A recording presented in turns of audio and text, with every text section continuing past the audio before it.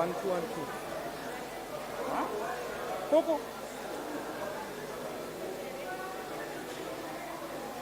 Oh. Sound check. Sound check. Sound check. Okay. 1 2 1 2 1 2 1 2 1 2 1 2 1 2 1 2 1 2 1 2 1 2 1 2 1 2 1 2 1 2 1 2 1 2 1 2 sound check 1 2 1 2 1 2 sound check 1 2 1 2 sound check 1 2 1 2.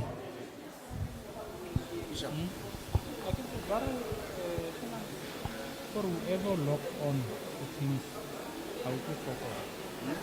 Whoever's logged on to Teams, Microsoft Teams, how so now 1 2 1 2. Test mic 1 2.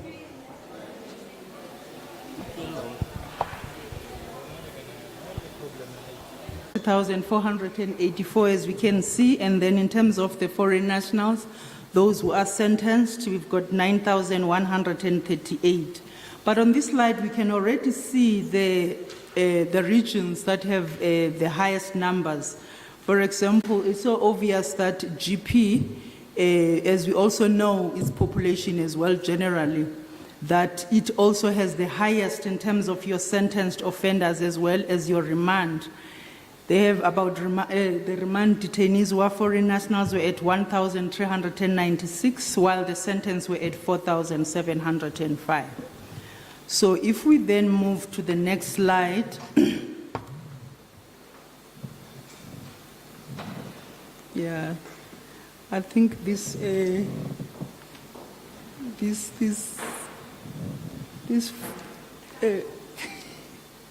I don't think I'm getting it correctly. I don't know whether is it the presentation, because the slide that I was looking for before the community. Sorry? Oh, okay. All right. All right.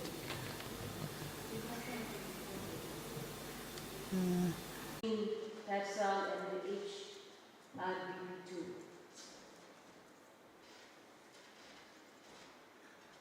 At the CDC, it feels like you want to tell me something. Thank you. Can we have the mic there? It's an important issue for this because this is the crux of whatever we are going to do going forward.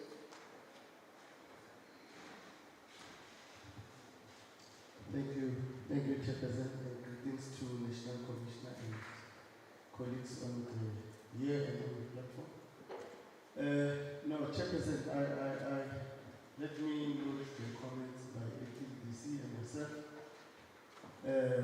I would have welcomed the suggestion by Ms. Naika that the decision be taken out to HR Forum. My reasons being that, firstly, this decision is old and somewhat irrelevant today because, as you correctly point out, it talks to issues of Q2 in 2021. Now, the alignment of HRBP2 is something that happens every financial year. And you are correct in terms of actual progress with regard to the job evaluation, and it's something that I think we are handling, and that's why I welcome that we look at that issue in our HR forum meetings. Thank you. So the proposal that we will make to the National Commissioner, because he's not with us, we have to defer this to him, but the proposal that this House is making is that this matter, the decisions here get deferred to the HR committee, HR forum. But I think then we would need to, if the Commissioner approves, we will propose that to him. And if he is in agreement, then the wording here would be that there's an HR forum that has been established, and they are currently looking at the alignment and the and this matter will be dealt with at that forum. Can we have an agreement to that, colleagues? Are you comfortable with that, CPC? Yes, yeah. Just before I sit down, Chairperson, you would have heard Acting DC talking about abolition of posts. Surely that's a decision that needs to be, that cannot be taken lightly. And that's the only solution to getting the HRPP tool to be aligned. So it means that if it goes to that, it will give us an opportunity to deliberate and then seek appropriate mandate.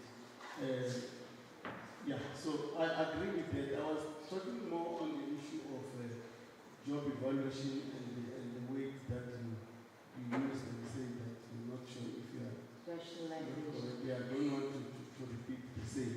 But I was also saying that this decision, when it was taken then, it cannot remain relevant today. But I think the issues in the main, we agree that we can ventilate them in the HR forum. Thank you. Thank you very much.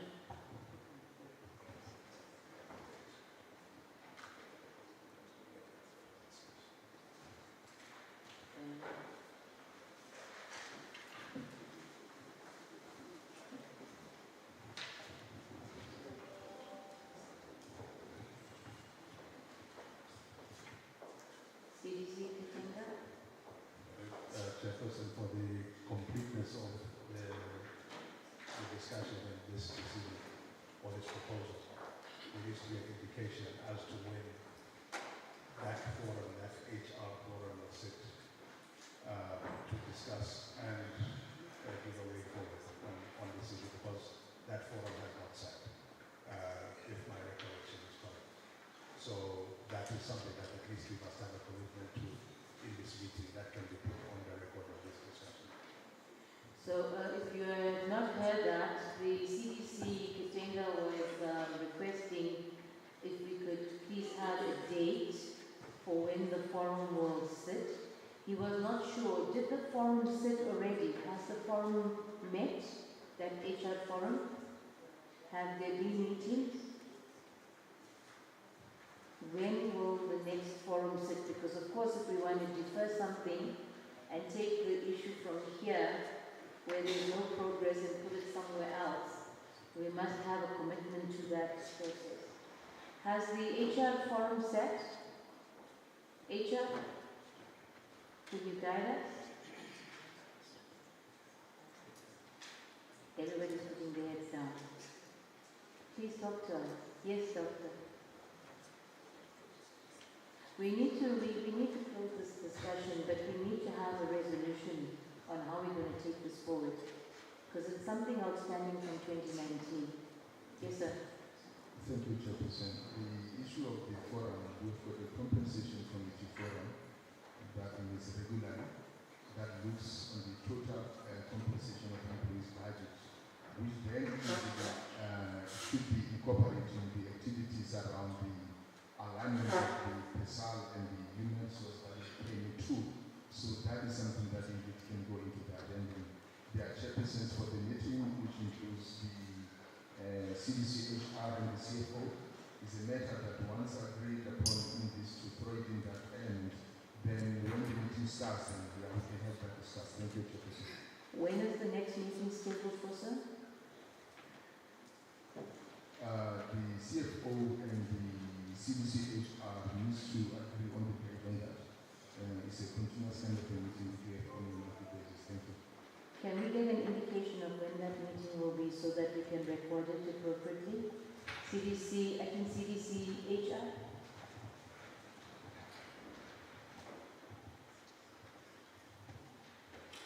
Chairperson, I will consult with my colleague, acting CFO, and I think we can commit to the first week of March. Thank you very much. I think CFO is in the house. Thank you. You're welcome. Your apology was tended. So in the first week of March, we will have that meeting, and this matter will be deferred and discussed as an agenda item on that meeting. Thank you very much. Thank you. Thank you, Audrey, for the resolution. We can then start looking at the quarter 3 performance report for the department. So the quarter 3 performance report was submitted on the 31st of January to all external stakeholders. We are well into quarter 4 now, and at the end of quarter 4 we will also be looking at the annual performance for the financial year 2022-23. Just in terms of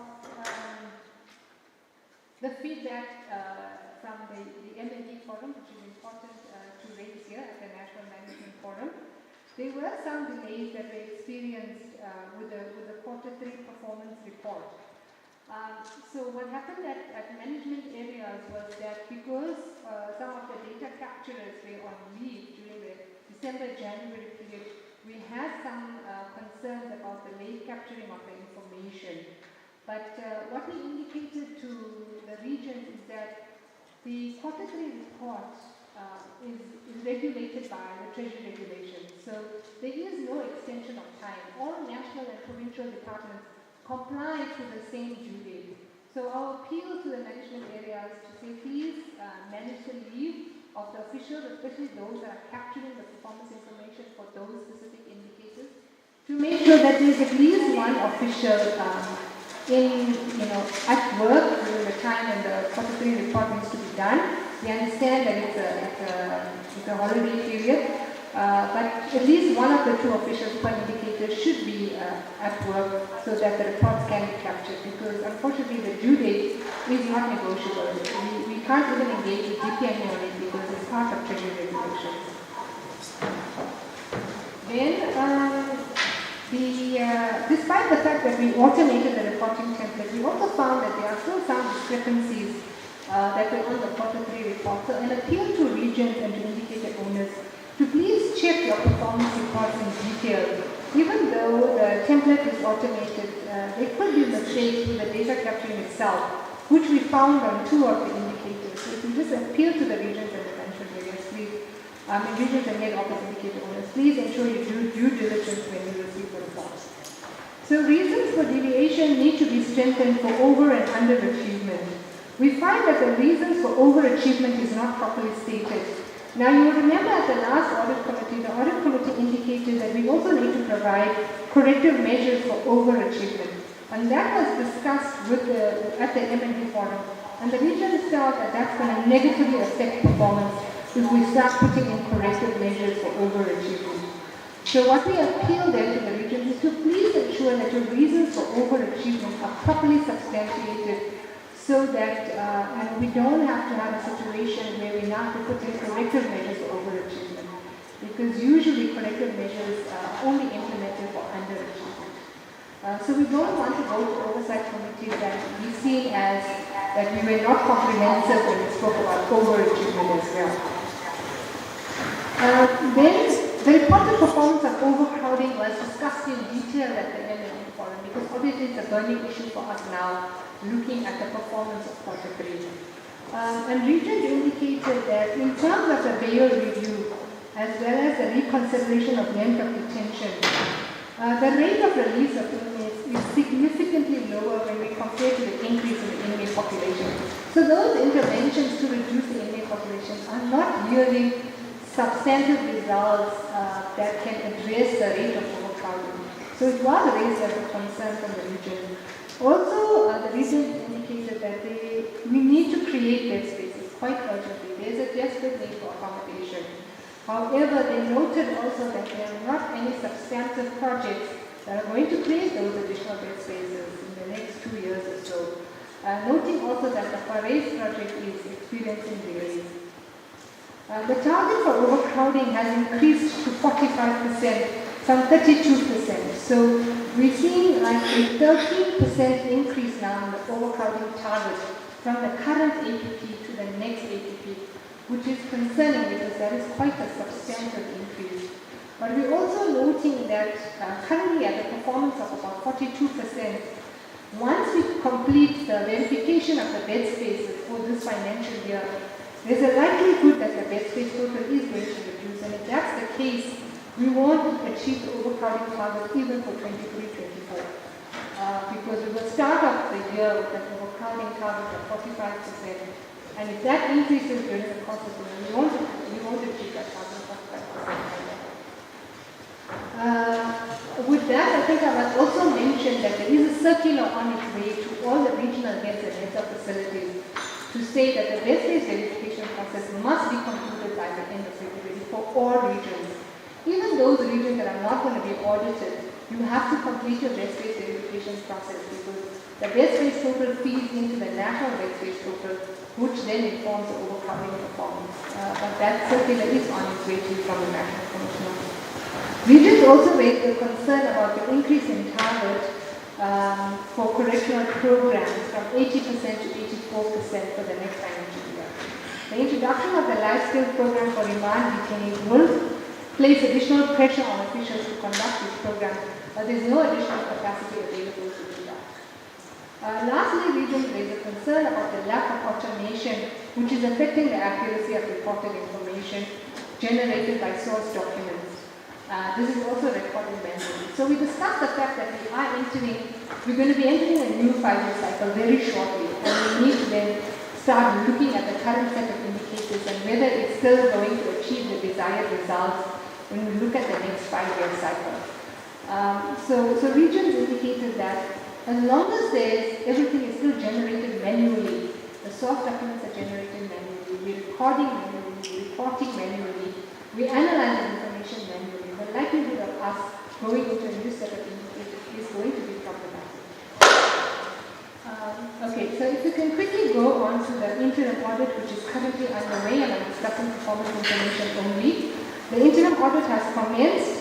Region selected for interim audit is Western Cape, Gauteng, and Eastern Cape. AG has selected Program 2 and Program 5 for interim audit as per the engagement letter. For interim audit, they only really looked at escapes and injuries, not all of the indicators in Program 2. The other indicators have been audited at the head office level for now. For Program 5, they looked at violations of probationers, victims participating in RJs, and offenders and probations of parole participating in RJs. In terms of the dates of interim audit for performance information, Gauteng 7 December to 4th of February, Western Cape 30 January to 24th February, Eastern Cape 27 February to 10 March, and head office social reintegration will be done from 17 March to 31 March because the program will be audited after 2 years. There will be a head office audit as well, for interim audit. So very important to note, but we discussed this and explained this at the MNE. AG is going to use your quarter 4 to audit you for year end. Regions will have a quarter 4 report, and after validation, they will have an annual report. So they will have a quarter 4 report and an annual report template. And any changes that they make between quarter 4 and annual will be audited again by the AG. And we will have to produce source documents for the differences between the quarter 4 and the annual. So we usually do have some changes and we do validation. We just need to make sure that we have a record of both quarter 4 and annual and source documents to support those deviations. But we did explain at the MNE to the regional heads and the policy department how to record and file so that when the AG comes, we know what to give them at the time of audit. So if we can just go to an overview of performance for quarter 3 quickly. So the department has fared very well for quarter 3. Administration, we've achieved 4 out of 7 targets, 3 not achieved. Incarceration achieved 4 out of 5, only 1 not achieved. Rehabilitation, care, social reintegration achieved 10 out of 10, 7 out of 7, and 7 out of 7 respectively. So all indicators achieved for rehabilitation, care, social reintegration. A total of 32 indicators achieved, 4 not achieved out of a total of 36. So overall, our performance looks like this: 89% achievement for quarter 3, 11% not achieved, as I indicated, 32 out of 36 with 4 not achieved. And if we quickly look at our analysis of our performance, quarter 1, quarter 2, quarter 3, over the last 3 financial years, you will see between last year and this year, there has been an improvement of about 2%. So last year we were sitting at 87%, and now we are at 89%. There's been an improvement from quarter 2 to quarter 3, we were at 86%, and now we are at 89%. So we are showing some improvements, which is good. Then if you look at the overall performance, we moved from 87 to 89, as I said. The total number of quarter 1 targets was 36, which increased to 39 in quarter 2, and then decreased again to 36 in quarter 3. We must remember that there are biannual targets, specifically in HR, which are not measured in quarter 1 and quarter 3. So program 1 has 7 targets in quarter 1 and 10 targets in quarter 2. So those biannual targets are coming in quarter 2 and quarter 4, which increase the number of targets. Targets not achieved have decreased from 5 to 4 between quarter 2 and quarter 3. Targets not achieved from program administration decreased from 4 to 3 because HR hasn't reported in quarter 3. The overcrowding target was not achieved in quarter 2 by 6.27% at 38.27, and again has not achieved to 42%, a further increase of 3.73% in quarter 3. So programs 3, 4, and 5 have achieved all the targets in quarter 1. So if we just look then at the program level, we see for administration, performance has declined from 60 to 57. It's a little bit concerning because administration is going down as the quarters are coming to a conclusion. So we need to look at some intervention for program 1. Program 2 has been consistent. Overcrowding has been a challenge for this financial year. So consistent at 80%. Program 3, 4, and 5, as I indicated, have achieved all targets for the financial year. So well done to that programs. And then overall, we are at 89% quarter 3, which is still very good. If we look at what's happening at the regional level, so very well done to LMN, Free State, and KZN, all achieved 100% of their targets for quarter 3. Western Cape did not achieve only 1, Gauteng 2, and Eastern Cape 2.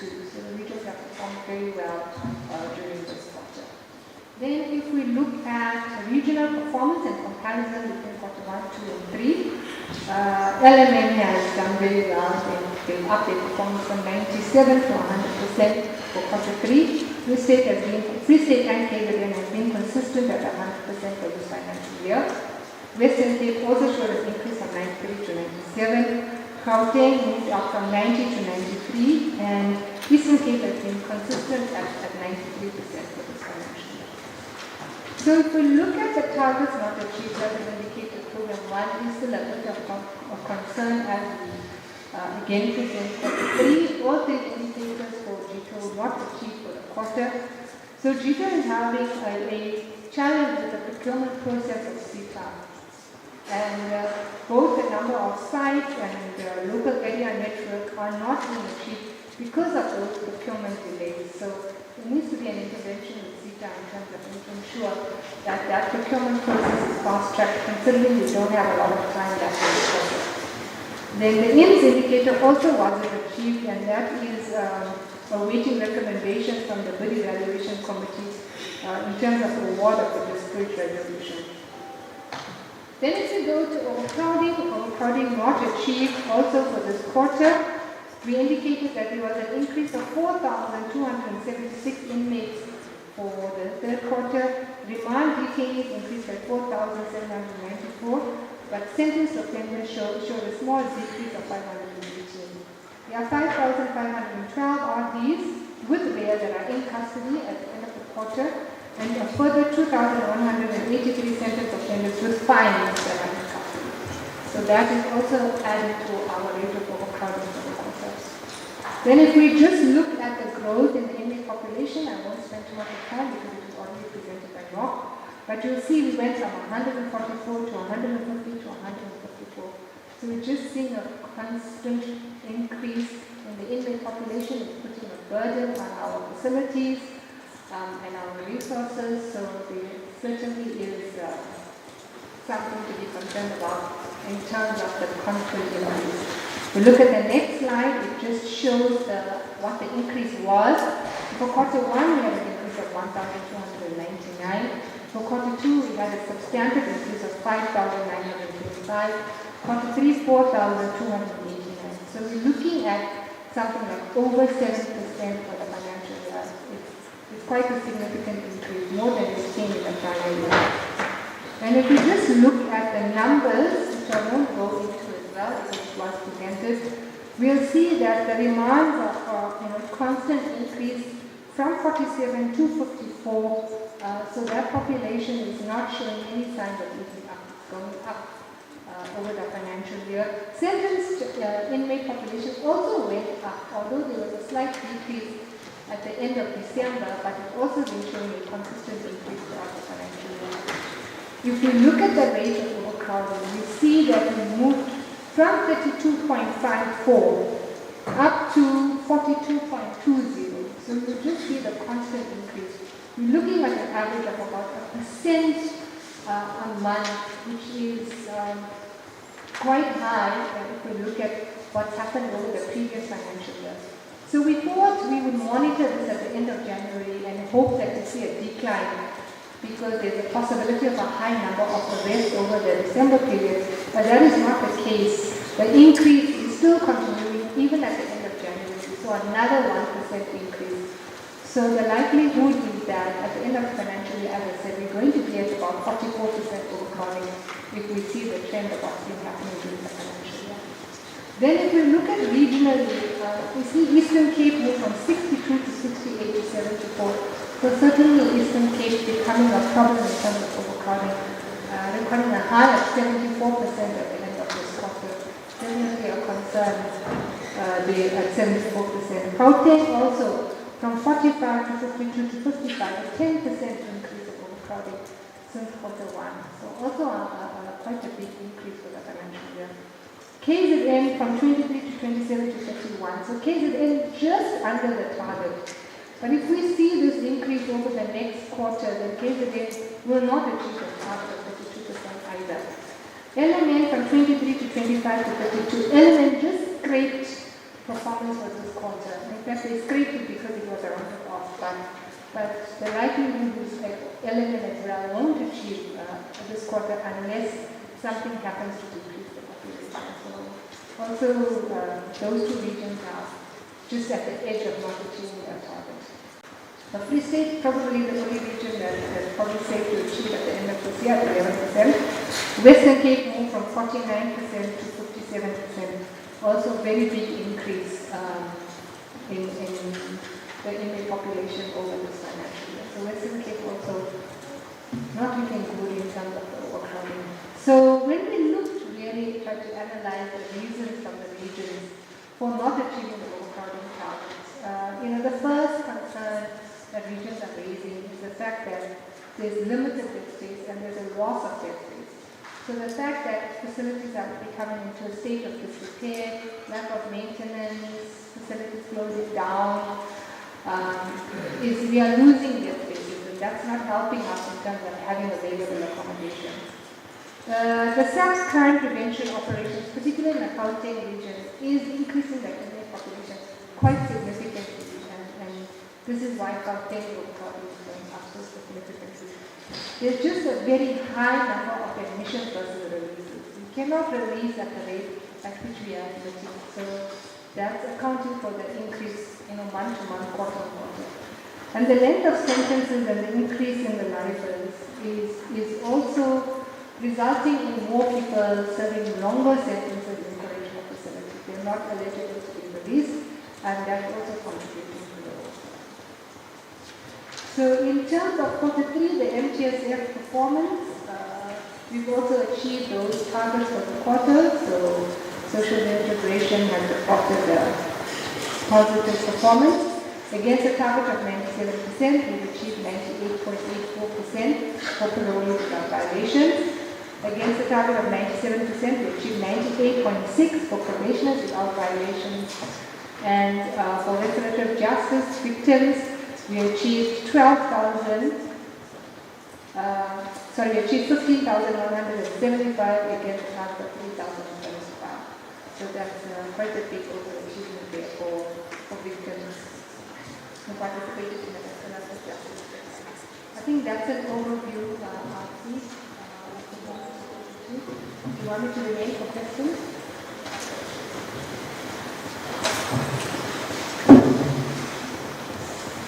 Thank you very much. Thank you very much, DC, for a comprehensive analysis of our performance for quarter 3, but also an analysis against the same period last year. So here we have it, ladies and gentlemen, police.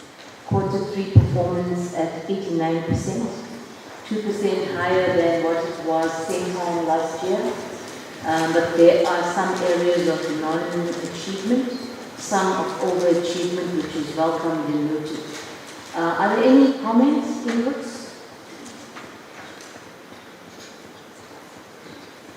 On the presentation, I take it that there will be intensive discussion on the issue of overcrowding, as we had indicated previously when the CDC is going to provide her input.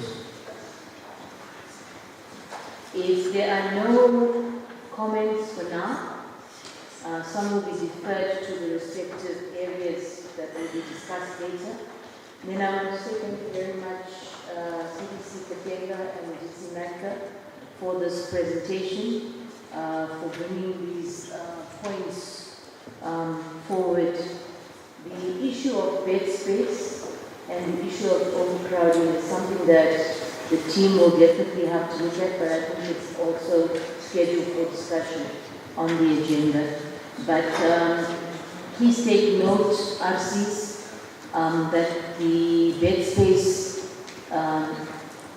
audit has to be finalized by the end of February. So there's a communication coming your way. Let us take note. There was a communication in DC that came out previously, but maybe now that the date has been amended. So I remember signing something and giving a date. But let's take note, it's now till the end of February. It's a very lengthy process. It's a very difficult one. And the challenge, and maybe it's not coming from the House, but as RC, I'm just going to use my hat now. The challenge with the bed space is capacity issues also to verify. Because there has to be a sync between the national office and the region. And I know at facilities head office there's serious capacity issues because now we have to depend on the regions to be able to go out. And if you look at the spread and the geographical spread of the regions, not only Free State, Northern Cape, but some of the others, to take 1 or 2, 3 people to spread them out to go and do the quality control of the verification is something that is really a problem. So I want us to just think about this process as we are going through the day.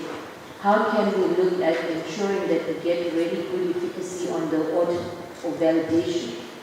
How can we work differently, acting DC facilities, so that we can ensure a greater accuracy on the bed space? Because you have to have controls and checks. Because even the people on the ground, although you train them how to do the calculations, and they're constantly also using certain spaces for other reasons. Because one question, why are we suddenly losing so much of bed space? Apart from those centers that are closing down, but if you look at those numbers, they are not so many. So why are we losing bed spaces, and what are we using those areas for? It should be used for incarceration. So I think those are key questions I want to pose. We won't open it up for discussion now, but when we come into overcrowding approach, I'm sure CDC Info will be taking us through and facilities on those 2 issues. But it's very pertinent issues. We can't keep on changing the goalposts on bed space.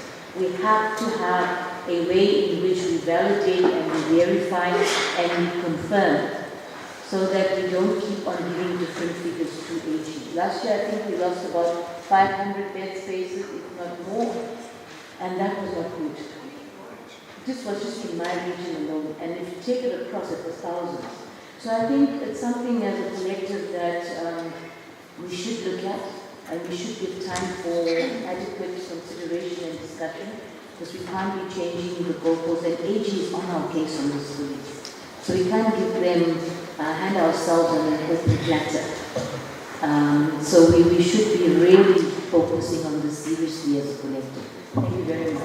So we've come to the end of that.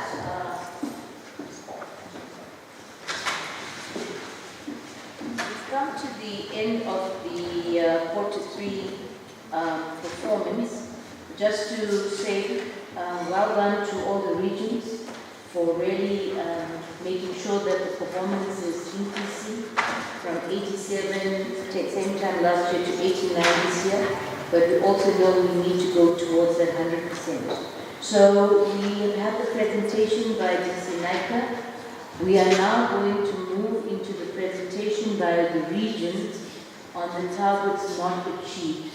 We have heard that 3 regions have had 100% performance. So on this one, we will take the 3 regions where there have been non-achievements. But I want us to be focused. So we've had the presentation. We would like the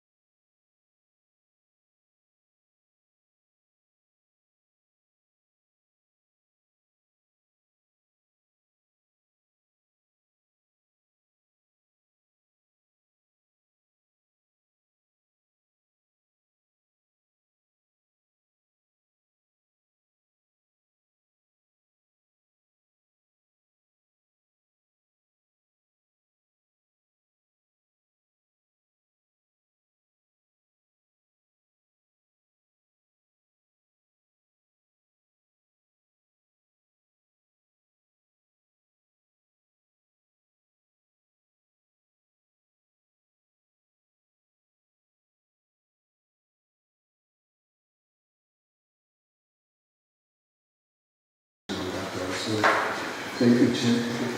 Yes. Nothing much I can say.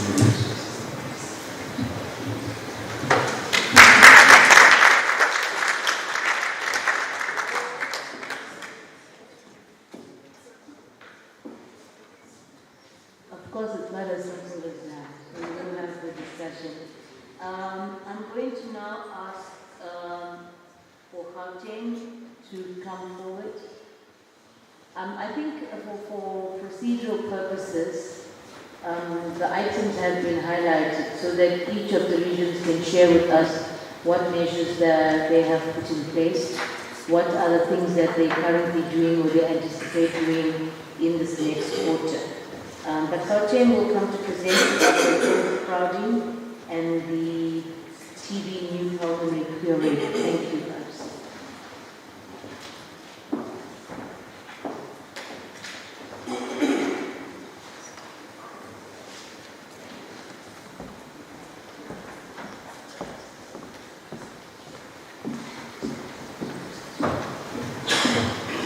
Thank you very much, Program Director. Colleagues, once again, good morning. And good morning to Commissioner and other colleagues who are also connected virtually.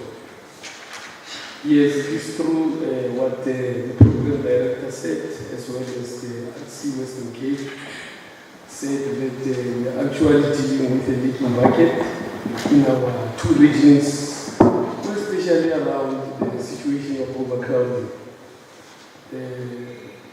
At some times I used to ask myself the question as to why is this indicator on overcrowding continuing to be, one of the measurables when we are acutely aware that it is beyond our control. It is something that, as a receiving department, we are basically, just receiving these offenders, and as the RC Western Cape has indicated, as long as we are still having the warehouse that we are having, the numbers will continue to be congested. However, there are measures that, as a region, we are always doing, amongst others, ensuring that we are having, an even distribution of these offenders in our centers, identifying centers that are currently not used in order to ensure that we take advantage of the space that is in those centers. Program Director, I'm going to request my acting DRC to take us through our presentation so that we can see the details in terms of what we are doing as the region. Thank you.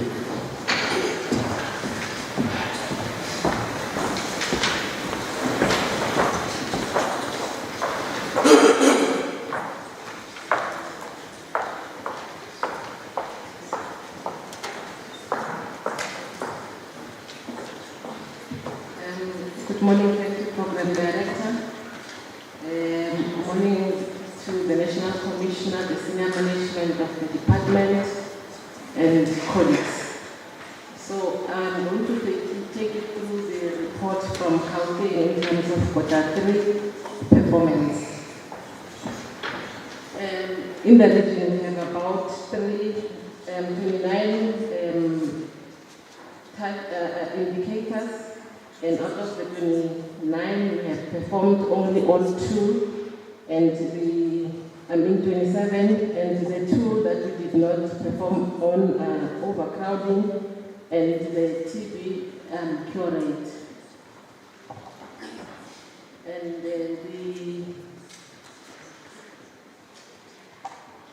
when you look at the pie chart, there is showing that in terms of performance, the non or underperformance is at 7%. So we can go straight to the overcrowding under program 2.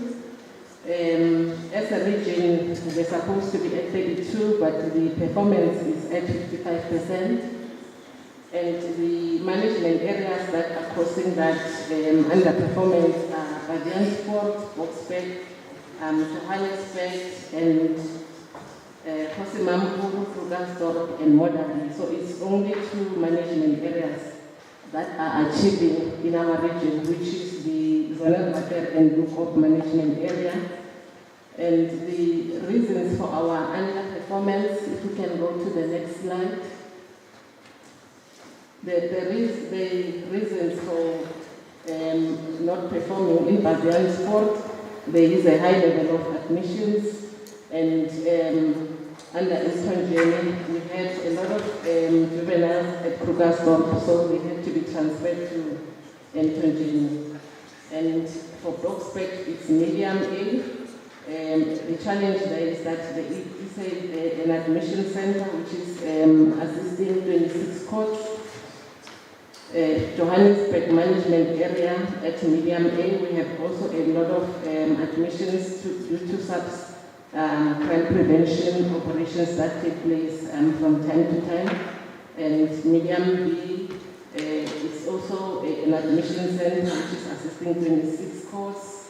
At female, we are exceeding the number of releases and transfers. For Krugersdorp, just yesterday we were at about 218% populated. So the reason for our overcrowding here is that we have a 3-month backlog, and then we also have operations performed by subs looking at the management, the mining areas. And lastly is the delay in deporting foreign nationals. So that is the challenge that is brought to us by the Department of Home Affairs. And for Model B, the inmates population also has increased with about 2.6% from quarter 2 and to quarter 3. And if we can go to the next slide, it's our plan to try to address this underperformance.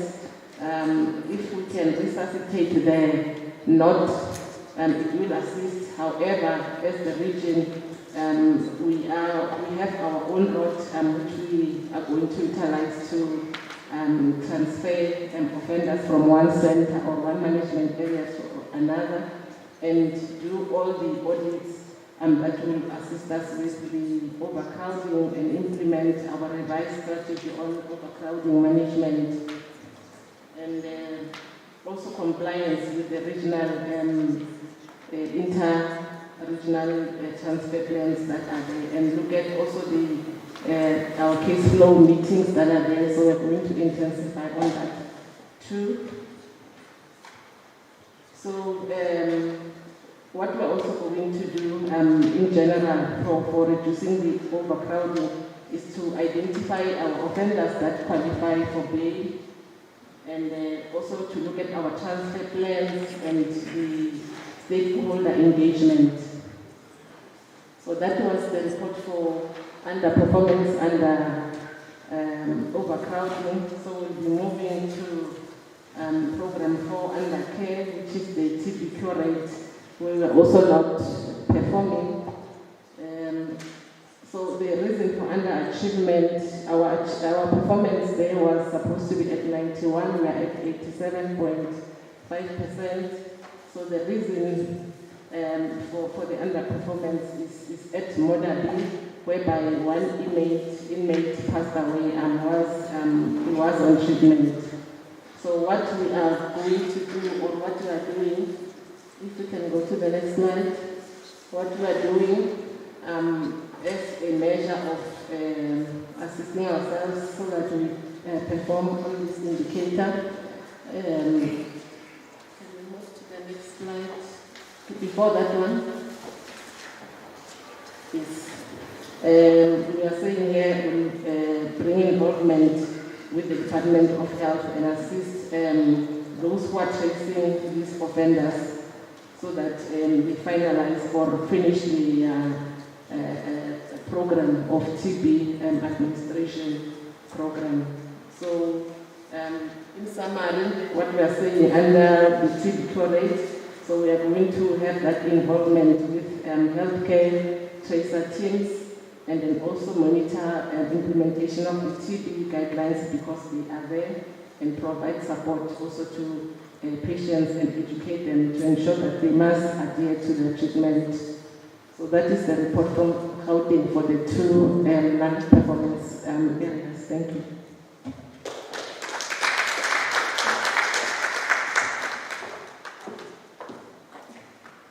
Thank you very much, Asmediachi. We now call from Eastern Cape. And I think what I'm going to do after Eastern Cape presents, instead of me coming up at each time, Gito will follow with the branch report on the tax noted sheet, followed by CDC INCO. And after CDC INCO presents, we will open for discussion. Thank you very much.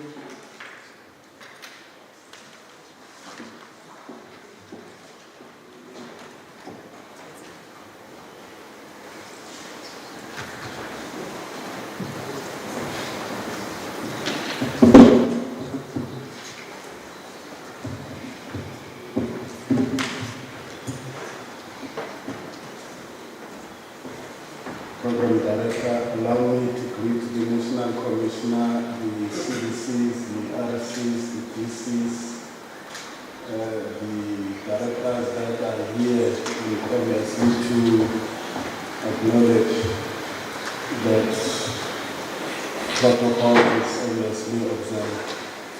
Regarding the blockade, of course, we have not done well. We wanted 100%, but due to the challenges that one is having, we could only do 93%, meaning that we still have a 27% regarding our performance. And it is due to two indicators that were not achieved as it is correctly reflected for the quarter under review. And of course, the first one is overcrowding. The overcrowding has already been presented by yourself, Program Director, the RCs that were here performing. Indeed, it is a challenge, as we are all aware, not only within this decade, but throughout the country, within our 243 correctional facilities. And indeed, this overcrowding is influencing whatever that is happening negatively within our facilities and not affording us an opportunity to rehabilitate our offenders as we are supposed to. So it is impacting negatively our mandate in delivering the correctional rehabilitation that we have to. Of course, Eastern Cape, the statistics tells for itself that we are number one in terms of being overcrowded. We are aware that if we talk of overcrowding levels, it's 174%, which are presented here. And precisely because of the approved accommodation, which is the lowest, Program Director. We are the lowest in terms of the approved accommodation with 12,431. These are the 21,000 inmates that we have. Of course, we are all aware that the figure that is increasing non-stop, as it has been presented here, it is your remand detainees. We are at 7,000 at the moment, while we are having 14,000 your sentence offenders. And I can indicate and confirm here to the House, we do have all the structures that we have in terms of our SOP in addressing overcrowding, the overcrowding reduction strategy. It is implemented to the core. But however, due to the efforts by SAPS in dealing with the crime within the area, which is Eastern Cape at the moment, we cannot match it. And we are attending the law, which is Eastern Cape at the moment. We cannot match the law as Program Director. I may have to say lower courts, JCPS cluster meetings within the province, within the region, where we are highlighting these issues. Recently, we are coming from other strategic planning sessions for the Traditional Council. With the CDC Congo, we have been attending meetings of the province. COPTA had a meeting there where we were emphasizing our issues on overcrowding within the region. So we are having those kind of challenges. So the second one, of course, is the escapes that we had. Unfortunate kind of incident we had two incidents of escape. One was on September, which happened, of course, in Johnsonville. Through negligence of staff, I had to indicate Program Director. Unacceptable as it is, but I will explain our process as to where we are regarding this uncalled for incident. Shall we go to the next slide, please? Of course, I've already indicated the challenge of overcrowding due to the lesser approved accommodation we have vis-a-vis the old buildings, while we have got a higher number of inmates within our systems. And I have to indicate in adding to that, Chair, that we do have some facilities that are being currently erected of the Beggars, and I believe that it's going to assist us in trying to alleviate this, but we still have a long way to go, Chair, because the accommodation of 12,431 is too little So like the RC of Western Cape indicated, we just have to unfortunately build these facilities so that at least we balance the numbers that we have. And I know that the issue of overcrowding has been taken seriously by the National Commissioner himself in our meetings, where he gave an instruction that we have to engage with JCPS last time trying to assist us on these matters. In particular, the remand detainees are increasing in serious numbers. When we can go to the next one, of course, we have the one that is dealing with the escapes. We had an escape that occurred in Grahamstown, starting with Johnsonville, of course, where we had an escape of about 2 inmates from the courtyard. Clearly, it was indeed an unacceptable non-compliance of our policies and procedures from the officials there. But those 2 offenders from Johnsonville were rearrested the following day. So we do have them back into our system. And then the second one was indeed from Grahamstown, where we had 7 of them escaping from our system. Of course, out of that 7, 2 has already been arrested. And I have to indicate that the date of that escape was on the 18th of October 2022. There are still at large 5 of them, but we are working very closely with staff so that we are able to get them back. All the investigations for both incidents have already been finalized and currently undertaking the decisions of those, which includes consequence management. Coming to the next slide, of course I've already indicated this one, Chair, that suggests that the investigation has been finalized. We are currently undertaking consequence management so that we deal with this once and for all, and we are optimistic really here that something of this kind should not be accepted, and it is not going to happen within our area, despite and in spite of all the challenges that we have. Know that we always talk about overcrowding. Of course it is the overcrowding that results in the shortage of the staff that we have, because we've got more numbers of inmates. These are the actual numbers of the staff on the ground, one body is to be specific. Of course, dealing with the overcrowding, all the management areas, 6 of them within the area of our responsibility are overcrowded, with the exception of Kerwood.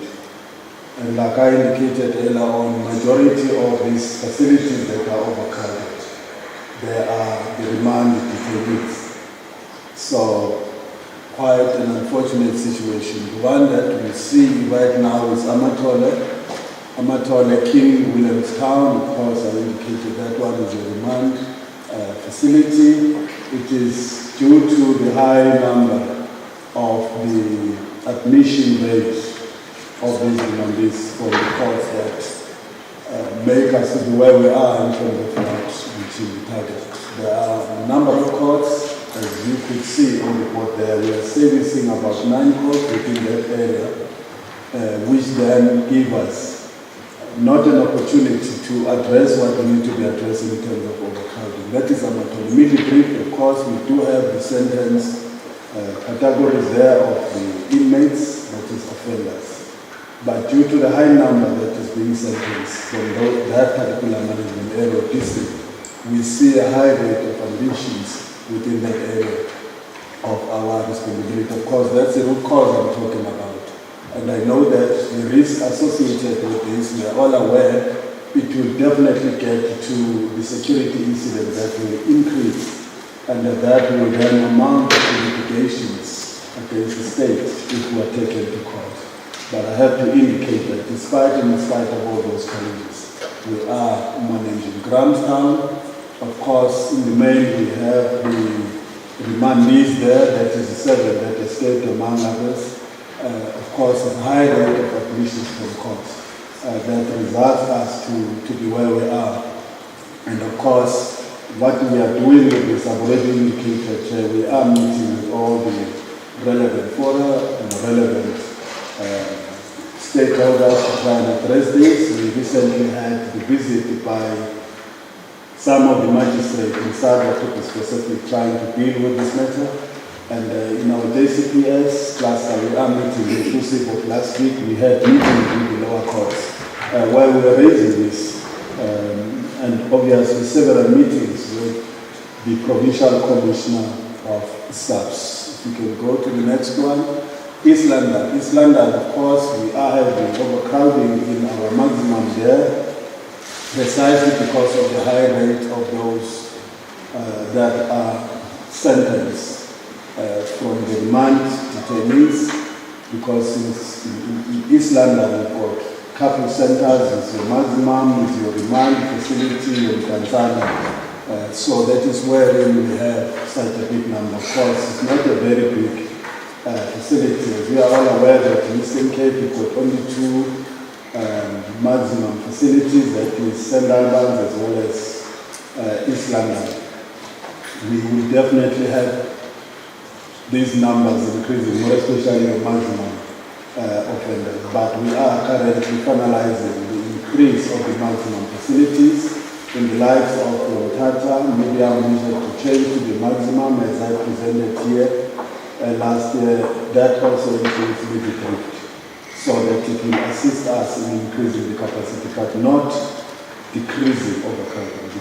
The overcrowding needs to be decreased. I will indicate right at the end, Chair, how we are dealing with overcrowding and what it is that we need to be doing, inclusive of the assistance and support that we need to get from other regions. And of course, Kerwood indicated Club Rainet is one of the areas where we've got high admission rate there. Remember, I'm talking about 12,431 approved accommodation. These are the number that we have. So we are having such, and of course, the risks that are associated with this, we will obviously have an increased number of security incidents. But suffice, Chair, to the House, as we've been monitoring the performance of Eastern Cape on the incidents, we've been doing very well, like I said, despite of all the challenges in terms of ensuring that we are the lowest in terms of the security incidents. Week in, week out, we are the lowest on the incidents. Of course, it's as a result of our concerted effort of ensuring that we are always on the ground as leadership. The staff is always there, ensuring that they are visible and vigilant at all times in giving hope and support to our officials. Of course, this one is at Mthatha. In Mthatha, we've got quite a number of those facilities that are overcrowded, and in the main, those are your remand facilities. Same reasons. The high rate of admissions from courts that results us to be where we are.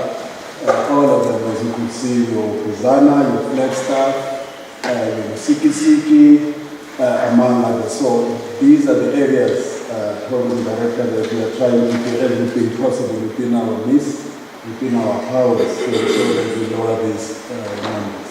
And with those facilities that are currently being erected, in terms of increasing the number, I just spoke about Pegasus. We are optimistic that we will be able to decrease this a little bit. Sada, that is the same thing. We've got Battle East, Pegasus, like I said, your Butterworth, those are the remand facilities that we have. Same reasons for not achieving same models operandi in terms of how we are dealing with them, and of course the increase of security incidents there that we are managing well. Mitigations, of course, is our possible threat going forward. The plans that we are at this point in time undertaking, allow me to repeat again because of emphasis that we have to put in place. We are implementing the overcrowding reduction strategy that we have. Case law meetings that we are attending, as indicated last week, we had a meeting in the lower court where the colleagues attended that. And of course, this is an ongoing kind of monitoring exercise that we do in our special RMC on a weekly basis. We are monitoring such and go forward. Next slide. And of course, in summary, Program Director, I have to indicate that we will continue to emphasize on the implementation effectiveness of our overcrowding reduction strategy. Adding to this plan, we have crafted our transfer plan, which I communicated to the House last year, but due to the festive season security operation period, we had to keep a pause on it, where we are going to be transferring out of the region for a number of units. It's about 1,000 programs director, and I know that I have communicated this with all the regions for assistance, and they have agreed. We want to appreciate that well in advance. RC is getting over the Cape for assisting us in terms of those. Because while we want to transfer those inmates out of the region, we want also to ensure that we intensify our effective implementation of our PPSM. So with that being said, we will definitely get there. I'm very optimistic and positive in doing so. Of course, we have tried, by all levels, with those forums, relevant forums, to address the issue of your SAP 69 versus 62s for the lifers that we have, so that at least they get prioritized. And I have to indicate we were visited by the NCCS, I think 3 weeks ago, where they were assisting us to identify and coming up with some solutions. And I've got no doubt in my mind they are going to prioritize it, seeing that we are having the highest number in terms of overcrowding by just offloading those that are qualifying to be placed out. I'm talking about the likewise to be specific. Next slide. Of course, regarding the matters that I've already indicated on the escapes, we do have the plans. The SOPs are enough to address this. I indicated that these escapes happened as a result of non-compliance, clearly with policies and procedures that are there. Of course, we may want to suggest that it is because of the shortage of staff, which is as a result of the shift pattern that we are using, but that is being addressed at this point in time. We are at advanced stage that is nationally addressing the shift pattern, but we are addressing this and ensure that consequence management is implemented so that we do not really come up with excuses of these escapes. We know that they were literally non-compliant with districts that we had. And of course, the technologies, as I said while I was saying they are going to assist us in improving our security posture. There is a team that has been established, and I indicated Vito is part of that in collaboration with security and facilities, trying to resuscitate our ISS project within the facilities. As you are well aware, and I've said it previously, out of 233 correctional facilities in the country, we do have over 182 that had an ISS project during those years of some download. So we were thinking perhaps if one can pass as a proposal so that I presented at some stage, if we can zoom into this, do an assessment and say, instead of spending more money, what if we resuscitate only those, which might cost us a little bit lesser than when we have to start all over again with the ISS, fence and so on and so on. So indeed, we had a team that was brought to the regions or sent to the regions to conduct that assessment. So we are optimistic that having had those systems resuscitated once again, they will be able to assist us to alleviate the non-compliance or the security within our areas of responsibility. And intensifying, of course, the implementation of our policies and procedures within our areas, which will then eliminate the escape of these inmates, and emphasizing the searches that need to be conducted. Where they are not conducted, consequence management to be undertaken. Next slide. Oh, the last one. Thank you so much.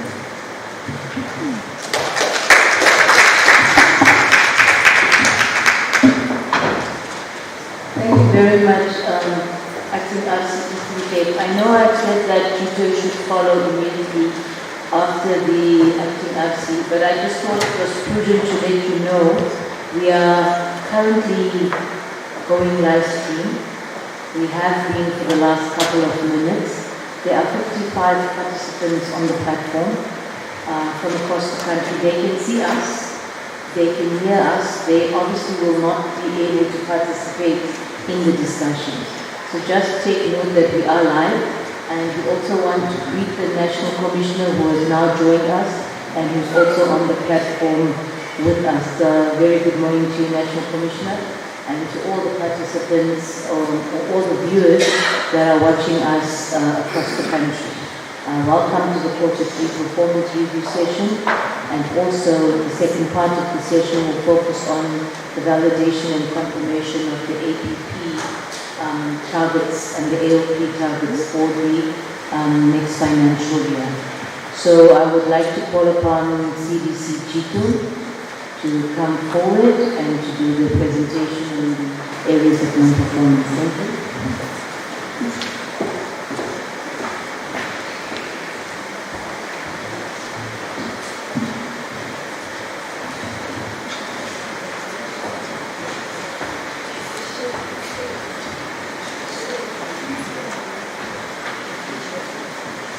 Thank you, Program Director.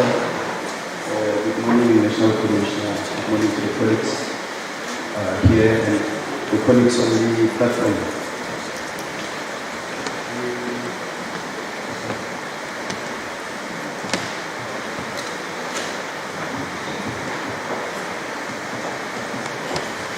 Okay, colleagues, we had a measure here for the number of national networks. We requested that this be deferred to the 2023-24 financial year. So no work has been done on this one at this stage. And then on the percentage of sites installed land, which is our program we had an engagement with CETA in January, just to try and understand where we are with this. And I think on the 1st of February, we received confirmation that this bid will be cancelled. And parallel to that, as G2, we are preparing a submission as soon as we receive the official cancellation document with an annex and resubmit this bid for advertising. And hopefully we'll start with the kidney project shortwhile. And then the percentage of completion in this project, we're still having a challenge with the arbitration process.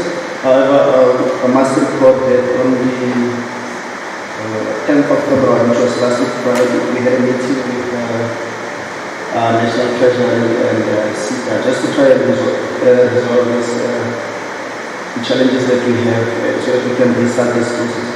So we have resolved in that meeting that GTO will prepare a submission to CETA, tasking them to assist us with appointing the service provider so that we can get this process going. So we will be meeting with the acting CFO tomorrow to finalize this document so that we can act with speed and get this process moving.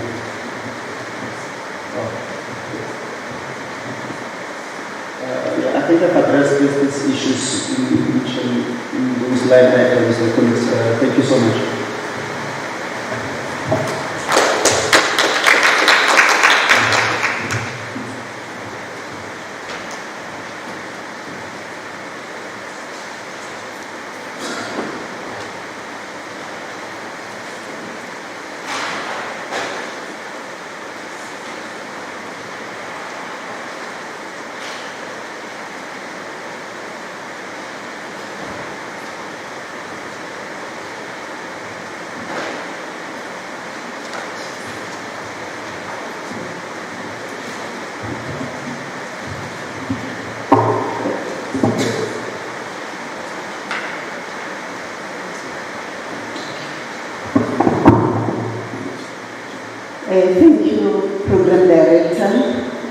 and greetings to the National Commissioner, greetings to all colleagues here and to all colleagues on the platform.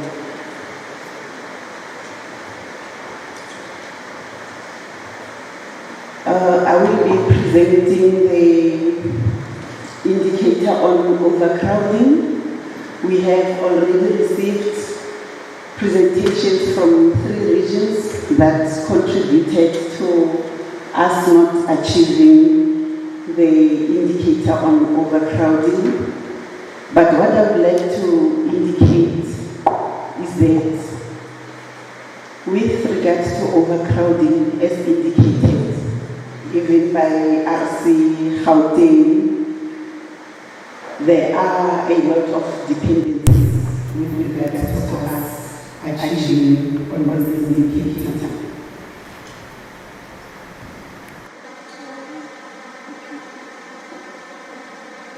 So the target on overcrowding indicator is 32%, and we are currently at 42%.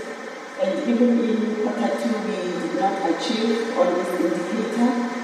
And some of the factors that contribute to the high rate of overcrowding, as indicated there, we do have an increase in terms of our inmate population, that is both remand detainees and also our sentenced offenders.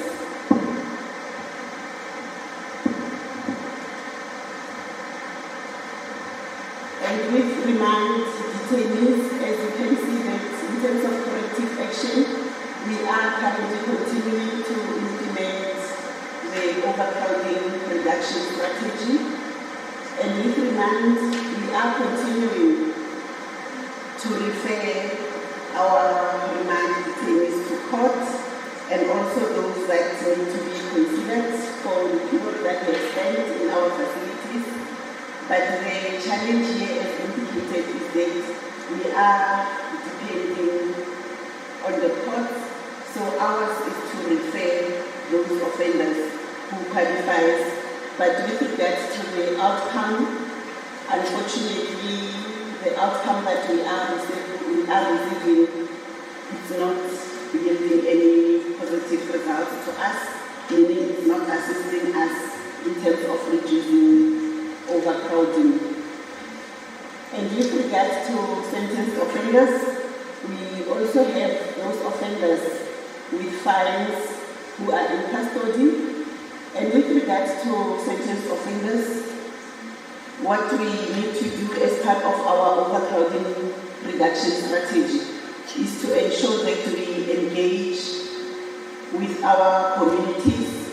We need to ensure that there is family involvement so that those families and our community structures will assist in terms of assisting those sentenced offenders with fines, those who cannot afford to pay their fines.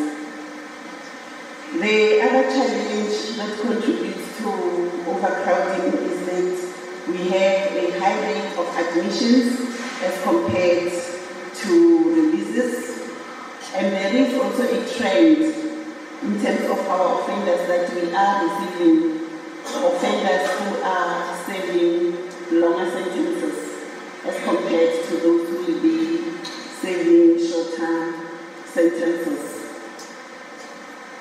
The other challenge, again, as discussed earlier, is with regards to bed space management. Our bed space is shrinking, and we will have a discussion. I think facilities will be presenting. But what we have observed with regards to bed space management is that we also have some of the cells that have been converted into classrooms in other centers. And what we are deciding is that we have engagement with facilities whereby we will opt for prefects so that those cells will be utilized for ensuring that our offenders will be accommodated in those cells. So that will be discussed with facilities, just looking into the option of having those prefabs, because even some of those centers that converted some of the cells into classrooms, there are still challenges. You find that those cells does not meet the criteria or the requirements of being a classroom. So we will have an engagement with facilities.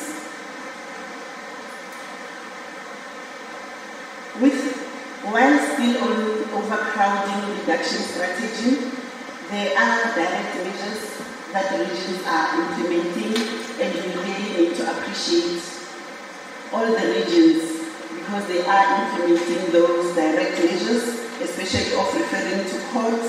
The other one is in terms of monitoring the sentence expiry date and also the minimum detention period.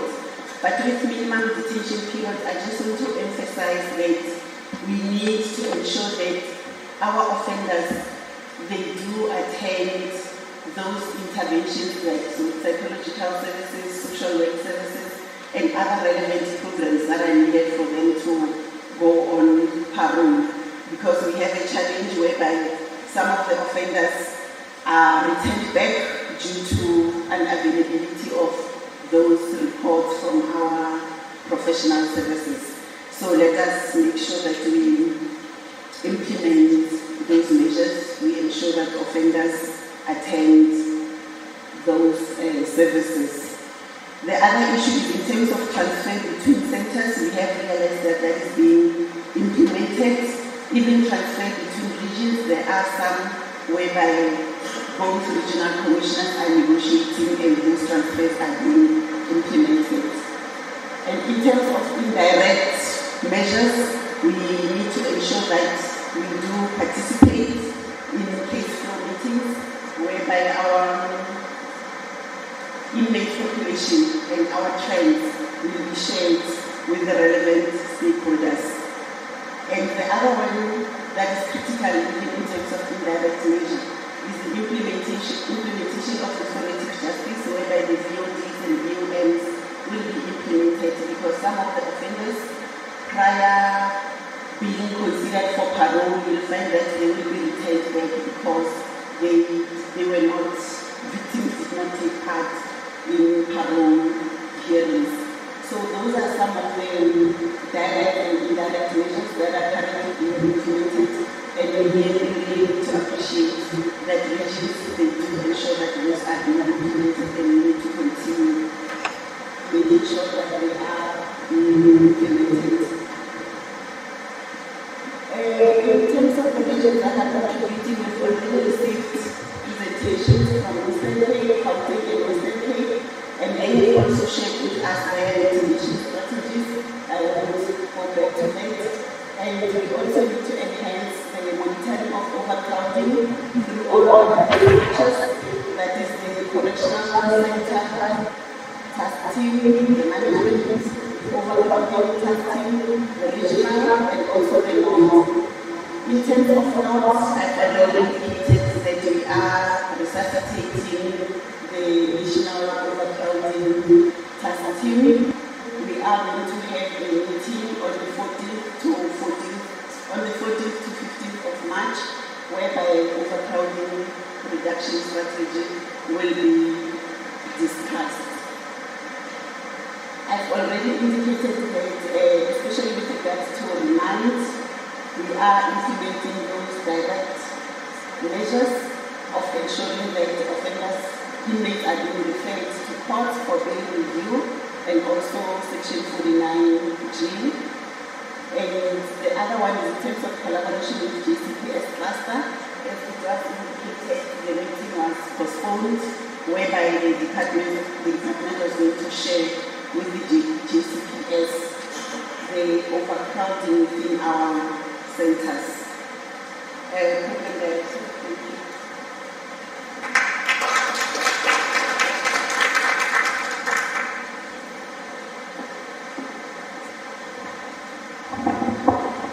Thank you very much to CDC, GITO, and to CDC Incorporation for their presentations.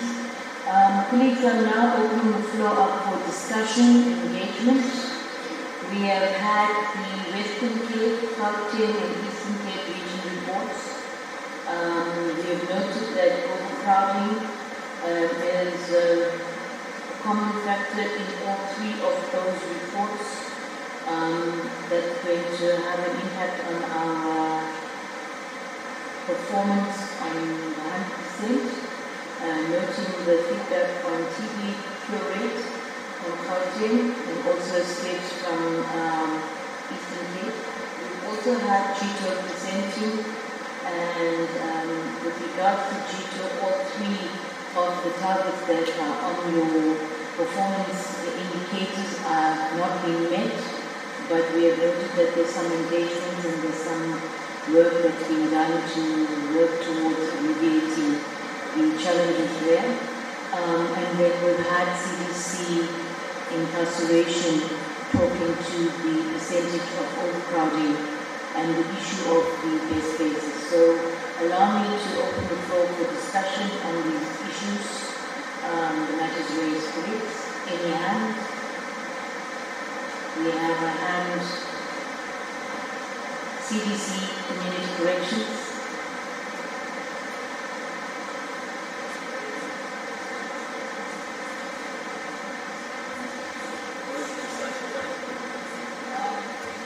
If you have the sanitizer, please.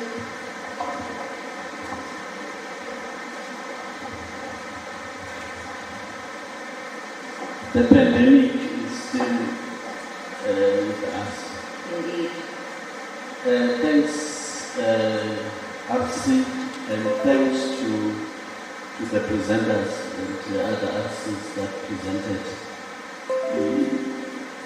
I just want to make a few remarks or comments around the issue of overcrowding without necessarily repeating what was said by the presenters. Indeed, overcrowding is a global phenomenon. But then again, at least we do have strategies in our country to deal with this issue. The CDC was talking about the overcrowding reduction strategy.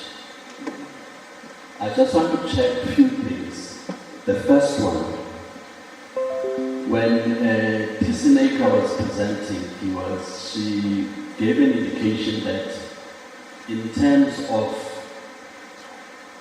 the infrastructure for the next coming 2 to 3 years, if I heard her correctly, there is no indication that we'll have any facility that will create more bed spaces for us finalized.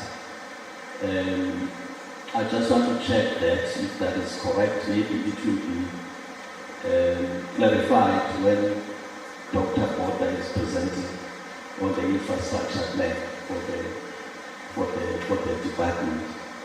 Because the RC, acting RC of Eastern Cape, the RC that has got a big challenge when it comes to overcrowding, made a comment here to say, I think the contractor is on site for beggar stock.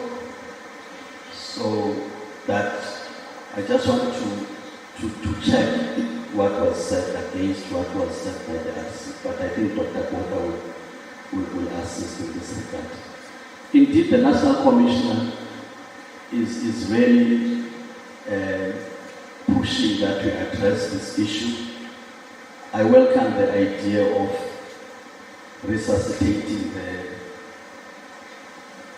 the National Overcrowding Task Team to demonstrate that he's very committed to that. He also appointed other CDCs to be deputies in the event where CDC in court is not available to chair. There are other CDCs that have been appointed to deputize so that we don't stop. If there's a meeting that said that he has to sit, because that is very important, as the acting RC of Eastern Cape indicated that he cannot solve that issue within the region, right? And I was pleased to hear that his transfer plans are in place and other regions, particularly URC. you are welcoming the idea, because we need to look at this departmentally. You are the neighbor of Eastern Cape. If you look at your figures there, the percentage, you are sitting at 11%, is sitting at 74%. So really something has to happen there to ensure that we are not found wanting as the department. Yes, CDC, you are correct on the issue of the VOT, the work that we are doing from community corrections. As the Commissioner instructed us to attend a strategic session of the Provincial House of Traditional Leaders and Khoisan leaders in the Eastern Cape. When the stats was presented there from the sub side, from the community side, it's scary what is happening in Gqeberha in particular.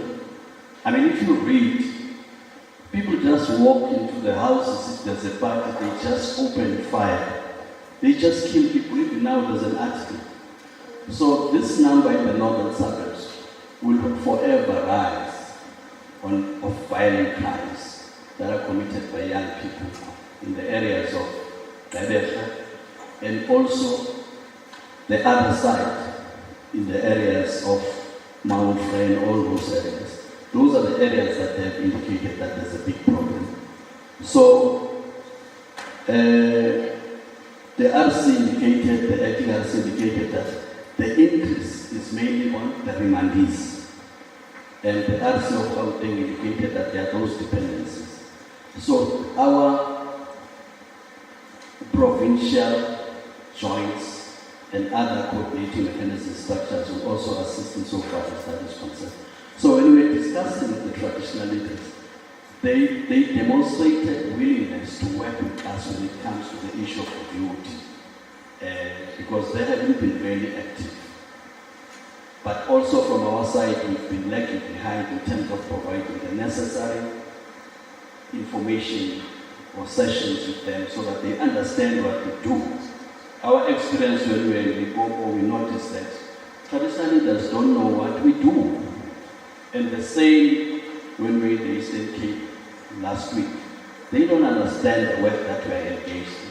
So when we engage with them, they demonstrated interest in what we are doing, and they were pleading that they want to be involved. Fortunately, we are in the process of finalizing the MOU with the National Traditional House, right? That will govern our relationship. Once that is finalized, I think it's within our legal division in the department at this stage. We are going to engage with what you call Nkosi Langa Mafuso is the deputy at the national level. He said he would want to see that as soon as possible so that all provinces can be able to operate actively when it comes to that. It's just a small contribution from my side. It's not a question. The only question of clarity is around the issue of infrastructure. Thanks. Thank you very much, CDC. I think it's good that you have briefed us and to note that there's progress. And indeed, the work with the traditional leaders in VOD would also help as a means of alleviating and dealing with the down management of the number of sentence offenders we have. Other comments, colleagues? DC Naika, DC Willie.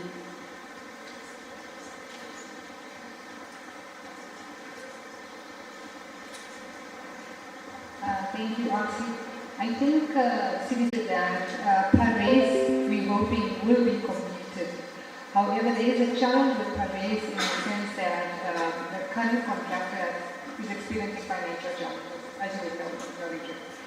So the date we have for completion now falls in the 24-25 financial year, which is not certain for now because there's a new tender process that has to be undertaken. So that practical completion date we are not sure of, but we're hoping that that project at least may be completed in the outer year to get some relief, well, to the Free State region anyway.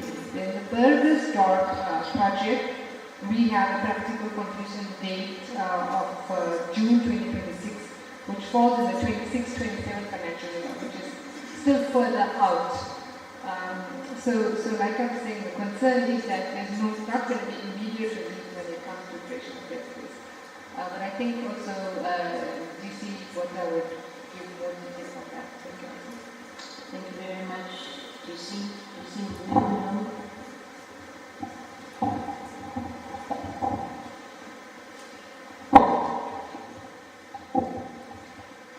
Thank you, Chair. Good morning, colleagues. From my side, good morning, colleagues. Okay, you're still alive. Thank you. Okay. From my side, I just want to, this is a contribution. I've heard about the increase of remand detainees, but there's another pattern that I've picked up.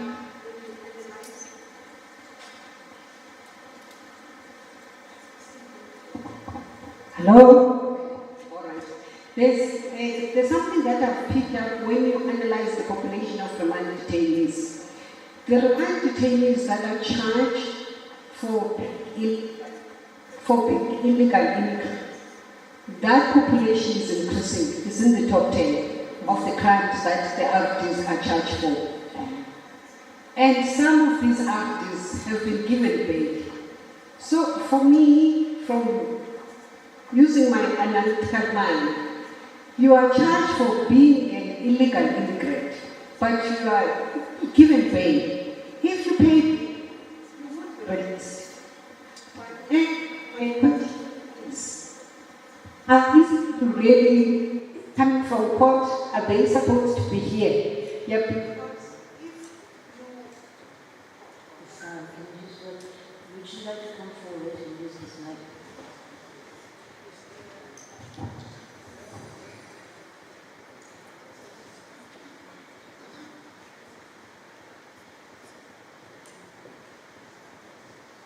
Thank you. And then for me, my suggestion is that this is a matter that can be taken to the case law. It cannot be addressed by head office. Before, DCS used to detain the illegal foreign nationals that are the client of the Department of Home Affairs. There was a warrant, that was a Home Affairs warrant. But there was a court case, one RD complained that he didn't want to be detained with the people that have been charged for crimes. Then he won the case. So which means DCS stopped to detain those people. Then those people, they had to be detained in certain sub-police stations because they requested us, DCS, to detain those people to assist Department of Home Affairs. But they were going to promulgate our correctional facilities. But we refused because we said we have got overcrowding. So we cannot take their clients while we're having overcrowding. We were taken to court, both of us at the same time, Department of Home Affairs and Correctional Services, by that case of Portsmouth. Yes, we were taken by the very same NGO.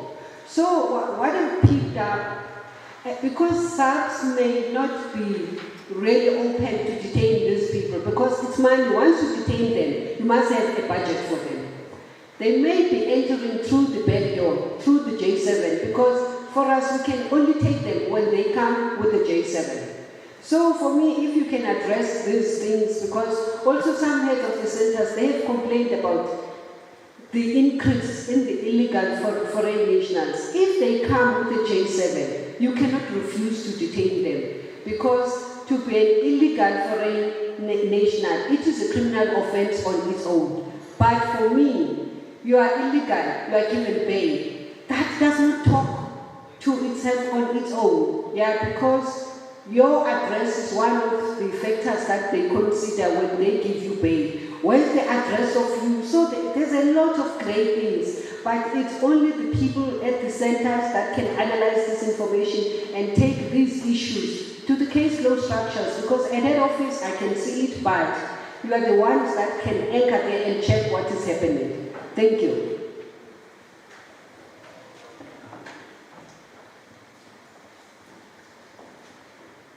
Thank you very much, DC. You said it was a contribution. It's welcome. Acting DC. Thank you. Good morning, colleagues. I just want to echo what DC Naika indicated. Paris, I think RC also will agree with me. We had a meeting there last month. There's some challenges at Paris with the contractor. So that project, we're still waiting for a new scheduled completion date, and I think by the next week or two we'll get that new date. But when you look at Burgersdorp, indicated 1st of June 2020 finalized so far. But even at that project, I think one of the biggest challenges there is already the community unrest and disgruntled community members that we already lost 14 days on site, where the communities actually blocked the gate to the correctional centre or the site. So there's really challenges when it comes to construction projects now in South Africa with other elements. Burgersdorp again, there was a request for additional work or additional cell block to be constructed. We cannot do a variation order within the first 2 weeks or first 2 months of the contract because it will go over the 20% threshold. So at this stage, the additional cell block that was requested, I don't think that one will be approved because in terms of the procurement processes, it will not be allowed. But as also indicated, we've finished a couple of correctional centres in the last couple of years. If you look at Zalin, Standardton and CMOC, Max, that is not the only solution. We also need to look at the refurbishment of lost bed spaces. I think one of the examples is at Waterfall, where the inmates has now recently refurbished one of the blocks and it's been reoccupied again. So we really need to look where we can go to these correctional centres, if there's cell blocks or cells that we can refurbish. I think one comes to mind for example, at Krugersdorp, where there was a fire. There's one section that was damaged. So the only solution when it comes to bed space creation is not new correctional centres, but is to refurbish the cells that is out of order, and I think that is some of the low-hanging fruits that we can capitalise on. Thank you, Chair. Thank you very much, DC. Acting DC.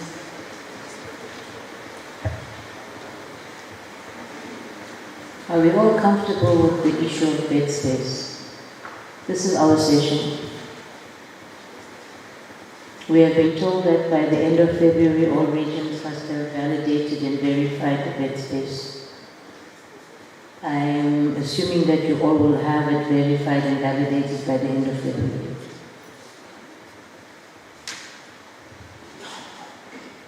There's a hand in the back. No?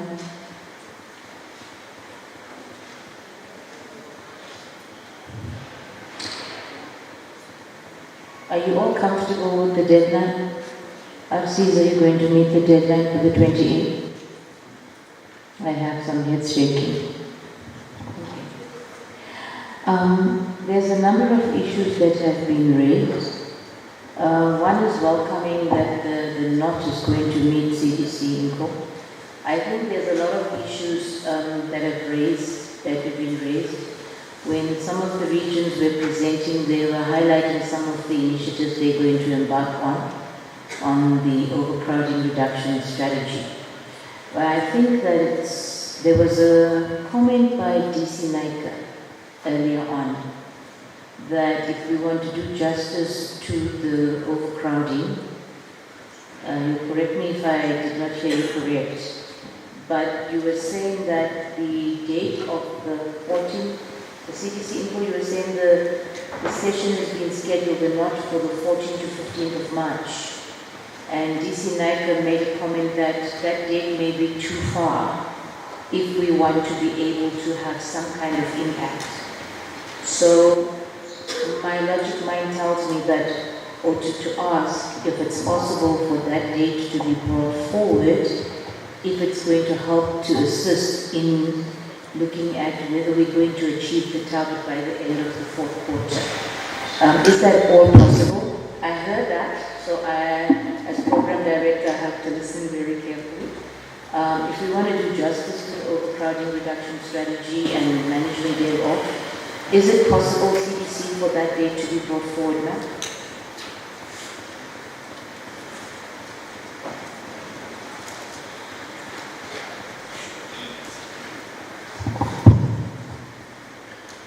Thank you, Program Director. We will look into that because initially when we checked, there were a lot of activities that are going on, hence we decided on the 14th to 15th of March. But it's not a problem, we'll also look at that possibility.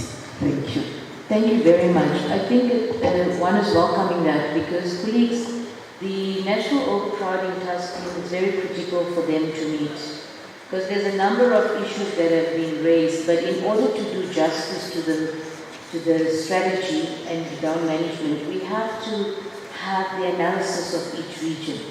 Now I know there's a comment, I'm now just taking my hat off CDC as a program director, but as RC Free State Northern Cape. There are a lot of factors that we need to take into account, and the National Overcrowding Task Team will be very, very critical for these factors to be taken. So sometimes you may see regions that have low levels of overcrowding, but what you find, even if you look at the Eastern Cape presentation, there are smaller centers that can only take certain types of inmates, that can take maybe under 2 years. So the dynamics and the demographics of that will have an impact. You're also having increases in foreign nationals. In some regions, the illegal mining is becoming a serious problem.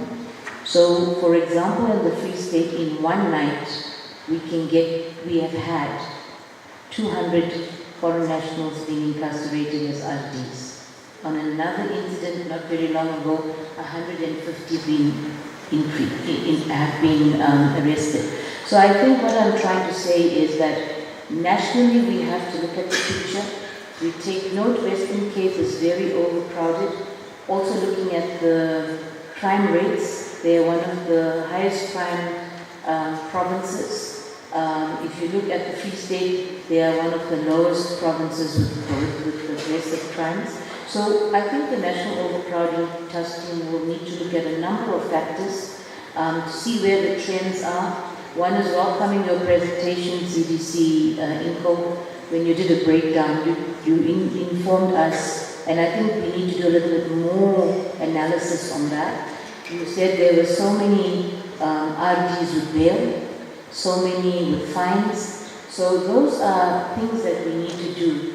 Gauteng indicated that they need to resuscitate and revive the moths. And you'll find that even within regions, even within our region, we have to revive the moths because even between and amongst ourselves, some management areas are doing well, others are not. So the redistribution of offenders within the region itself will also help to alleviate. But there's a last question that I want to ask as RC, Free State Northern Cape.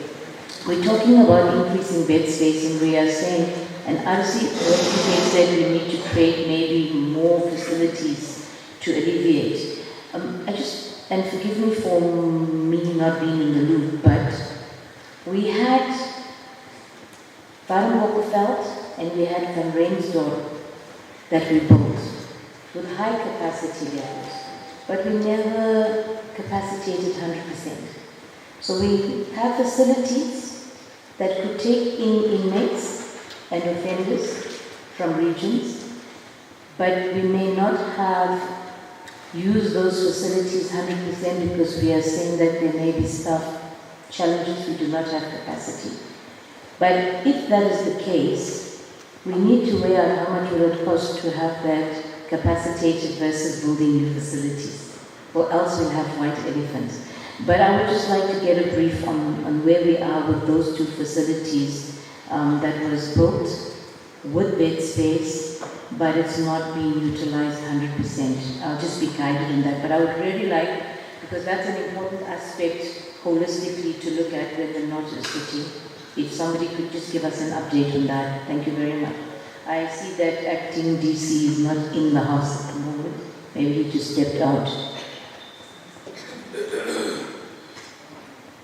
Because we have bed space and we're not utilizing it optimally.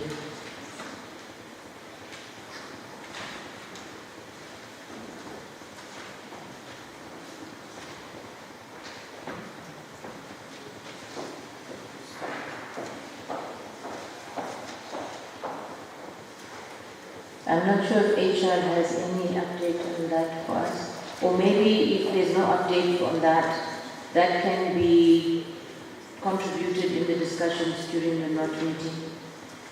Because it's something that we really need to look at as a cost-benefit analysis. If we have capacity, if we have accommodation, but we don't have staffing, what would the cost-benefit analysis be? Colleagues, those are the questions I'm raising as RCP State Knowledge. So I'm going to take that hat off now, and I'm going to go back to being the program director. Any other further discussions that we want to entertain?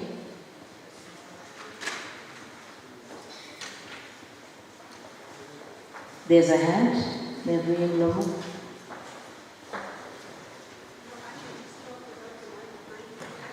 They won't hear you. Sorry. Thank you. I just want to echo what you are saying, because when we were developing the strategy, we had sessions with facilities, and facilities, they raised the issue of those centers where they are open but they are undercapacitated. I think that issue is addressed in the overcrowding strategy. Yeah, because now you have got your center that is half white elephant because of the personnel issues. I remember Tabo raised it, yeah, because we're dealing with all the issues that are really contributing in underutilization of facilities also, where you would have an approved bed space, but then the bed space that is utilized, which can be then said is a functional bed space. It's not the approved bed space. Thank you. Thank you, ma'am. So these are burning issues that we need to be looked into, or possible areas for relief. Thank you very much. There's nothing further on this item. So it is now 11:56, and we are going to take a 15-minute body break. We are going to come back at 12:15, and we will then go into the progress report, or the Q3 Departmental Financial Performance Progress Report of the audit findings, and the progress on the Q3 Strategic Register, and the internal audit report. So allow me to invite you to take a 15-minute break. Please be back 2 minutes before 15:15, so that we can start it exactly at 15:15. Thank you.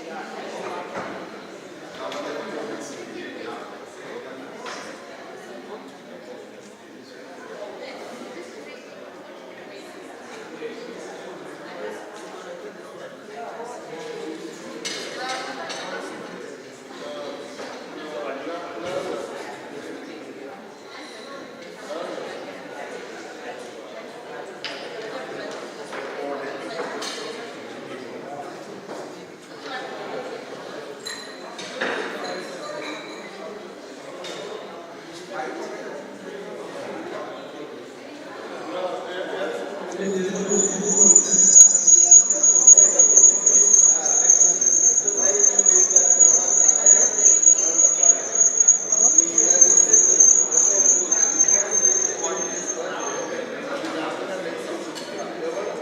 Zibum?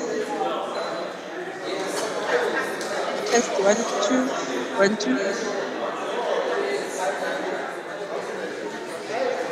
Test 1, 2, 1, 2.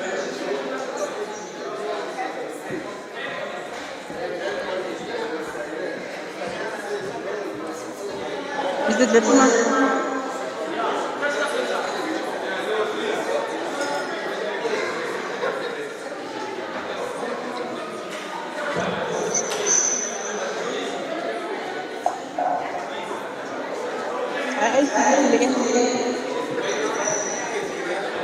Mr. Zibum?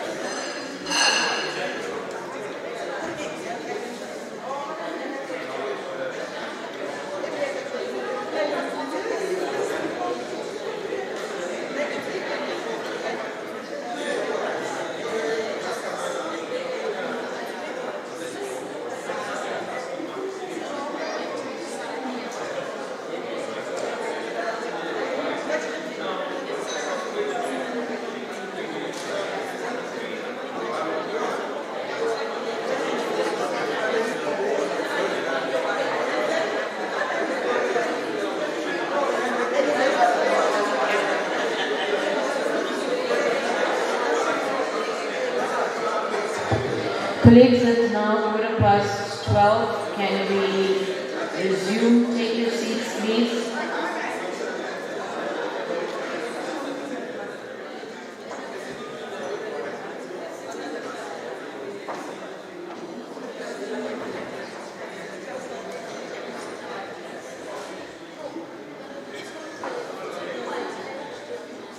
We are now going to ask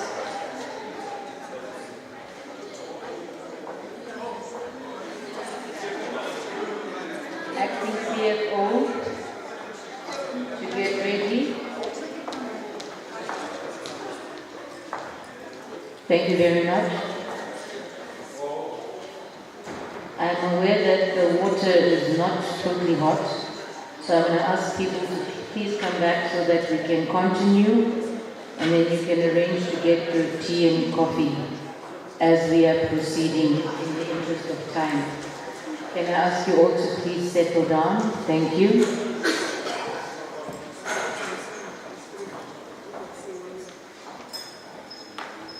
Thank you very much. I am being informed by Acting CFO. We are now on item 9 of our agenda, colleagues. And I would like to call upon DC Mareka. I'm told that DC Mareka will be doing the presentation on the Q3 Departmental Financial Performance.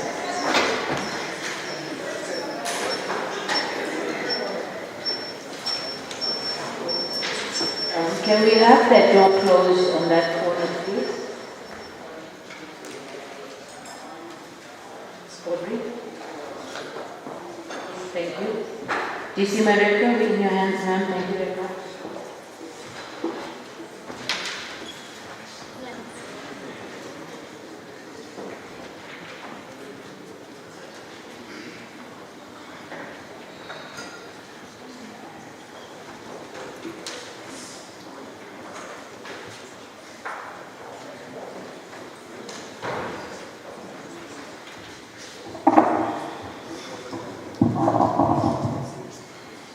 Good afternoon, colleagues. Afternoon to the Program Director, National Commissioner on the Visual Platform, all citizens access, and this is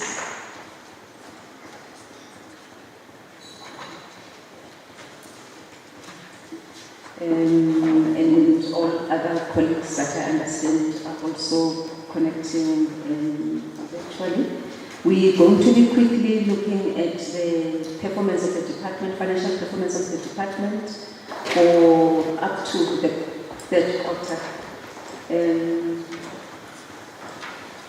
Slightly something that maybe upfront we have to talk about is that the measurement of our performance up to the third quarter is always against the original spending plan that we submitted under the PFMA as at the end of February. Colleagues will have seen that for 2023-24 we've already sent a communication to all branches and regions to say these are your figures, these are your schedules, please submit your spending plan. We're busy with the consolidation process.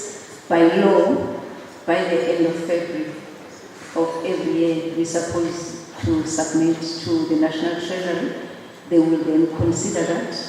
If everything that we've submitted is in line again with the law, because there's certain parameters within which we can plan our expenditure, especially before Parliament passes the new budget, there's certain limitations, then they will then send the National Commissioner a letter to approve. So up to the third quarter, we're still looking at our performance against the original spending plan. In January, the President did sign into law the adjustment estimates, which then meant we review our spending plan, but only now for February and March. I'm explaining that deliberately because you see certain programs overspending and all of that, once we had additional allocations, especially for Congo. The total adjusted budget for the department for the current financial year is 26.5 billion, and as at the end of December we spent 19.8 billion, and which is about 74.43% of the adjusted budget. If you look at our performance against the spending plan, in terms of our spending plan, we had planned that by end of December we had spent 19.618 billion, which meant as at end of December we had 132.5 million over spending. I've indicated the issue about spending plan. The AENE that I indicated that the President signed into law in January For the department, we submitted to Parliament certain environments. Some, in fact, the majority was approved by the accounting officer in line with the FMA, and there's one that was approved by the National Treasury in terms of the delegations that is sitting outside accounting officers, which came anyway after the AEME. We also had a process that we communicated to everyone around the travel and subsistence, and in that regard we did shift of funds. We approached National Treasury in the previous financial year. We got approval for the next 5 years to retain 100%. We used to retain a third of the revenue that we collect through offender labor. And we have an approval in writing from National Treasury that says we can then retain 100%. But even so, it must go through Parliament, because first you generate the revenue, you declare to National Treasury the amount in the previous year, that amount gets appropriated back through Parliament in the AEME the following year. So the self-financing amount, we call it self-financing amount, for offender gratuity amounted to 896,000 rands. That is what we then the Parliament appropriated back to the department. Post the September-October processes, we received, you will all recall that the Minister of Finance on the table, which is midterm budget speech, he spoke about the 3%. All of us have already even forgotten that we received the 3%. So small. I'm not complaining, but I'm just saying it's small. The National Treasury post that they then wrote accounting officers. We received our share as a department, and our own cost of living adjustment for all salary levels for the department for this financial year 2022-23 amounted to 426.4 million. We then segregated that amount across the 5 programs. By the end of November, we wrote back to National Treasury indicating this is how the money will be utilized after the adjustment processes. But this 426 million has been enacted. It's not in the original spending plan because we only received it in November. It is part of what was adjusted in February. So whatever we're measuring up to January will then be outside the 426 put into the different programs. That's why I had to explain that. If you look at the 5 programs, program 1, 2, and 5, the 3 programs, against the original spending plan, we are negative. In other words, we overspend against the spending plan, not the total budget. We overspend against the spending plan. Only program 3 and 4 underspend, in other words, underperformed against the original spending plan. We go then quickly to program 1. I'll concentrate. In fact, either way, it's not okay in terms of the PFM. We are not supposed to. There's parameters, of course, 2%, but over expenditure, then intolerance, even if it's 1,000 rand over expenditure, it becomes unauthorized. It must go through parliamentary processes. But underspending is as bad as well, because you have money locked that could have been utilized elsewhere. And that's why it's important when you know as a program manager, sub-program manager, regional commissioner that you are not going to spend, declare it upfront so that you can then divert that money elsewhere where there's needs.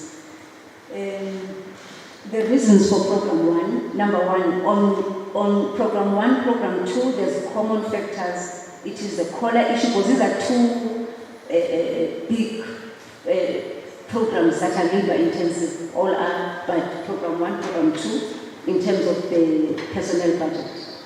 Now, there is a DPSA, I think we said that also in the second quarter, which mainly affected these programs, DPSA circular, where we had to go back to 2019 to adjust the overtime tariffs, and for program 2, the standard danger, the special danger allowances, and the night shift allowances, that had an impact. because that we had not budgeted for, so we had to use available resources. So it affected our COE. But in particular program 1, something that is peculiar is because when we look at our HRPP for 22-23, if you look at the warm bodies in program 1, warm bodies in program 1 are more than the numbers that are provided for in the HRPP. Effectively, what does that mean is that the personnel budget under program 1 was then not enough to carry program 1 fully, because the warm bodies are not fully catered for in terms of the HRPP. And the issue around alignment of HRPP and PERSAL will be common to all programs, because that process as a department we have not yet finalized. So it is something that is still outstanding. So if you look at our figures in terms of the HRPP and you look at PERSAL, the two do not talk. If we then move to goods and services for program 1, we have a challenge around fleet, travel and subsistence. Those are items that are contributing to over expenditure, and our projections are that goods and services we shall, as a department, overspend, maybe due to these items that I'm counting. Audit costs and communication are also some of the items that are negatively contributing to the over expenditure in program 1. Normally, what we should be having is, when travel and subsistence is going high, communication should be going low, because that's your data and all of that. But if all are just going south or west or whatever, then there's a serious problem that collectively we need to seriously look at, that our traveling is not sustainable. Our traveling and subsistence needs to be contained. We do an analysis on a monthly basis, and we report to different fora, including audit committee, what is the other one, the risk committee. It is a risk. Yeah, we don't have others, because you can't have, and in our analysis, the most travelers are sitting in program 1. Most travelers are us. And the question is, do we travel without a budget? Even after we had opened and requested the accounting officer to say once-off opportunity, because the circular is very clear, do not add a budget to cost containment items. So we needed the accounting officer's approval to reopen that. That window was reopened, the accounting officer, we consolidated, presented to the accounting officer, he then approved. We did the fund sheets in terms of section 43. Having done that, we are still overspending. That's why I'm raising this, to then say it does become a management issue, because no one travels without approval. No one. If you are a DC, you are the one who approves the director's travel. If you are an RC, you are the one who approves the DRC. You are the one that. So someone, somewhere, we're not doing our part, and we leave it to, I don't know, to what, to the figures to manage themselves. It becomes not a budgetary or proper budgetary management. And this can be taken out of our own spheres to outside us to another branch, and it becomes a branch finance problem. It becomes a managerial problem. It becomes an internal control problem. Because if you don't have a budget, then you're supposed to have other means of still achieving what you're supposed to achieve without you overstepping the budget. And then interest mainly, we don't budget for that. As a norm in government, we incurred under program 182, and mainly for interest that we are paying on legal claims, and also arrears salaries, and implementation of arbitration awards, where there's a clause of us paying interest for court orders with regard to salaries. Transfers, normally these are gratuities and payments for capital assets. We are underspending that, but we must note, remember we're measuring against the original spending plan. The accounting officer requested National Treasury, those that were sitting in the terrain of National Treasury, to approve environment, which was approved, where we shifted funds from program 1 under the transport activity to Program 5 under supervision for the leased Comco vehicles. This will then see it changing in February, unfortunately, in March after the new spending plan. If we quickly look at Program 2, as I've indicated with Program 1, is similar, save the part of HRPP. On the DBSA circular is the same reason as Program 1, and also on COLA. There was, remember, the majority of our human resources are sitting under Program 2. That's why we overspent against the spending plan, because COLA only came after. It was never there in the original budget. So overall, Program 2 against the spending plan, we overspent by 173 million. But under Program 2, I must indicate, I'm not going to go through SOE again, goods and services. We saw a pattern of increase. We looked also year on year. We tried to compare period like December versus December of the previous financial year. We looked also at the annual figure against the December figure. We saw that there's a spike in expenditure under Program 2 when it comes to fuel, oil and gas. And at some point, I know I also phoned the Area Commissioner for Koshimampo just to ask whether they're experiencing any load shedding. Is it diesel? What is it that is causing this spike? And currently our analysis is that it's more a coal issue that is causing this over expenditure on inventory. And then property payments, we had municipal tariffs. If you look at the municipal tariffs, they are far more than the budgeted tariffs. So mainly sub-program facilities on this one.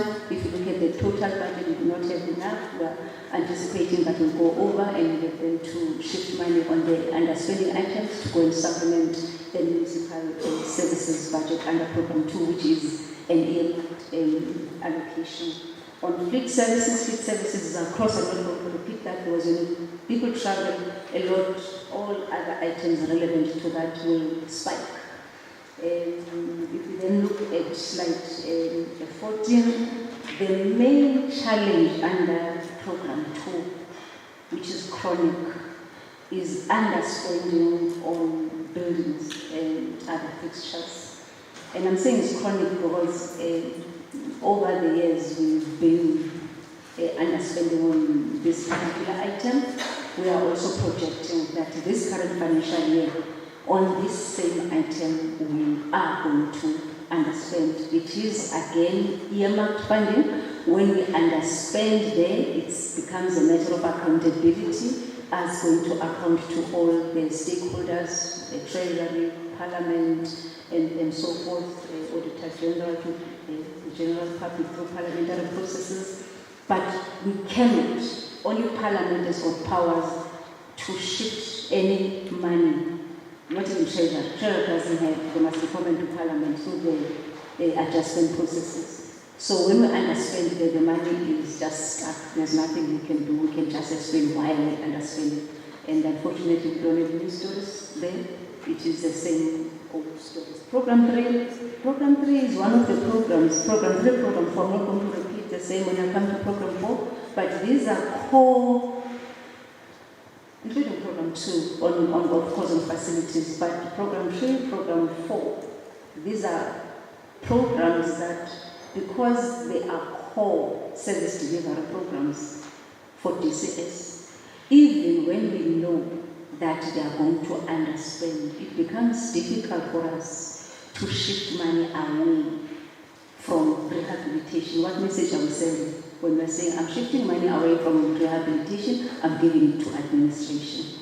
And it's one of the questions that when we engage in bilaterals with National Treasury, I was asked to ask, to say, you know your problematic areas, why don't you just let it go, just shift? But it becomes difficult because we went to Parliament to take and reconfigure Program 3 and take some of the activities from Program 2 and put it to Program 3 to say we are enhancing the allocation of resources for rehabilitation. Now, when we have underperformance there, it does become difficult to then recommend any violent, because that's key.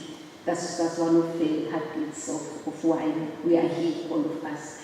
Care program, except that under care program, due to the high cost of living, we see in one item food and food services, not a sharp spike, but it is a spike anyway because of the budgeted inflation and the food inflation.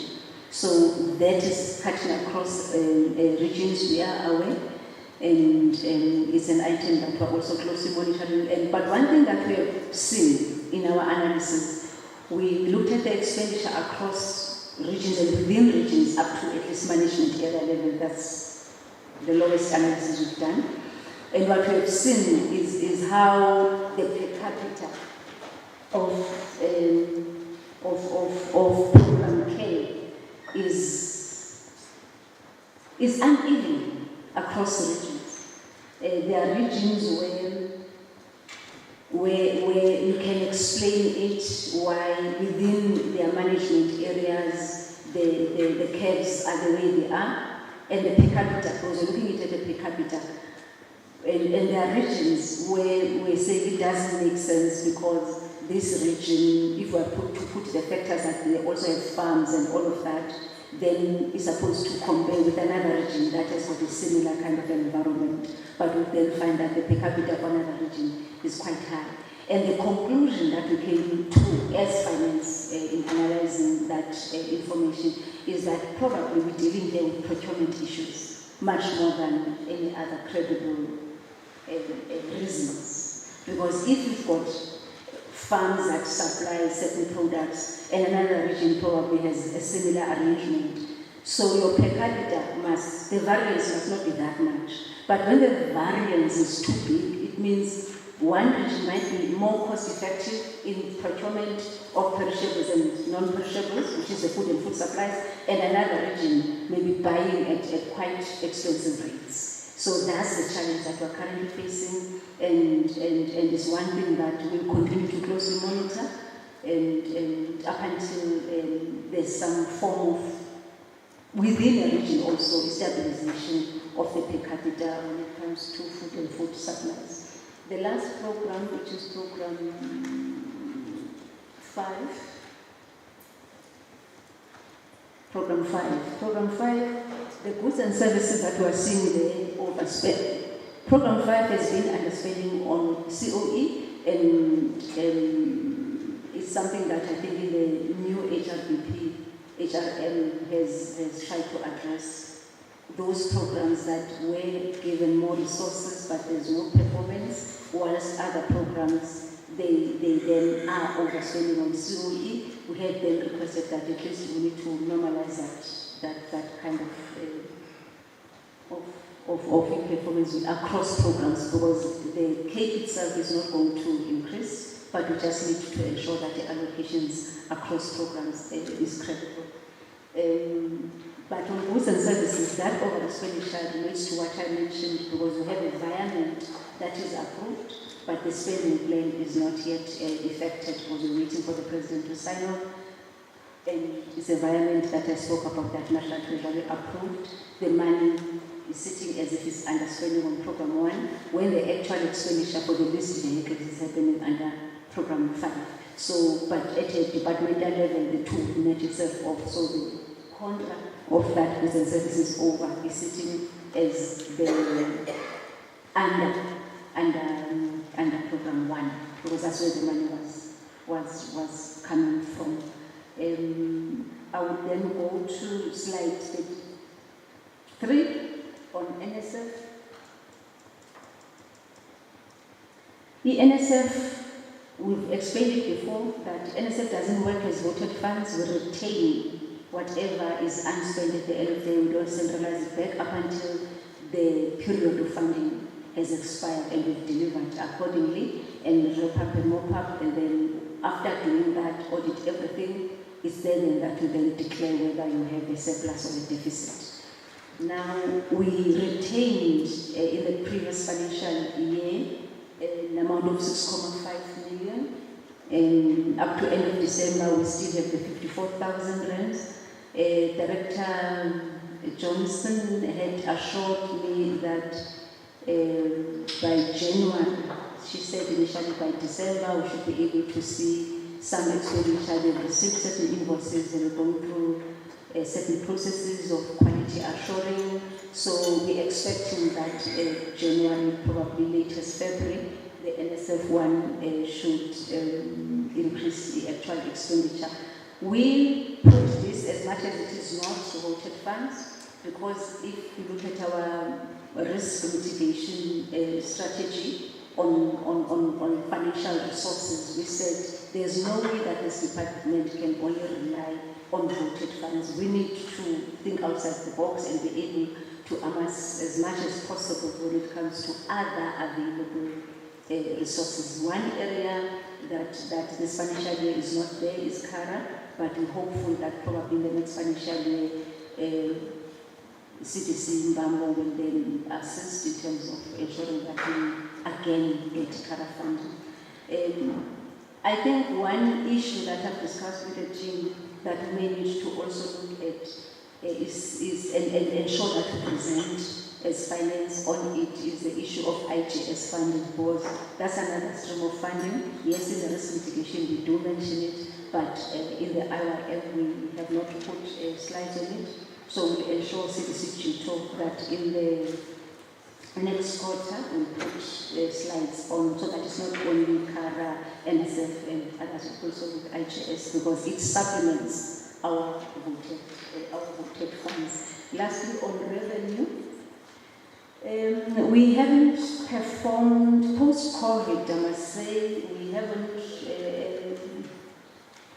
gone back to pre-COVID revenue collection on certain areas. I must not make it as if on every item, on certain areas. Others are like guaranteed revenue sources, because we're like agents, if you look at the market establishments, the terrains and all of that, those ones don't have a problem, but it is on the sale of items where we saw post-COVID, in fact during COVID and post, we have not recovered back to pre-COVID figures.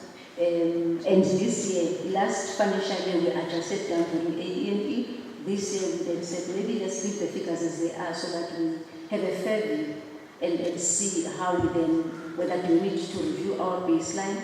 And what we proposed in the ENE is that the first year of the ENE should go slightly down, but the 2 outer years go back to our pre-COVID baseline figures. So we are saying, as a government department, we have to ensure that we do all, and also looking at the triple SF, that if implemented as per the framework, is supposed to then increase our revenue. So as at the end of December, we had planned that we're going to collect 121 million. We actually collected 98 million. So we had a shortfall of about 22 million, and mainly on the items of fines, sales of capital, and sale of capital assets. Remember, when you replace your assets, that's where you're able to generate revenue by through disposal of those assets that you may recapitalize.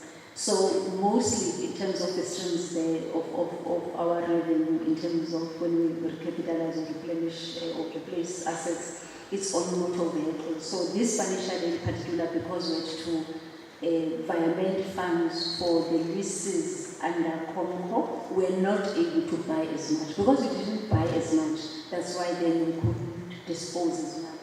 Hence you see that small amount that we collected of 1.7 million. We had planned that sometimes it does go to about 7 million or more, and probably next financial year then we'll see an increase there. Financial assets, again, we saw some decrease, and mainly that is our recoveries on debts and commissions and all of that. Commissions is more stable, because so long as people are getting their old mutuals and sanlams of this world deducted on personal, that's guaranteed commission from the side of the state, or side of us as a government department. But the part that is a little bit unstable and where we're not collecting as much is on revenue coming from the debt recoveries for all the different types of debts that we have in the department. The major one we know is under litigation, which is the Mangaung one, and hopefully that one, when with the legal processes are finalized. Remember, all that money won't come to us. It will clean up our overdraft, because we've got an overdraft due to that. Because Treasury said, whatever is between you and BCC, I don't have to feature as Treasury, I'm taking this money. So when they took the money from our bank account, it left a hole. So it's one thing that we constantly monitor to say, by law, we're supposed to be overdrawn, but if we are overdrawn, that's why we put it in the operational plan as a target, that then at least is within the region of about 100 million or so, or 120. That's the appetite that we've put in our operational plan. Thank you so much for that.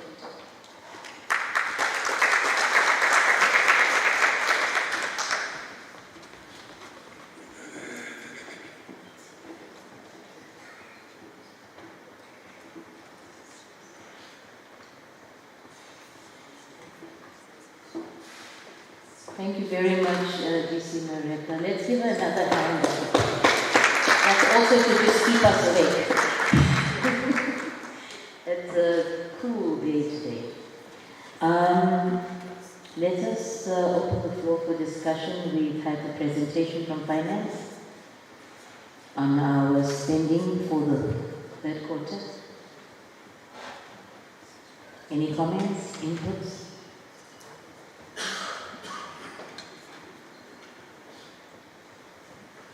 There's a hand up front. DC Blue.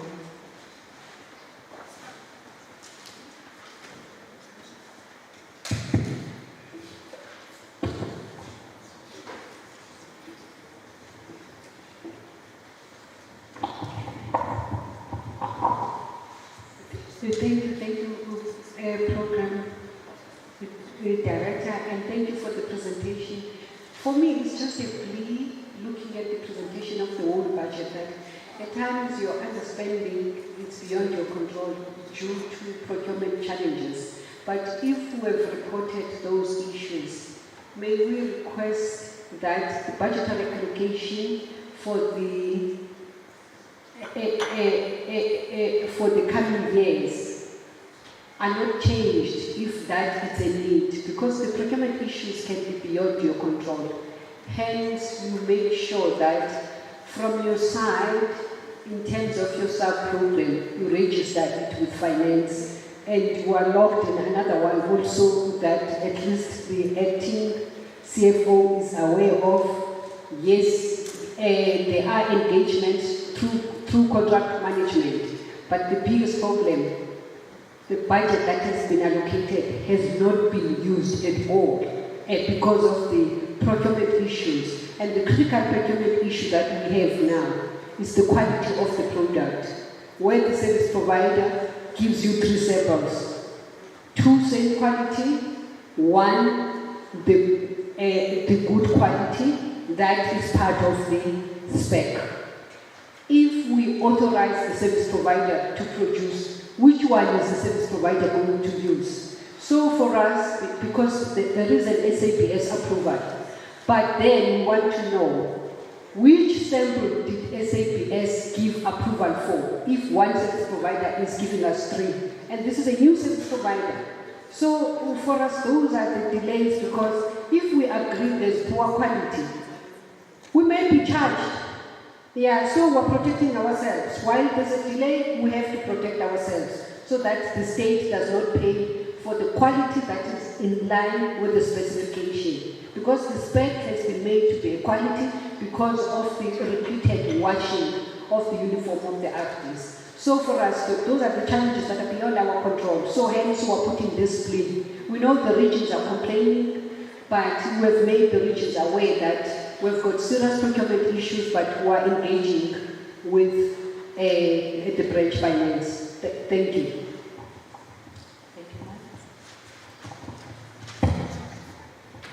If there's no other comments, then I would like you to address that issue, ma'am.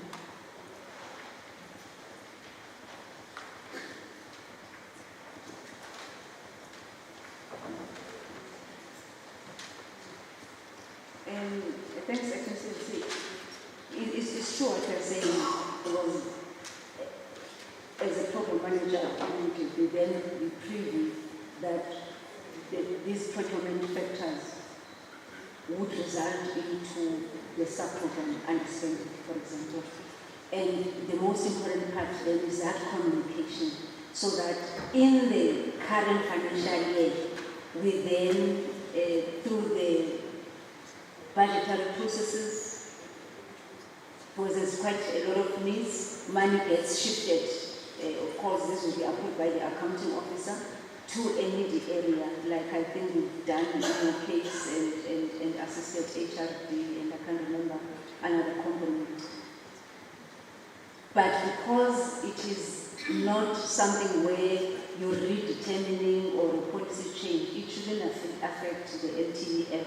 If the MTF figures get lower, it is not because of that. Maybe it is because maybe there's a broader reduction of whatever resources that came through to us for goods and services. But for me, what becomes important is Tanya's communication, so that that money that is locked due to procurement processes or contract management processes can be unlocked and go and fund other critical items. And I must indicate that so far, of course, I'm talking in head office, is branch remand year in, year out, that is proactive in alerting us of where there's possible under expenditures, and we are able timelessly. Because to avail money end of February, when we're closing the system, let's say 10th or 15th of March, is too late.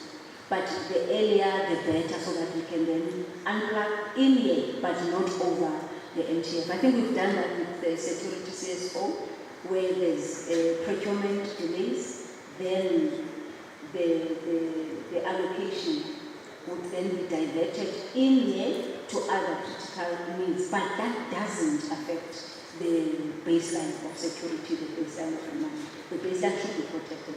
When we redetermine the baseline, it is because when you'll find that there are instances where there's, for example, a review or a new contract that then lowers the commitment of the department over the MTF, then that would call for us to redetermine the baseline.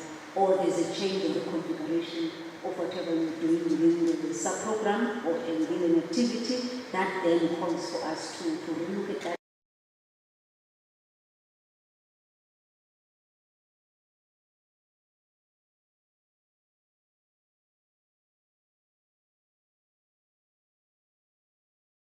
The allocation that went through the accounting officer. So within also the regions, it's quite important that the same should happen. Let's not hoard money. If I'm not going to spend, I'm not going to spend. There might be reasons. And it is quite responsible to say, because of the following reasons, there's no way that I can spend this money now. It's available. But these are the reasons, and those reasons do not go over the MTF. But if those reasons go over the MTF, we may at times we do that. We adjust year one. If those reasons go over, year one, and year two will reintroduce the allocation.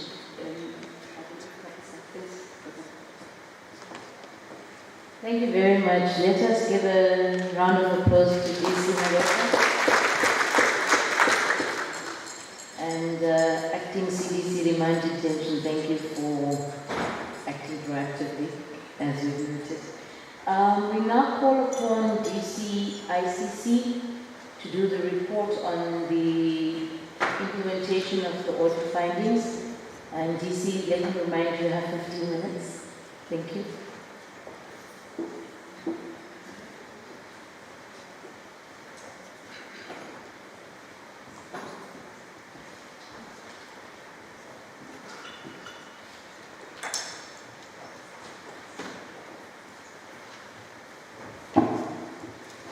Thank you, Chair.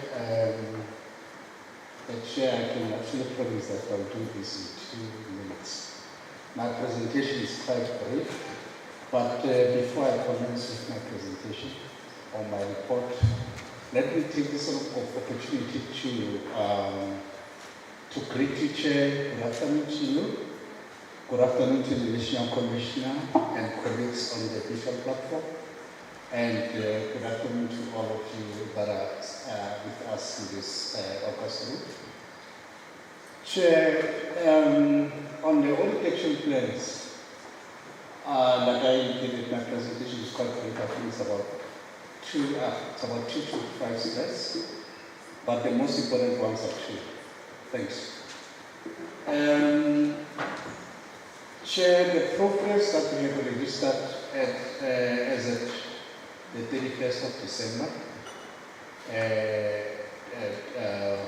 It's 69% of the progress of the findings that were implemented, and only 31% of the findings are still in progress, which translates to 41 findings that we still need to finalize between now and the end of 28, at least 28 February 2023.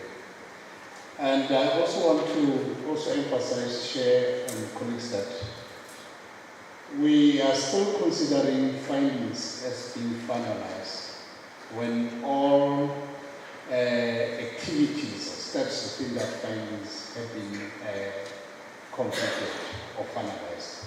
So if you do one or two activities and you still have 3 or more outstanding, from the perspective of the ICC, we are not going to consider it as finalized.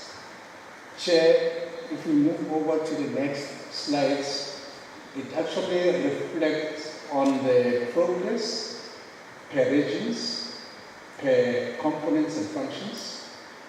You will actually notice that we have, like I initially indicated, we have registered almost 69% progress to date. However, if you look at procurement as well as G2, they still have findings, most of the findings are still in progress. And interestingly, the two have almost implemented 50% of those findings.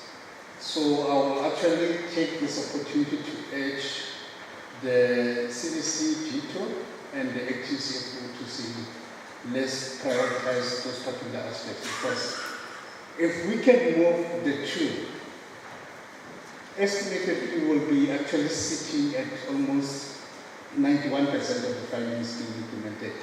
That will be a movement from the 69 to almost 91%. Roughly, it's a difference of about 22 to 23%. It will make a very big difference. Having said that, the functions that still have findings to be completed, Chair and colleagues, they still have to complete those within the given time period. And I also, Chair, in conclusion, without going to the next slides, because the next slides actually reflect about, on the progress of the findings that were not considered, or that were not agreed upon between management as well as the AG. Those findings are 3. They all relate to the SCM. 3 findings, if you look at that, they all relate to SCM. And we are still engaging AG to finalize the findings.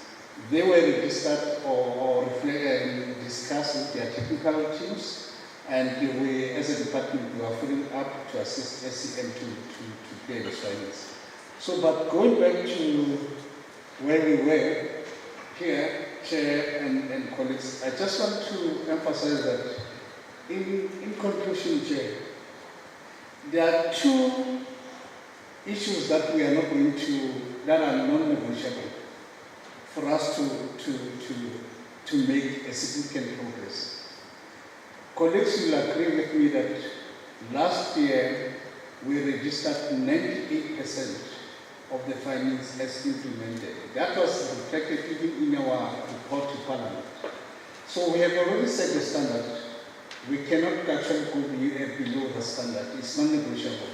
So this year we need to register at least 98 or above. That is one area that is non-negotiable. The second area non-negotiable, Chair, is that we have prepared letters as ICC that were signed off by the HTCFO, where those letters were directed to the RCs and to the CDCs. particularly for those particular branches and components that are still behind, to say, please make sure that we finalize the audit action plan. I think the letters are saying by the 10th of February. We still have to assess the progress on that, and if there are any significant movement, that will be reported in the next quarter. But those are the two non-negotiable areas. If we are very slow, at least by the 28th of February, we should actually finalize all these findings so that we can at least again maintain or rather sustain the progress that we registered in the prior year. That actually led us to achieve an unqualified audit opinion. Even this year, that is our target, and we are not compromising on that. Thank you very much.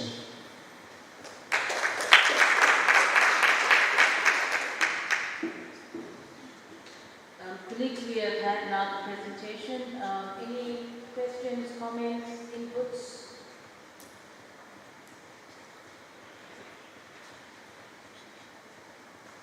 If there are none, I think we have heard you very loud and clear. Thank you for the brief presentation. But I think let us make sure that we finalize all the findings by the 10th of February, but no later than the 28th of February. Thank you very much, DCICC.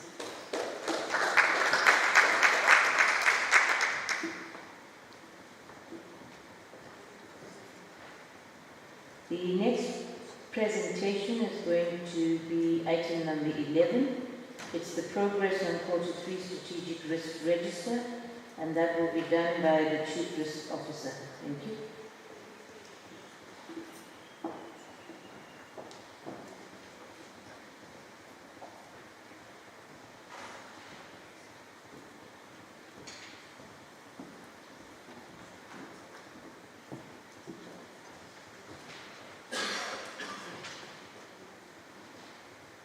Thank you very much, Program Director, RC Modli, the National Commissioner, and the Office of the Commissioner, CDCs, RCs, DCs, and colleagues in their different acting capacities. My presentation will cover the third quarter progress report on the implementation of our risk management plan. I'm not sure if colleagues could see whether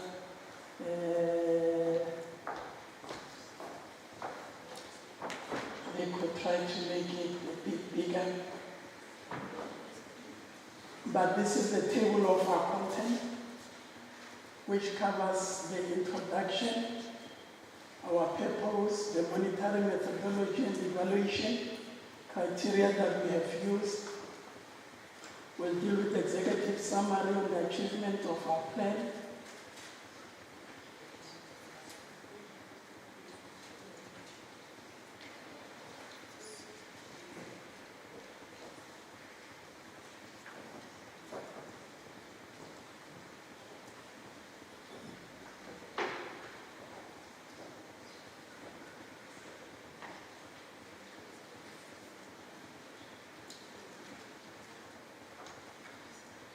Are we willing, colleagues, or should I bring my material? I think time is very critical.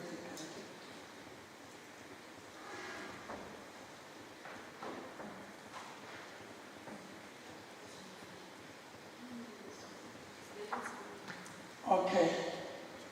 But nonetheless, colleagues, the presentation with the detailed report was forwarded to all. And possibly in your gadget you might be able to see it. We will do a summary report on the risk monitoring for the strategic risk, which I think I'll just give a high-level summary, but the details are in that detailed report that was provided. What we have done, we have also highlighted the top 10 operational risks, which is a dashboard. And I think when I come to this item, I will also try to give sense to our operational colleagues from different regions to say on a comparative level and analysis, we want to measure and report on the top 10, and we'll provide a dashboard, and I think going forward we'll also improve on that, so that colleagues could understand that at an operational level, what are the critical risk exposures, either that we are still struggling with and they have an impact on the strategic risk and the overall strategy for the department. Other risk management related activities is what we have done under the court under review, the emerging risk, and then I think the risk incidences, going concern, and I think I will draw my conclusion because others, they haven't changed since the previous reporting period. The first, no, it's not the first, slide 3. It's about the introduction and also in particular the Public Finance Management Act in terms of Section 38 because it's what gives us the mandate in terms of the responsibilities of the accounting officer.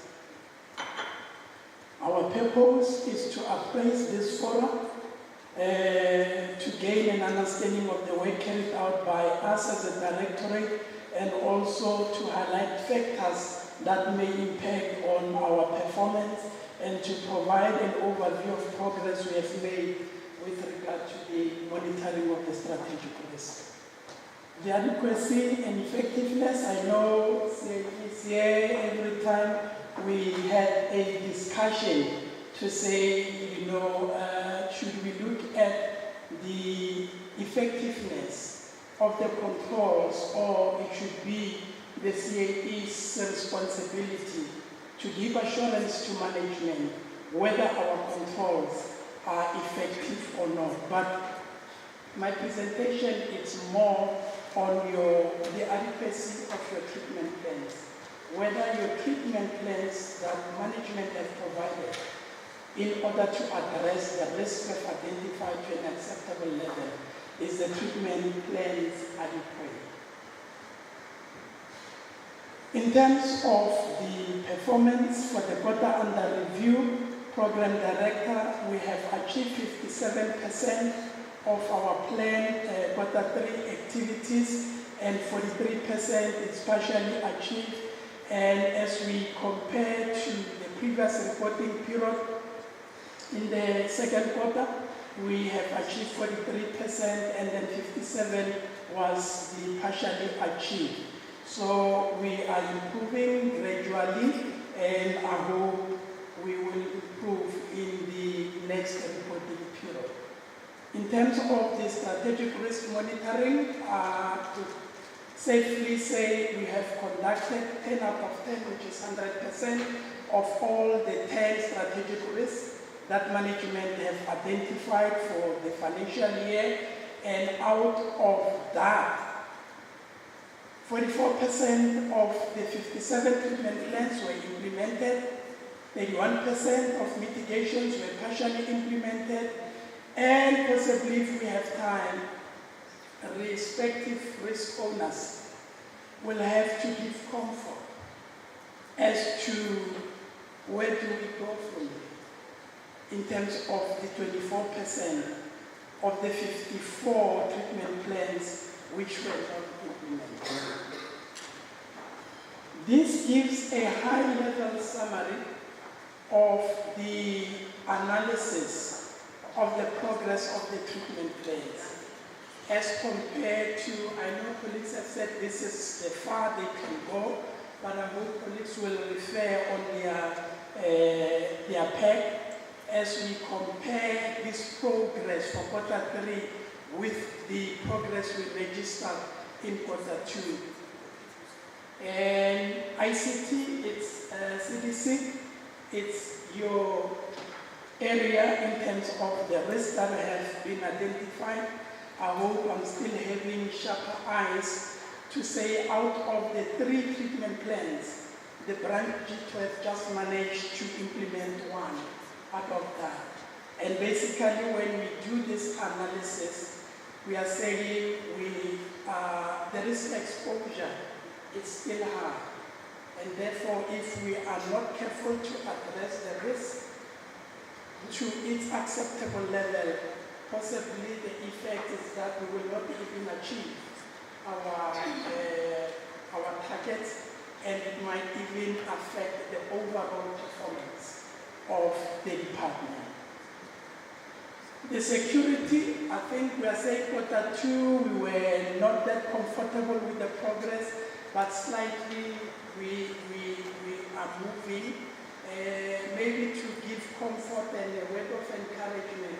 It mustn't sound as if everything is not going well. I know and we appreciate the efforts that colleagues are doing in respective, whether it's region in terms of the implementation of the security strategies, implementation of your security procedures. But I think we are saying security is one of those inherent risks, and therefore we need to double our efforts in this area. And possibly when I deal with risk incidences, you'll understand when we measure in these treatment plans and the performance, we also look at the overall incidences of security, from your security breaches, from your smuggling of contraband, your assault, and so forth. So therefore, we not that we wanted to give you a smile, but this is one area that we need to really improve. The COMCO, I think, in terms of the analysis, there's some work that is going on, the rehabilitation, the issue of the structure, the acting CDC HR. I think it's one area we appreciate the effort that has happened, the signing off, but what will please this fora is when we report to say we've got an approved structure, and therefore then we implement. Issues with regard to facilities, Director Dr. Bota, this is one area where we need to improve in terms of our treatment plans, in terms of our spending, in terms of the control, monitoring of your implementing agent. And I think we had a discussion, especially with regard to the risk that is facing our department with regard to this portfolio. And therefore, we know the dependencies, but I think we need to really move with speed when coming to issues of infrastructure. And I think colleagues will understand, I don't want to open a debate in terms of where we are, but I hope the acting DC will give us an indication. The risk with regard to your irregular expenditure, I think also in here we have appreciated the efforts and the reports that has happened.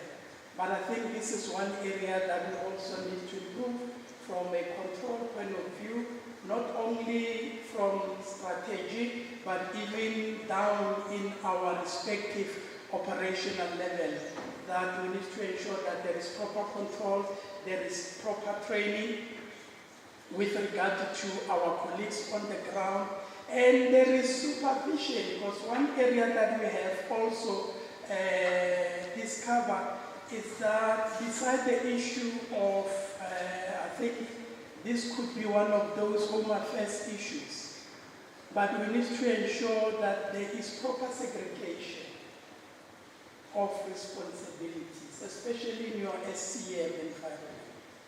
The self-sufficiency, I think we covered with their treatment plans in terms of their implementation, the same as healthcare, and also the risk with regard to the budget cuts. I think beside the budget cuts and also the issues that have been raised by DC Mareka, we are still achieving. I mean, at the progress that was reported earlier, we're still achieving. But I think our concern is here in terms of treatment plans that were not implemented. I think the top 10 operational risks, these are not new issues. Inadequate security, I think I've touched on the increase in security breaches, your incidents, the issue issue of contraband, inadequate measures. I think even here when I come the second time around with regard to the draft 2023-24, we have also looked at the risk relating to overcrowding from your remand and also even to your sentence facilities. But we need to also consider the risk, even though we are at the end of this value chain, but what are the risks and what is its impact on our business and our operations if we are not managing overcrowding. Inability to respond on time in cases of business disruption. I think what is key now is to ensure that we finalize the business continuity measure, but also to say in areas where I know we've got our contingency plan, they need to be relevant, updated, because we were just testing some of the things. Some of our contingency plans, the information is outdated. And therefore, if we want to respond to a business disruption, we need to ensure that our mechanism, our tools are up to date. And also it doesn't create confusion, because in one area, I think even those who are responsible, they can't even tell to say if there's an emergency, who is the first call. Inadequate measures to detect, prevent issues of irregular fruitless, I think I've touched on it.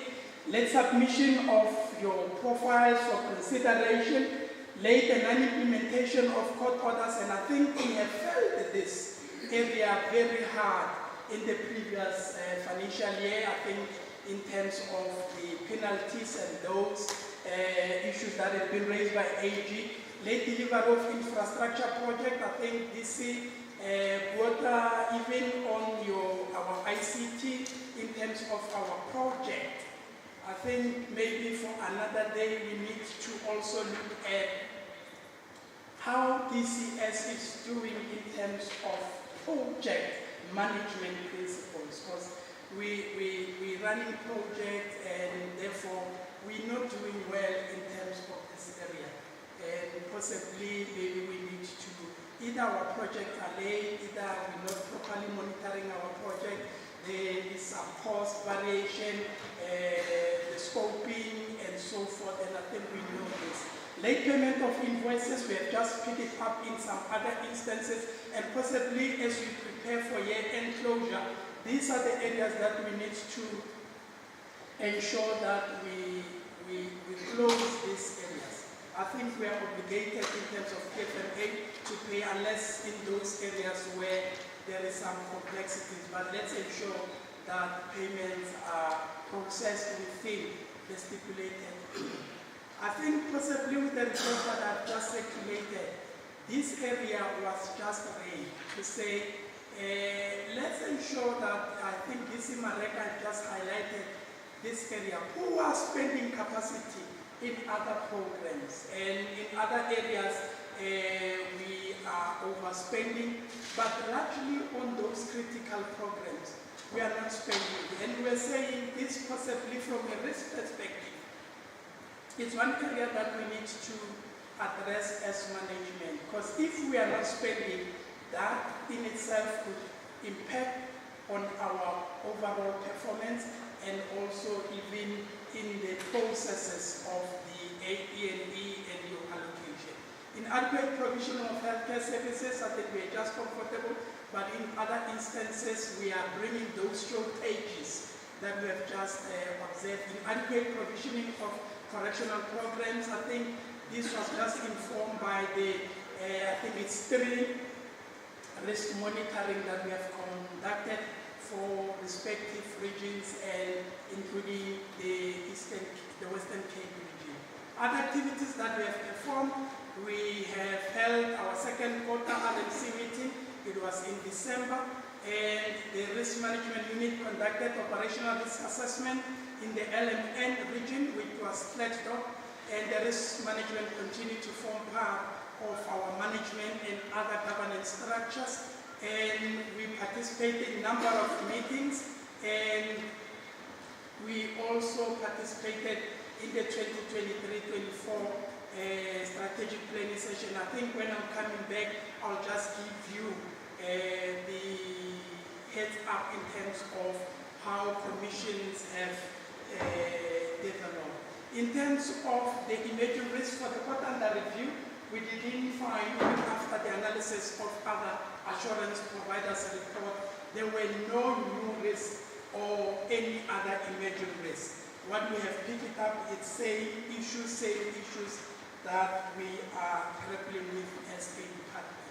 The risk incidences, I think, issues of assault, high number of contrabands in our facilities, the escapes, the attack on inmates to inmates, together with the attacks on inmates to officials. I think these still remain a critical challenge, and it will need an attention or urgent attention to management, and we are therefore, as a word of caution, to say let's all who are role players, they are urged to maintain a focused implementation of recently revised strategies to reduce the levels of overcrowding, remand, and also with regard to the implementation of our security measures. I'm not sure, okay, I think I have come to the end of my presentation. Program Director, let me thank you for affording me this opportunity. But in parting ways, I'm saying the key for the department in their quest of preventing qualified audit and fraud lies in their effective management of this. Thank you.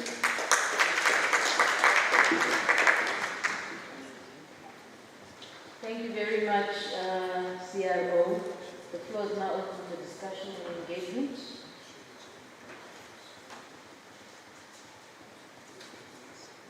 We have taken note of the progress in a number of areas, but the concerns that were highlighted is in HR on structure, on GTO, as well as on facilities and the infrastructure. Any comments? If not, I want to say thank you very much, CRO, for your colleagues.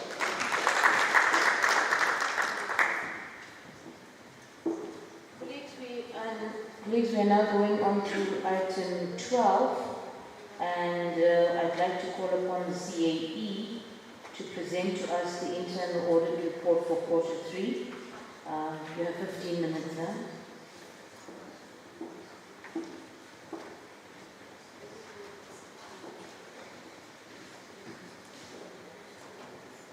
Thank you, Program Director. Good afternoon, Commissioner, RCs, CDCs, and colleagues. I'm going to briefly take you through the audit findings on our report for quarter 3.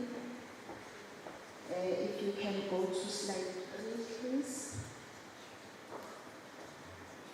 The audit objectives was to evaluate the accuracy, validity, as well as completeness of information. We also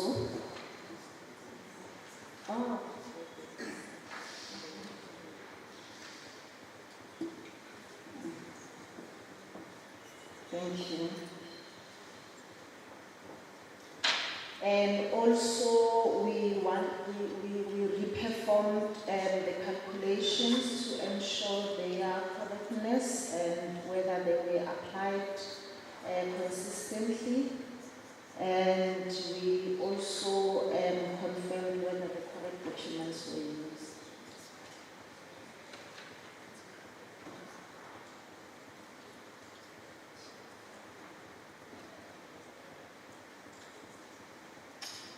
Slide number 4, it talks to our audit scope. We visited 3 areas. We went to LMM, to Yando Management Area. We also visited KZN region in Coastal Management Area. And the last one was Free State Northern Cape region. We went to Appington. We covered 4 programs from program 2, 3, 4, and 5.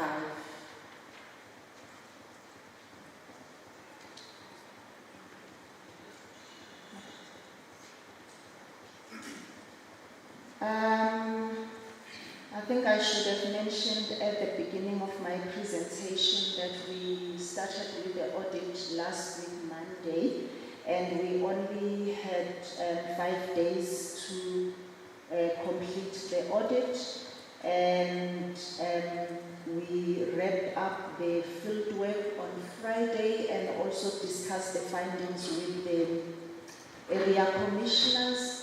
We have not yet given the RCs an opportunity to consume the report and also make inputs and comments on the report. I think I should have made that disclaimer. So we are still going to arrange meetings with them so that we can discuss the report. And in terms of the findings, if you make a comparison between the 3 quarters, in quarter 1 we had a total of 15 findings, quarter 2 it was 11, now we are down to 5 findings. We only picked up 2 issues in LMN Tohoyando management area, and there were no findings in Kokstad management area in KZN, only 3 findings in Appington. In terms of the, on slide number 6, if you look at the correctional centers, in Tohoyando medium A as well as female, there were only 1 finding per each center. And in Appington, it's a total of 3, 2 for Appington Correctional Center, and 1 for Uruman Correctional Center in Komko, and there were no findings for Appington Komko. In KZN, there were no findings at all.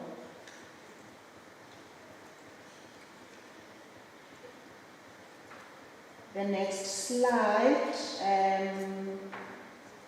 detailed findings. I will start with Free State Northern Cape, under program rehabilitation, sub-program psychological, social as well as spiritual services in Appington Correctional Centers. The issue was that in the month of November, the denominator that was used was misstated by 1. We provided calculations, the correct ones on the report, and we are yet to receive evidence from the management area to confirm that the corrections have been made. The next slide, still under program rehabilitation, sub-program psychological, social and spiritual services in Uruman Correctional Center.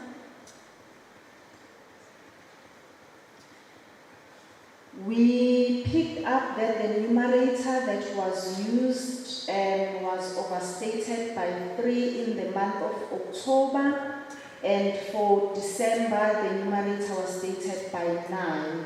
We are going to confirm after we have received evidence from the management area, hopefully this week, that the corrections have been effected. Next slide, program care, sub-program health and hygiene services, Appington Correctional Center.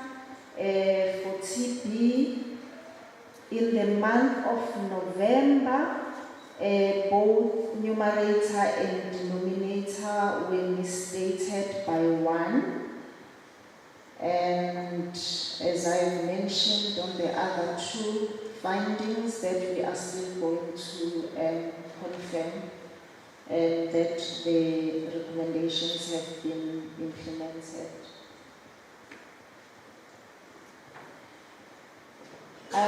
For LMN, program rehabilitation, psychological, social and spiritual services, female correctional center, we picked up internal control deficiencies in the month of October and November. and which then affected the whole performance reported in quarter 3 in terms of the numerator that was overstated by 3. For spiritual care services and in Medium A Correctional Center in Tohoyando, in the month of October, the numerator was understated by 20. We are making recommendations at the end of the presentation, and that we would like to believe is going to assist us. I think it's very important that we quality assure the documents before they are submitted for reporting. I think it's very key if we would like to see changes or improvement in this area. Thank you, Program Director.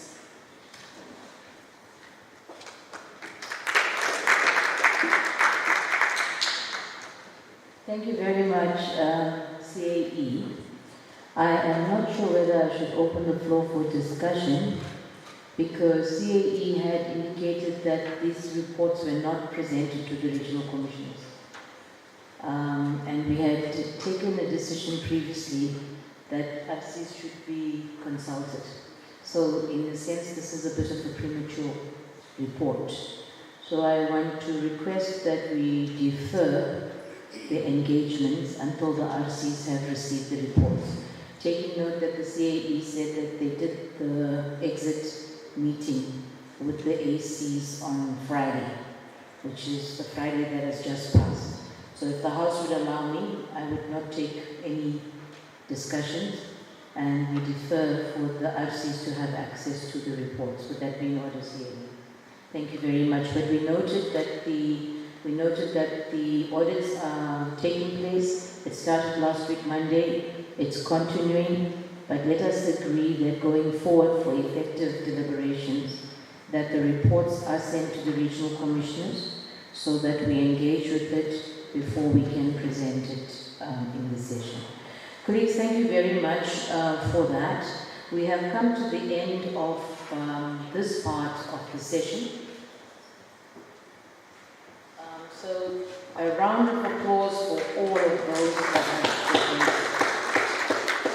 Now I'm told that lunch is being served. You noted our program started at 9 o'clock instead of 8. So lunch has been prepared for 2 o'clock.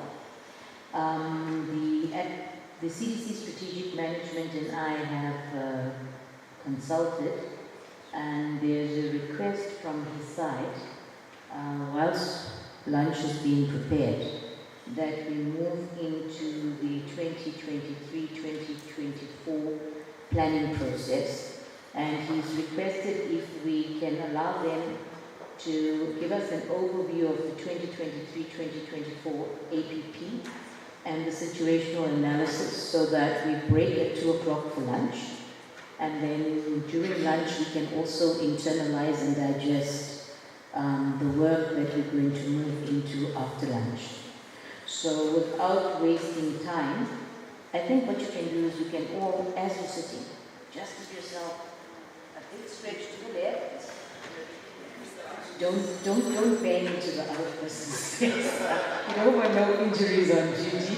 Give yourself a big stretch to the right, and another big stretch to the left, and another big stretch to the right, and then take your hand and stretch it out. And bring it back slowly. Stretch it out and roll it back.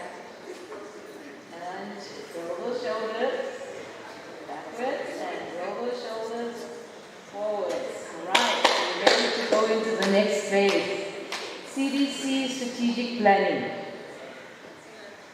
Are you going to represent the CDC? Thank you very much. We would like to ask DC Naika to take us through the 2023-24 planning process. Colleagues, let me remind you once again, this is a very critical process. Once we agree to the APP indicators, we cannot come back and change it. So branch owners, regional commissioners, and all the officials in the House, let's do absolute justice to this, because this is what we are going to commit ourselves to.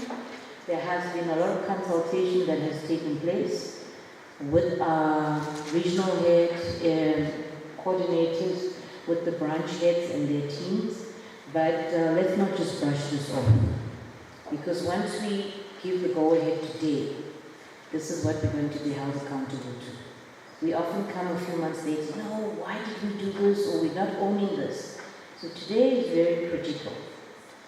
It's critical because this is what we are going to contract with for the next financial year in terms of our performance for the department and for the minister. Thank you very much, DC Naka.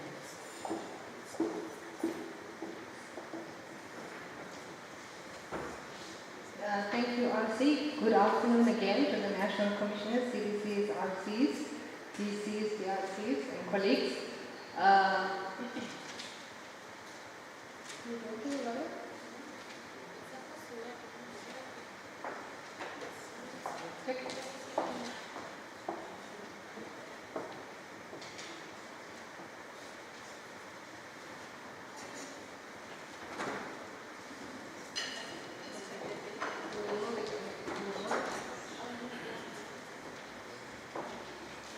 Okay, if we can just go to slide 3.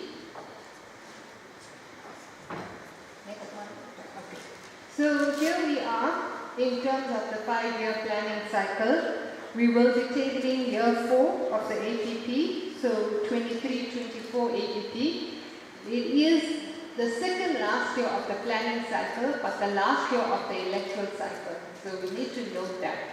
So we have already a 5-year strategic plan, which covers the 5-year period, 2020 to 2025. And that 5-year strategic plan has all our targets related to the MTSF, and it's in line with the framework for strategic plans. So while the strategic plan is 5 years, you must remember that the APP is an annual plan. We have 5 APPs linked to the 5-year strategic plan. The APP and the STRAT plan are guided by various pieces of legislation. I won't go into all of those with you, primarily being the Treasury regulations. So the 23-24 APP is the 4th year out of the 5-year cycle. By now, our indicators are trendable, meaning that we've collected enough information to be able to track the trends of our APP indicators in terms of where we will be at the end of the 5-year cycle. So if we just look at the planning framework, like I said, we have our 5-year strat plan, and our strat plan has a medium, vision, and values. Your impact, which is the change that you want to see over the 5-year period, as well as your outcomes, which don't change really over the 5-year period unless there's a change in your mandate. Then you've got your APP, which looks at your outputs, what we deliver on an annual basis to achieve our strat plan. We monitor this externally. We have our indicators, our annual and our quarterly targets. We have our AOP. Our AOP is monitored internally, and this consists of outputs that are not in the APP, and it consists of our activities with annual targets, quarterly targets, as well as budget allocations. So, and our last level of planning is our performance agreement. Our performance agreement consists of all the activities we do on a day-to-day basis to achieve our operational plan. And here we clearly define roles and responsibility of individuals in contribution to the operational plan as well as the APP. Just in terms of the planning process, where we are, what we have done so far, we issued Circular 7 on the 1st of August to commence the planning cycle for APP and AOP. We had extensive consultation with branches between 10 to 15 of August. We submitted the first draft to GKB on the 31st of October. We had a strategic planning session between the 6th and the 8th of December, where we gave management an opportunity to discuss all the issues facing the department in the macro environment and internally, and look at the future plan. Our thematic areas relate to the priorities of the minister, the deputy minister, the contextual issues facing the department, our resource consideration, as well as our past performance. We also had statement from the National Commissioner in terms of the way forward of our planning. On the 15th of December, we received feedback from DPME. We received, I think, a 16-page letter from the DPME on issues that we need to reconsider in our APP. The DPME had requested us to update the MTEF budget. So the budget was not finalized at that stage, and that has since been updated in the APP. There was substantial changes that had to be made to the situational analysis, a lot more information that was requested that we had to update in the APP. So the branches have provided that, and I thank you for that input. So we had updated the situational analysis. We reflected the theory of change. We included a SWOT analysis as well as other information.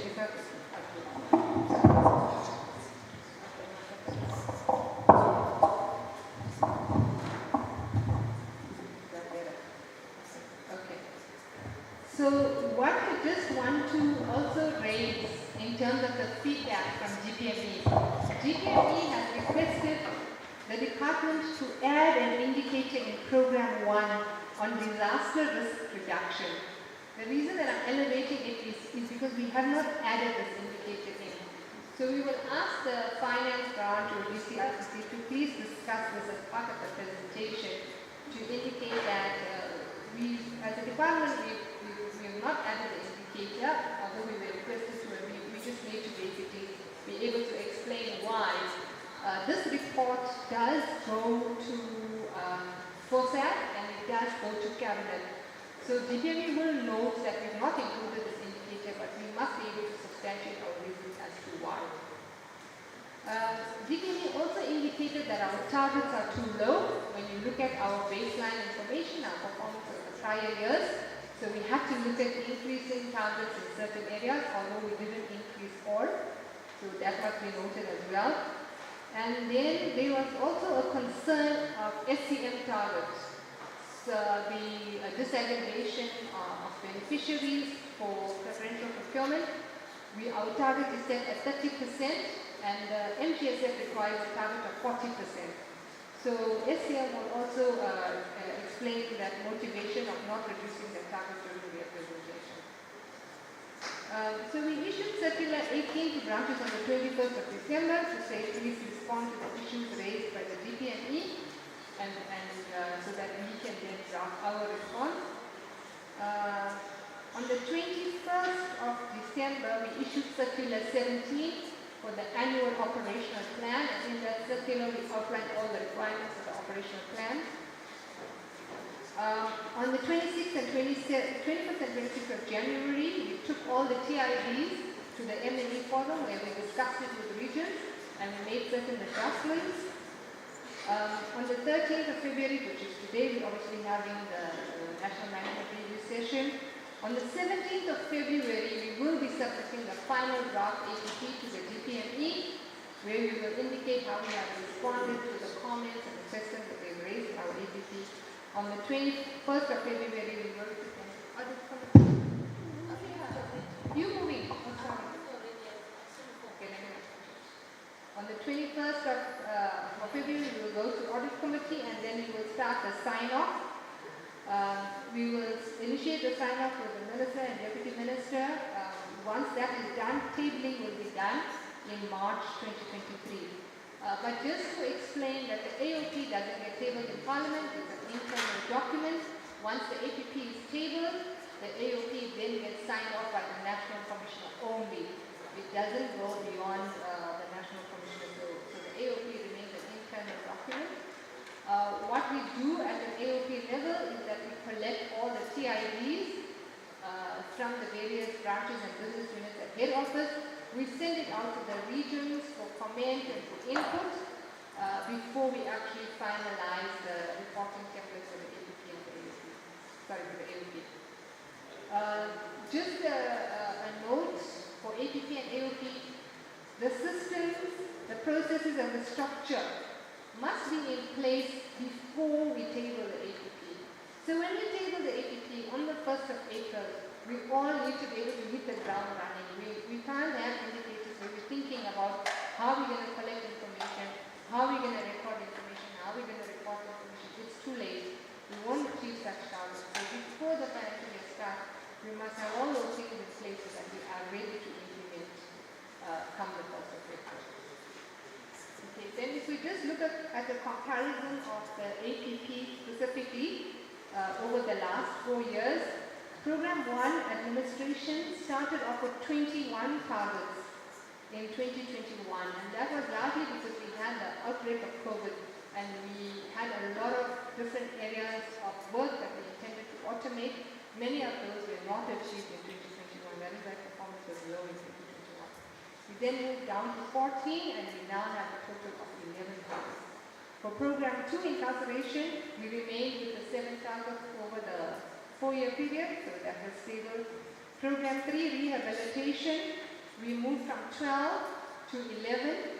We completed the framework on self-sufficiency and sustainability, and now and the face glove masks are also being removed because we are no longer required to do COVID reporting. But we've added 2 indicators on the SSS, so we're back up to 12 targets. For care, we had a consistent 7 targets over the 3-year period. We're down to 5 because the COVID indicators are now being removed. Social reintegration stable at 7. So in 2021, we started with 54. We went down to 45. We are now at 42 because we are no longer doing any COVID reporting from this financial year. So if we just look at our key performance indicators and how we performed over the 3-year period, we started with 54 and we achieved 70%. And that was largely also the effect of COVID on the performance of the department. We went to 45 in the next year and we achieved 80%, so a significant improvement, although we were still coming out of the COVID and we were still on a recovery path. We are now having 45 indicators and performance is 89%. So it is improving as the financial years are going on, so it is looking a bit better. Then if we just look at what changes we have in the APP between this year and last year, we had 45 indicators, we're now down to 42. The President announced the termination of the national state of disaster on the 4th of April. So this provides an opportunity for the country to rebuild and get back on its recovery path. So from this financial year, actually, we stopped reporting on COVID-19 interventions. Unfortunately, we didn't remove those indicators in time because we were only told in April that we don't need to report. So when we tabled the APP in March, we still had those indicators. But nevertheless, we removed it now for 23-24. So indicators that are no longer applicable in the financial year: COVID awareness, communicate, face cloth masks, testing of COVID, recovery of COVID. So those indicators are no longer part of the APP. Then the department also received a letter from the National Treasury to retain 100% of the revenue generated. So the business case for revenue generation and retention is no longer in the APP, it is followed off for 2024. Then looking at SSS, being the apex priority of the department, we had to introduce 2 indicators looking at the SSF. So we have offenders participating in agriculture and offenders participating in production workshops as our 2 new indicators. But please bear in mind what I said before: process, system, structure. 1st of April, we need to have all those in place so that we are able to report on those indicators. So that was the path on the process and the changes in the APP between the last financial years and 23-24. I'm just quickly going to provide an overview of the APP itself before we get to the indicators. I'll skip slide 14 and slide 15 because those are standard indicators on the mandate. Under slide 16, we basically indicated progress there with regard to policy initiatives, changes to the Correctional Services Act, and where we are in that process, as well as the JIGS bill for the department and the work that's been done by legal services. On slide 17, we look at the change agenda of government. So we look at the Sustainable Development Goals, Agenda 2063, the NDP, and the District Delivery Model, all of which we align to as the department. Then if we move to the next slide, slide, we talk about the MTSF. So for us, nothing has changed on the MTSF. Our indicators remain the same. Outcome 6, parolees without violation, probationers without violation, and victims participating in RJ remain on the MTSF document. In addition to that, we have a cross-cutting indicator for the whole of the JCPS that talks about implementation of the National Strategic Plan on Gender-Based Violence, which we also require to report to under Outcome 6. So in addition to Outcome 6, the department has aligned to Priority 2, Economic Transformation and Job Creation, and there are 4 indicators that we have provided there that we align. It's not in the MTSF, it's our indirect contribution. Priority 3, education, skills and health. We also align to that in terms of the programs and projects that we are implementing, although it's not in the MTSF, but we record that internally. And under Priority 1, we also have programs that we align to that contribute to Priority 1, capable, ethical and development state, and those indicators are listed there. If we go to Part B, our vision, mission, and our values are outlined on your slide. I won't go through it, they remain the same. And then if we look at our theory of change, our impact and our outcomes don't change for this financial year. We remain with the same ones. And then if we go to Part B, we've conducted our analysis on the macro environment as part of the planning process, which is a requirement for the APP. Just to highlight a few issues that we picked up in the macro environment. Our global inflation remains high, global risks assessed to the downside, threatening the pace of economic growth in the country. Domestic inflationary pressures remain elevated, higher food prices and a weaker exchange rate. GDP grew in Q3 after contracting in Q2, and National Treasury is forecasting a real GDP growth of 1.9%. So real GDP is expected at 1.7% in 2024. So we understand the economic constraints there. In terms of the crime stats, the latest crime stats show that there has been a general increase in crime across all the categories. 7,000 murders were committed from 1 July to September. 10,590 rape cases were reported, which is an increase compared to last year of 10.8%. More than 13,000 women were victims of assault and 1,237 women victims of attempted murder. Kidnappings have doubled in the last quarter. Unemployment, the unemployment rate decreased by 1% from 33.9 to 32.9. However, the youth, the most vulnerable country in the labor market, recording an unemployment rate of 45.5%, but the labor market does show some improvement when we compare to the same period last year. In terms of COVID-19, the Department of South Africa is moving to a recovery phase. Vaccine coverage must be enhanced, ensure that adequate boosters are given to those required. Throughout the crisis, the country has ramped up its pandemic control measures to curb deaths and protect people's health. Then if we look at our internal environment, we've just highlighted some issues that we want to note internally. For security, the department has enhanced its performance and experienced an overall decrease in security breaches over the 3-year period, which is very good. Going forward, the department will prioritize training for security officials to ensure that we manage our security incidents at the correctional centers. The inmate population trend is showing an increase, as we talked about extensively in the first part. I won't go through the detail, but the department needs to ensure that the strategies for reducing the population and the management of overcrowding is prioritized in the next financial year. Under remand detention, remand detainees averaged about 51,919, and about 10% of those are accounting for remand detainees with bail. On a monthly basis, the department does submit its review of cases for bail, as well as duration of sentence. However, many of these referrals are unsuccessful. We need to note that. On self-sufficiency, the department will prioritize new enterprises such as bakery, and also looking at sites to improve offender opportunities and increase labor. Production workshops in agriculture will contribute to creating employment for offenders after release, and partnerships will be very important going forward to enhance self-sufficiency over the medium term. Thank terms of rehabilitation, inmates will be exposed to various rehabilitation programs, and we also need to ensure that we prioritize the rehabilitation program to address GBV crimes. Community corrections will focus on facilitating and supporting change in offenders' behavior. They will also make concerted efforts to engage other departments, NGOs, FPOs, CPOs, and communities.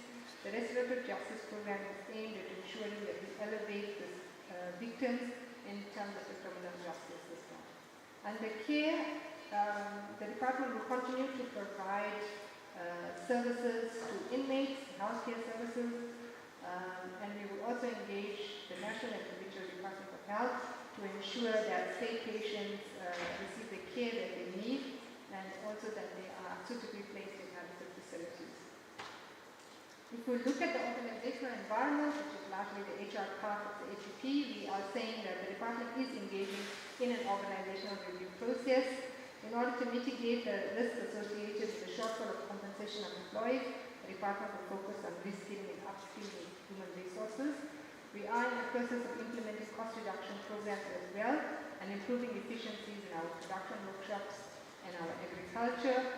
The department also has an integrated HR strategy with the 4 pillars, and as part of that, we'll also be developing a strategy for SSF posts. The talent management strategy as part of the HR strategy will focus on recruiting and retaining the best officials. The department has also in-house training programs to enhance gender mainstreaming. We will look at creating a working environment for a healthy workforce, and we encourage positive relations between inmates and officials to ensure that we have pro-social behavior, fostering an environment of respect, and creating safer conditions for all. I think that was just a summary of the situational analysis, the enhanced one. Then we move on to the program performance. I'm not sure if there are any questions.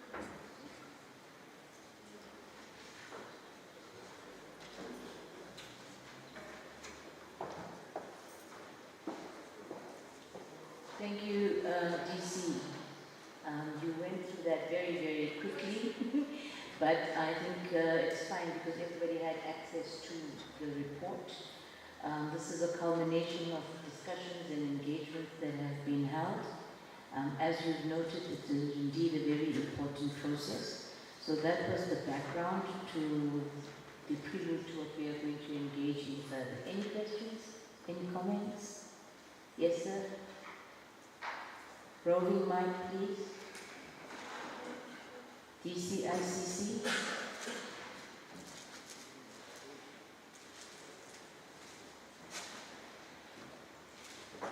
Can we find the rolling mic, please? Thank you.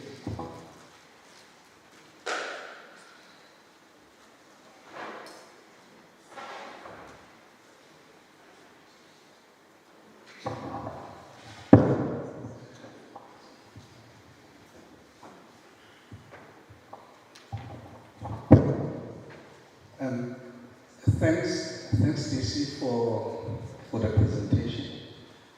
I just want to, it's not a question, but it's more of a comment on the disaster risk reduction, TIP, the development thereof. I just want to provide a background that will actually more or less be also a perspective to the issue. That I support the principle of incorporating the TID of a disaster risk reduction as part and parcel of the BCP. That I support.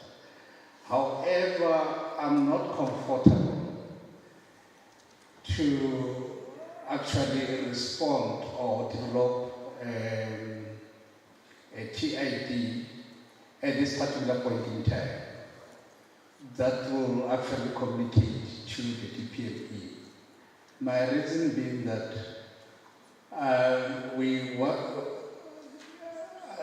colleagues have to know that we have just reviewed the BCP.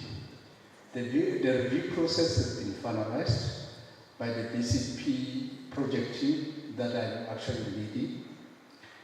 Now, the unfortunate part of that process is that as we went through the process of review, we identified several process gaps on the BCP, of which we have actually incorporated into the revised document.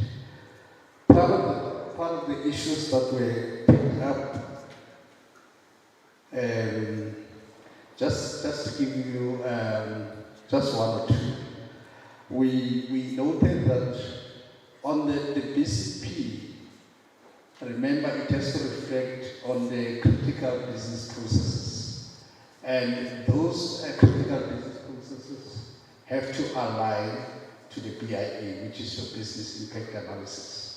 Now, for you to align that, one has to look as to the downtime, the outage impacts, the resource priority requirements as part and parcel of the BIA, just to name but a few. Now, as a result, the team has actually went through the process of reviewing that, also taking note of the fact that we have to align the BCP to talk to our broader operational environment, meaning that it has to incorporate the regions as well. That process has been done, but we came to realize that there are certain, it will be very premature of us to have a TID now.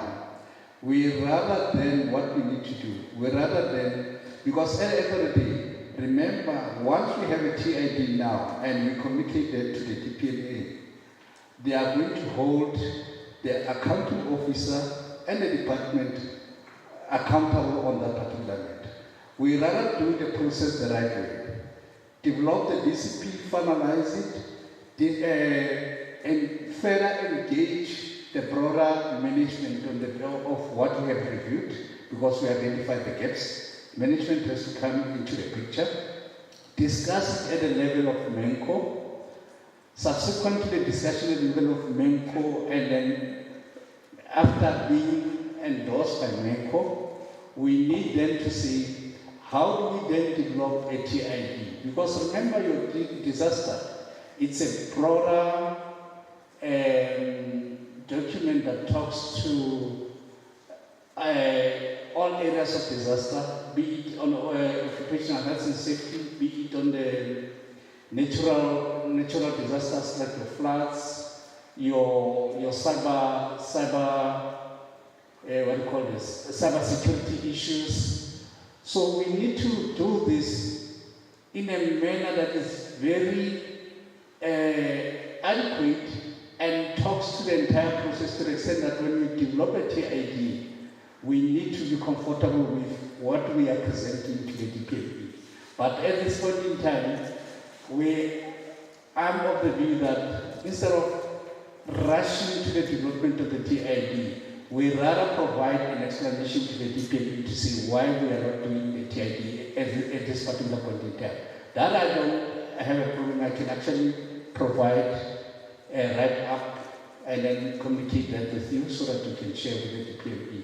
But the view of the BCP project team is that at least come the 1st of April 2023, we should be having a finalized BCP that talks to the IR environment, and so that when we set the TID, when we define and set the TID, we know at what level should we pitch it, how the TID should be developed. Either should we talk to the BCP vulnerability test, or just the effectiveness of the TID, or the risk reduction in the department.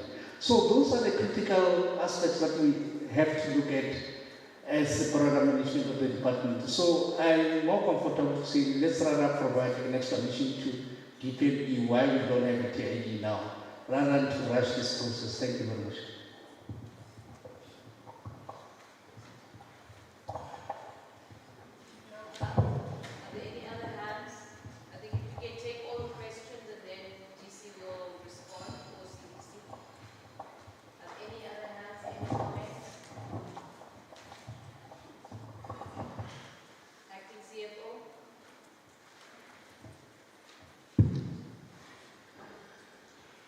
Good day, Chairperson, National Commissioner, RCs, DCs, colleagues. Mine is just a question maybe to DC Naika, but I think we might have actually have a parallel, but I want to register it here. Is that in a instant where the regulation specifically changes within this particular person, I'm specifically referring to the issue of the digital center during your presentation, that last year there was a new preferential regulation which totally discarded the regulation 2017, which at that time we were putting this particular indicator. It was linked to that particular regulation. But from the 16th of January 2023, that particular regulation has fallen off based in terms of the Concord decision that was taken last year. Then we were given an opportunity to go to each and every department.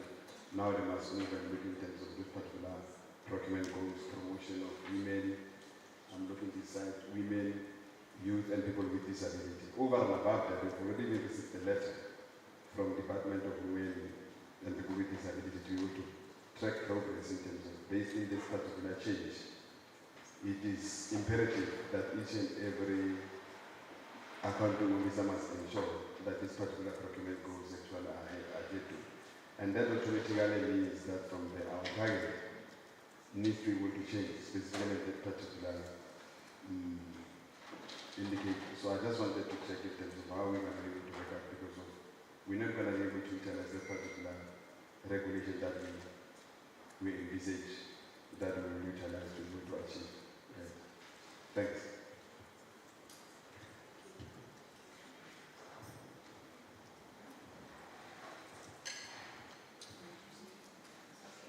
Okay, so let's just go to the one of the disaster risk recovery.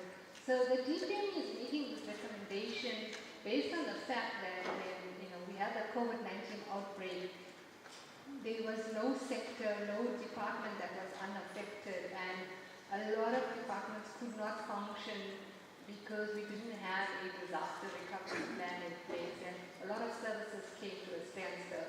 So I think that's the rationale on which they are asking departments to now start preparing. Also looking at the fact that after COVID we had the issue of the flooding, we had the issue of the riots, and all of that which affected the country, affected the economy significantly.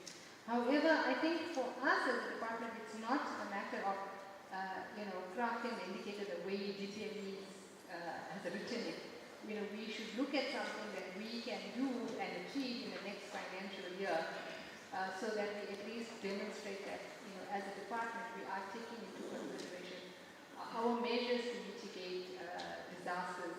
However, having said that, I think we as senior management cannot impose an indicator on a branch or on a region or anything like that. So we will take management guidance on whether we need to include or exclude, and if we exclude, we must also be able to defend that, so that when the report goes to FOSAD and to Cabinet, we have solid reasons as to why we've not included something on the recommendation of DPME, because they are sitting at the center of government and they do have influence over the APPs and staff plans, etc. So I think that's a management decision at the end of the day.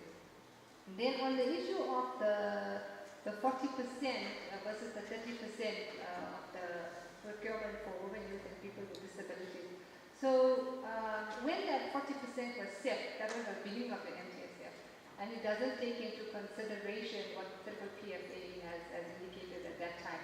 So we stuck to the 30%, also looking at the type of commodities that we procure as a department, and that's how we defended the 30%. But every year it keeps coming back to say that we are under targeting because the MTSF talks to 40%. So again, the same approach. We do not impose indicators or targets onto anybody. We look at the DPMA's advice and we take a decision as management to say we comply, we don't comply, and if we don't comply, we need to defend it, noting that when these things get to Cabinet, it is going to be raised from the executive authority to say, why have you not complied? And we must be able to explain that as a department. It won't be left to strategic management, because it will be a management decision as to whether we are going to take that right of DPMA or not. I think that's.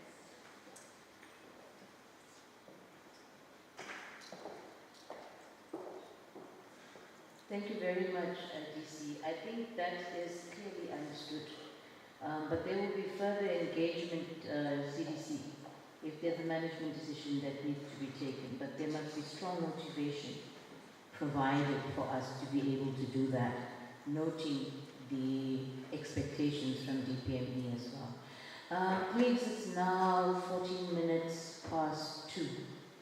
I'm going to break for now, and I'm going to invite you to lunch, Compliments of Strategic Management, and our host, Mr. Koza, under the guidance of the RC Gauteng.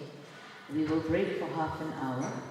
We will have lunch, and we will reconvene at 2:45. Let's all come promptly back by 2:45. Thank you very much. You are now invited to lunch.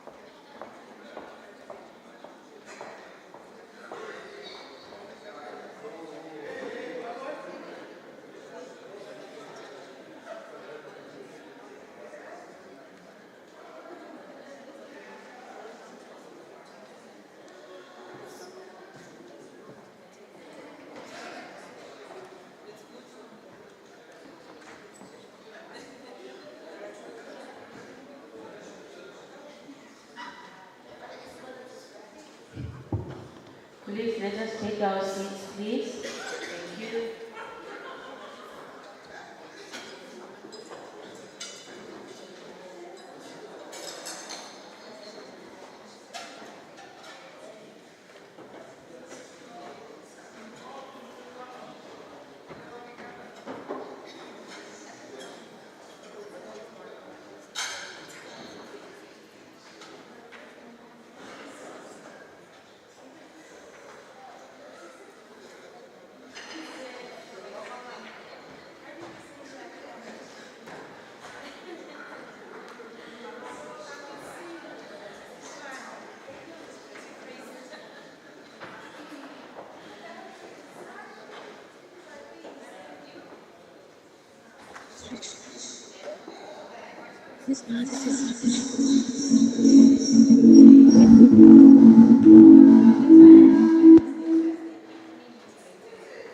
Mr. Jordan, you can start getting ready for your presentation, sir. You are starting first. Acting CSO. Yes.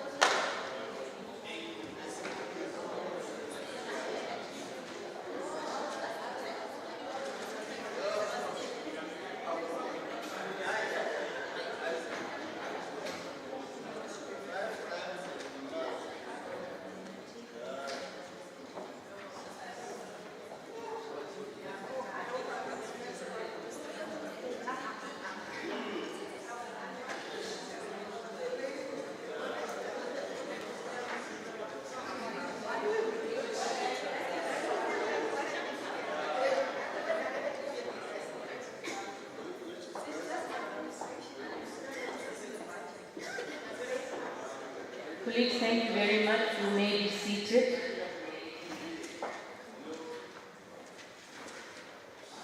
Allow me to announce just a slight amendment to the program. We are now going into presentation by the branches on the 2023-2024 APP and priorities of the Executive Authority. So the slight change to the program is we're going to defer item 15. So security operations would come after item 18. So we will start with acting DC facilities. We will then move to CDC INCO. We will then follow with CDC, acting CDC remand detention, and program 2, incarcerations, security operations will follow before the discussions. So I would like to now call upon acting DC facilities. We will take all of these presentations and then we will have discussion on program 2 at the end of these presentations. Thank you, acting DC facilities.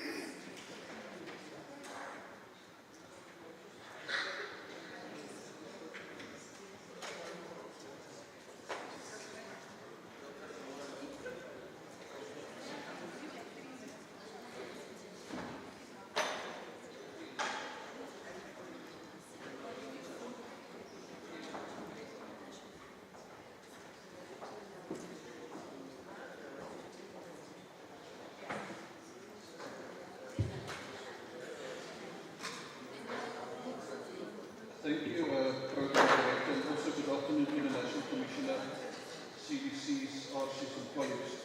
I'll be trying to be brief. I prepared just a short presentation. If you go to slide number 3, it's just to praise the session with regard to the 2023-2024 annual performance plan, and then also in terms of the priorities of the executive.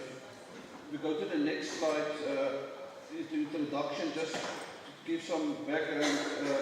You'll see in this financial year, for example, we've already started with own resources projects with the construction of bakeries at Pietermaritzburg, Kwalakabusha. There's also tower poles at Kwalakabusha, pharmacy at Goedemoed and at Colesberg. Chair, then I'm going to jump to the next slide.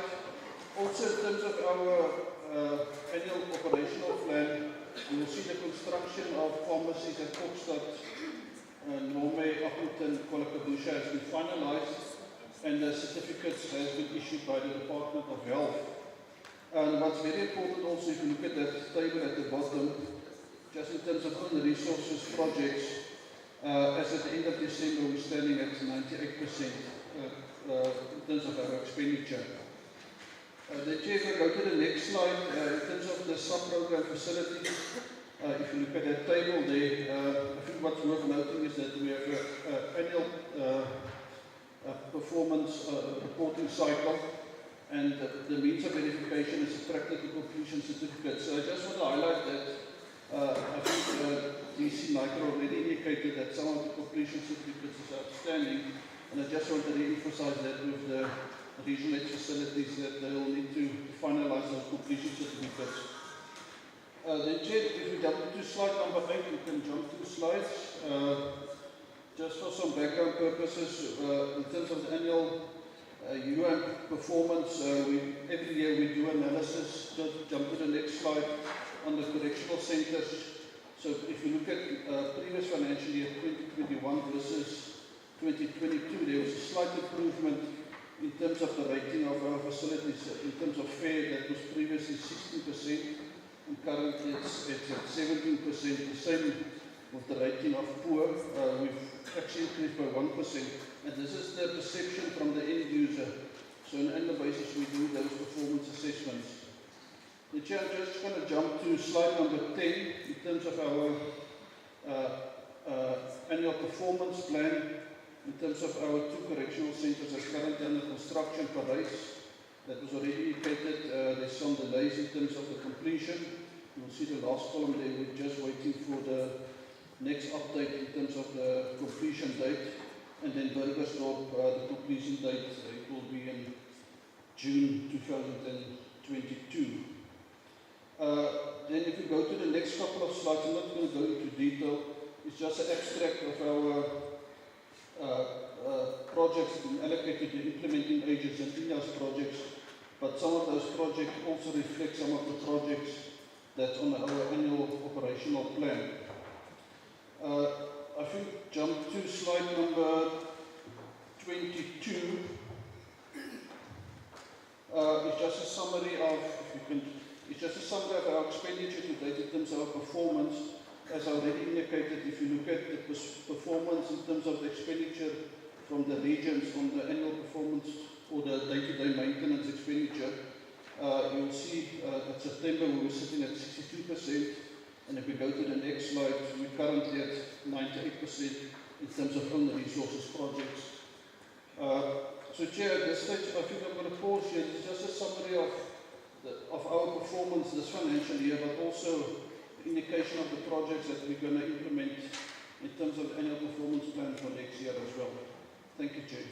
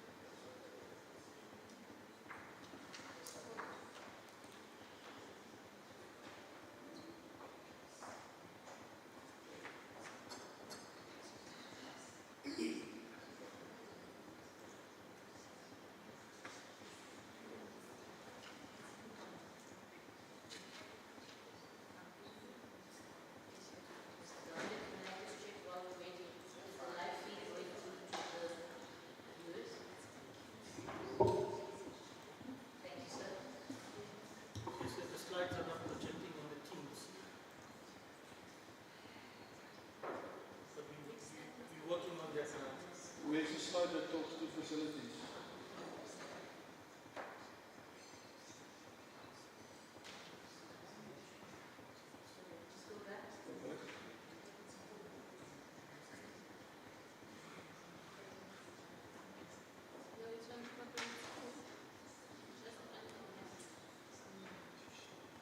Yes, thank you, Program Director. Yes, in terms of our annual operation, or APP, you will see, as I already indicated, our output is upgrade or new facilities. So in terms of our output indicator, it's a number of infrastructure projects completed. So I already mentioned that in my presentation. So you'll see in terms of the current financial year, our estimated performance is those pharmacies that we've already indicated in the previous presentation. For example, Colesberg Pharmacy, Goodemut Pharmacy, Uppington Pharmacy, Groenpunt, and then also St. Albans. There's a major capital works project, completion project of the fencing that has been finalized. We're just busy finalizing the final snag, but we estimate that we'll get that final or the practical completion certificate by the end of February, so it's in the final stages. So we're comfortable that we will achieve that output. And also, as indicated in my presentation, in terms of Kokstad Pharmacy and Waterval, those pharmacies will already received the certificates from the Department of Health, and we're just waiting for the regional facilities to finalize the inspection thereof. Then in terms of next financial year, colleagues, 2023-2024, SARA Area Commissioner House, as previously indicated, the tender went out. It was already awarded to a contractor. So we anticipated to actually start with the construction last year, October already, but there was some delays in terms of the documentation. Then the bakery of Uppington, Grootvlei, and then also we have a couple of tower post projects in terms of own resources projects that we anticipate that we're going to finish next financial year. And then one of our biggest projects currently under construction, Impton Jenny Youth Centre, although it's registered as a security upgrade project, it's actually a major repair and upgrade project, not only security systems, but also other facilities or units within that correctional centre. So that is currently where we are. I just think from our side, as indicated previously in other meetings as well, we have diversified our procurement strategy, and we've also busy with other implementing agents, not only the Department of Public Works, but we'll see there's also in-house projects that we're going to implement even going forward next financial year. Thank you, Chair.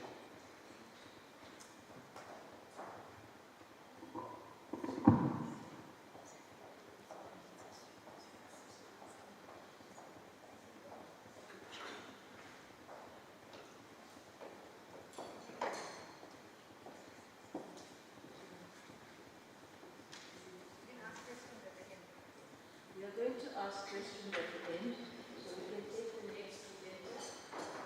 CDC Info, thank you so much.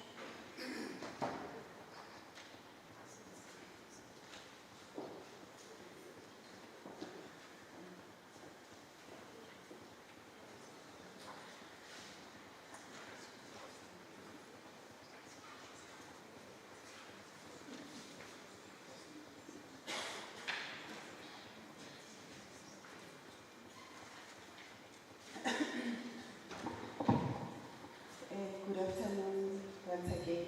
Thank you, Program Director. And greetings to Commissioner again and to all colleagues. I am going to present on two indicators under Program 2. We are still going to maintain these indicators. We have these indicators for more than 5 years. The first one is the percentage of overcrowding in correctional facilities in excess of approved bed space capacity. The target for 2022-23 it was 32%, and for 23-24 we have increased it to 45%. And the reason being that when we looked at our performance on the overcrowding indicator for the past quarters, we have been achieving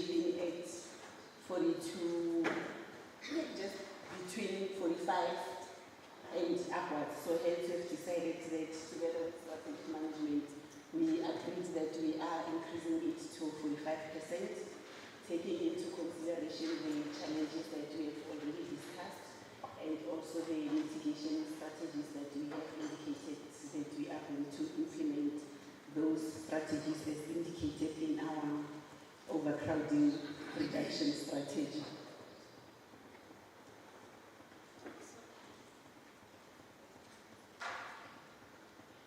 The indicator, as indicated, 23-24 is 45%, and quarterly targets, as we know,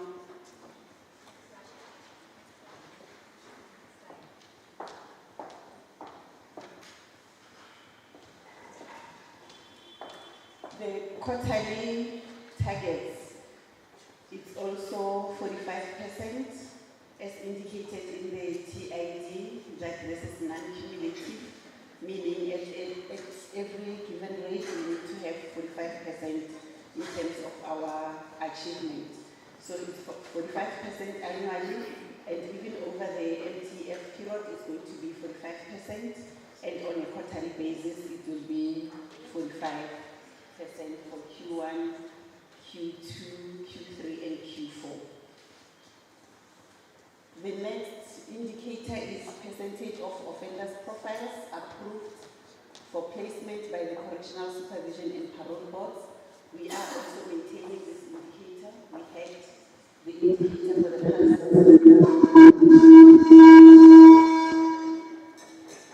We had this indicator for the past years.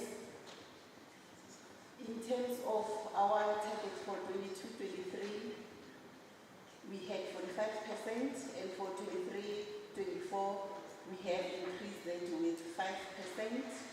And the reason for the increase is that we have been, when you look at our baseline, our performance for the past year, we have been achieving on this indicator. Yes, we do acknowledge that in some centers we have challenges of CSPBs, but generally we have been achieving on this indicator. So we have agreed that we are going to increase it to 50% for 23-24, and for outer years then we will increase by 2%, which will be 52%, and 54% in 25-26. And in terms of quarterly targets, as indicated that our target is 50%, then even our quarterly targets are going to be 50% for all the quarters. Program Director, maybe let me just take this opportunity in terms of overcrowding the North session, that we have looked at the dates and we have proposed the 2nd and 3rd of March to have our North session.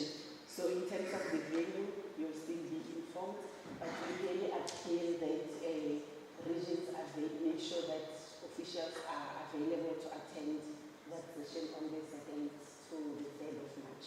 Thank you very much.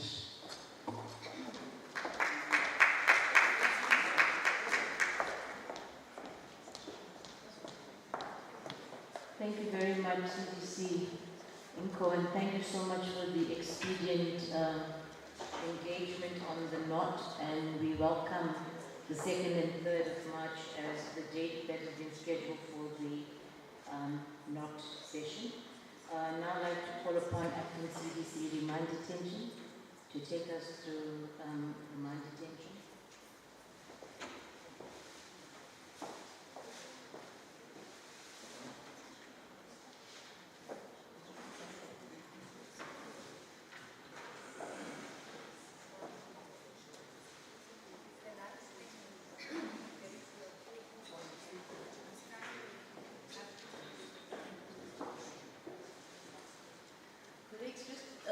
Bear with us.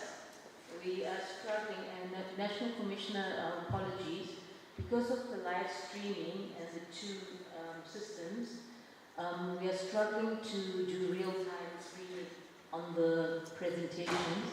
So please bear with us.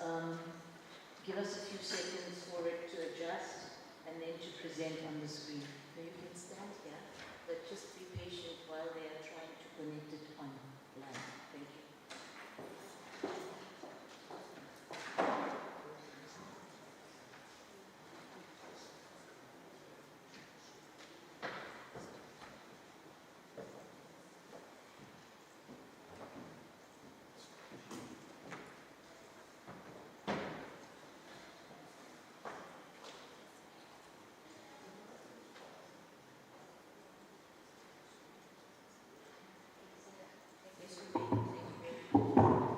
Good afternoon, once more, colleagues.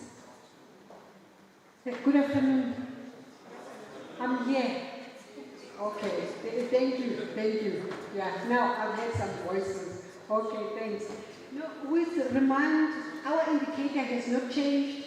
That the indicator is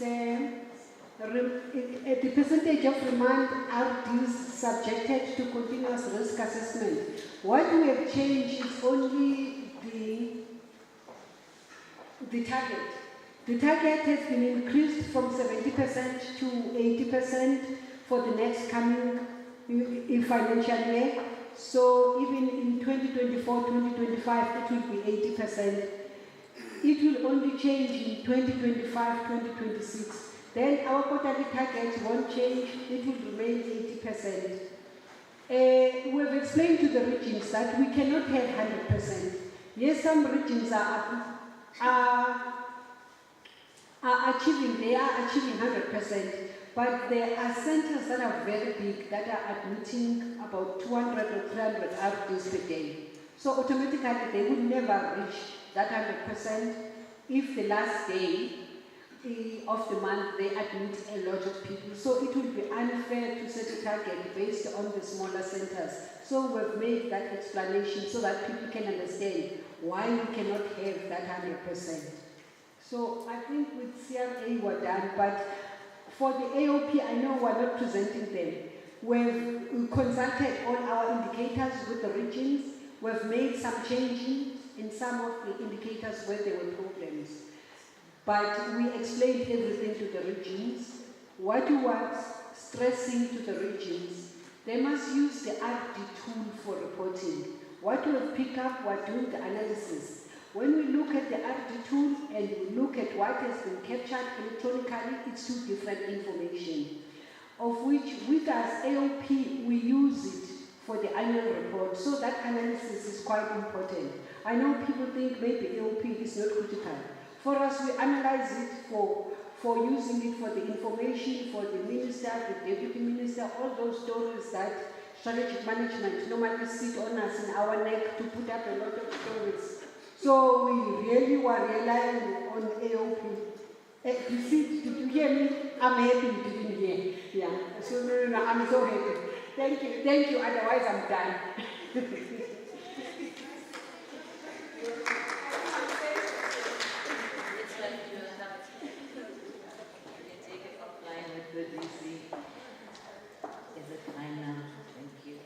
Allow me now to call upon the acting CSO, Mr. Pascal Jordan, to come and present on security operations. Thank you, sir.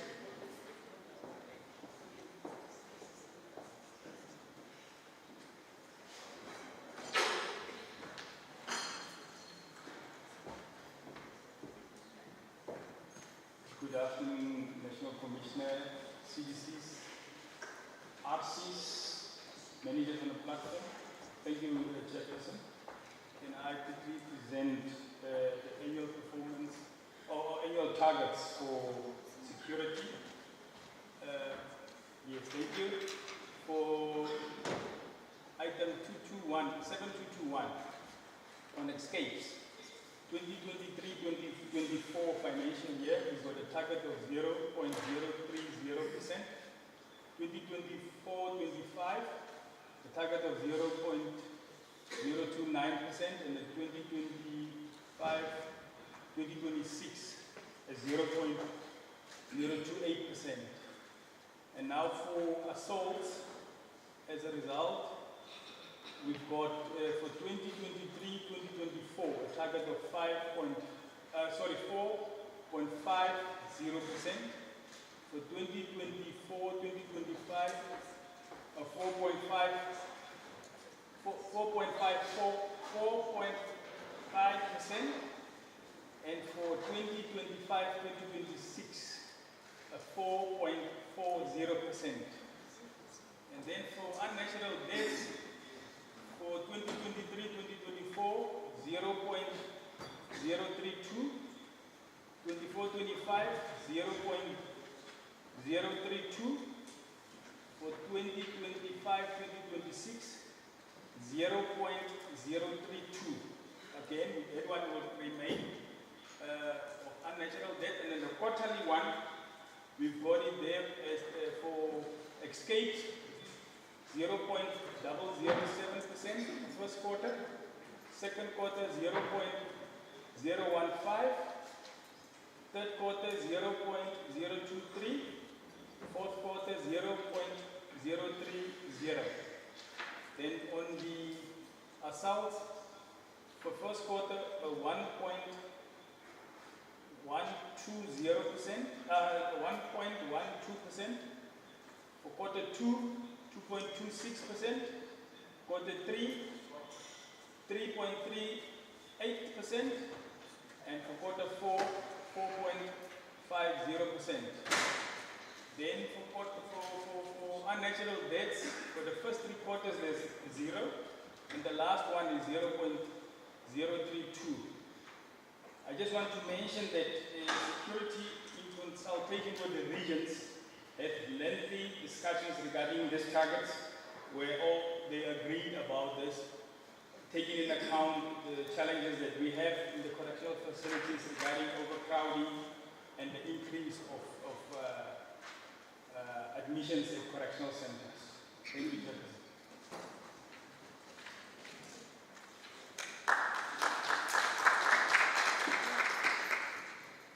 Thank you very much, Acting CSO. You may be seated. We will take discussion and then you can respond from the floor. So we have had the security operations facilities, overcrowding, parole board, and CRAs as the indicators that have been presented to us. We have seen in some instances the indicators have remained, in others it has increased, and in other areas it has decreased. Opening the floor up for discussion on the presentations made thus far. DCICC, let me take a few hands and then we will take the questions. We have DCICC,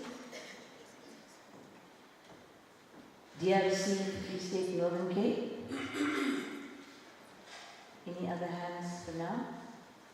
Whilst you are applying your mind, remember, once we finalize these discussions, we will confirm whether we accept those targets and that what will go through to DPNE. DCICC, you may proceed, sir. Can we have Robbie Mike? Thank you.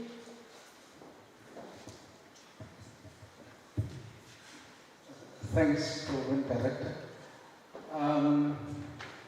Program Director, I just want to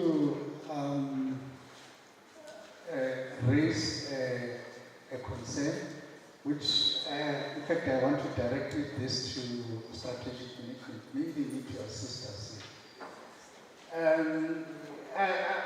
I've been looking at the MTF period targets, and my concern is particularly those targets that are more labor dependent for you to develop the percentages. If you look at the 23, 24, 24, 25 and so on, there are some, like if you look at remand and offender, percentage of remand is subject to continuous assessment for starters. If you look at the percentage, it's about 80%, 2023, 24, 24, 25, 80%, 25, 26, 85%. Similarly, if you look at offender management, more or less the same thing. I'm more big concerned about if they are labor dependent.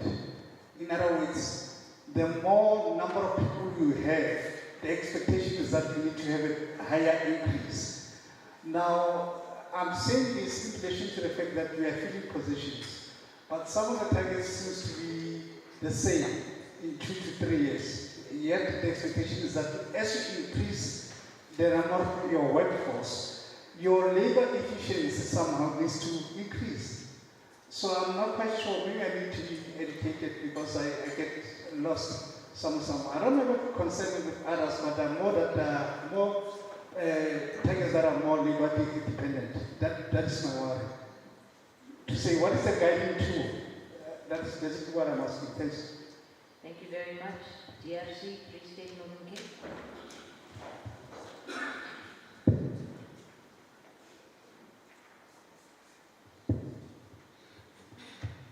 Thank you, Chairperson.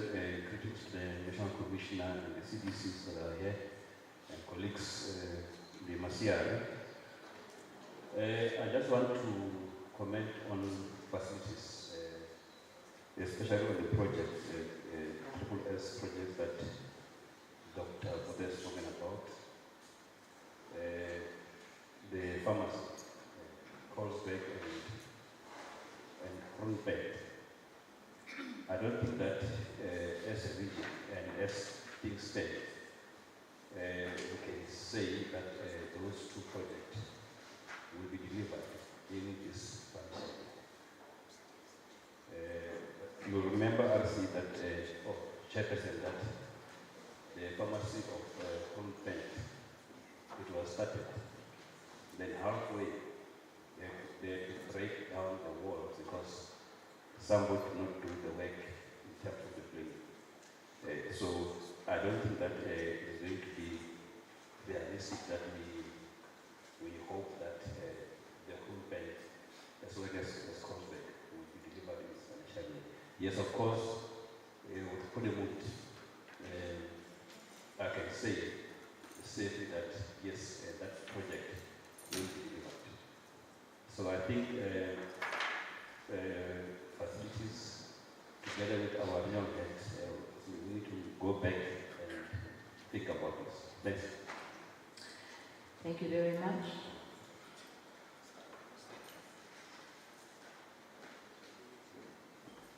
Can we have comments to DCICC? Thank you. Can we have Roby Mike up front here, please?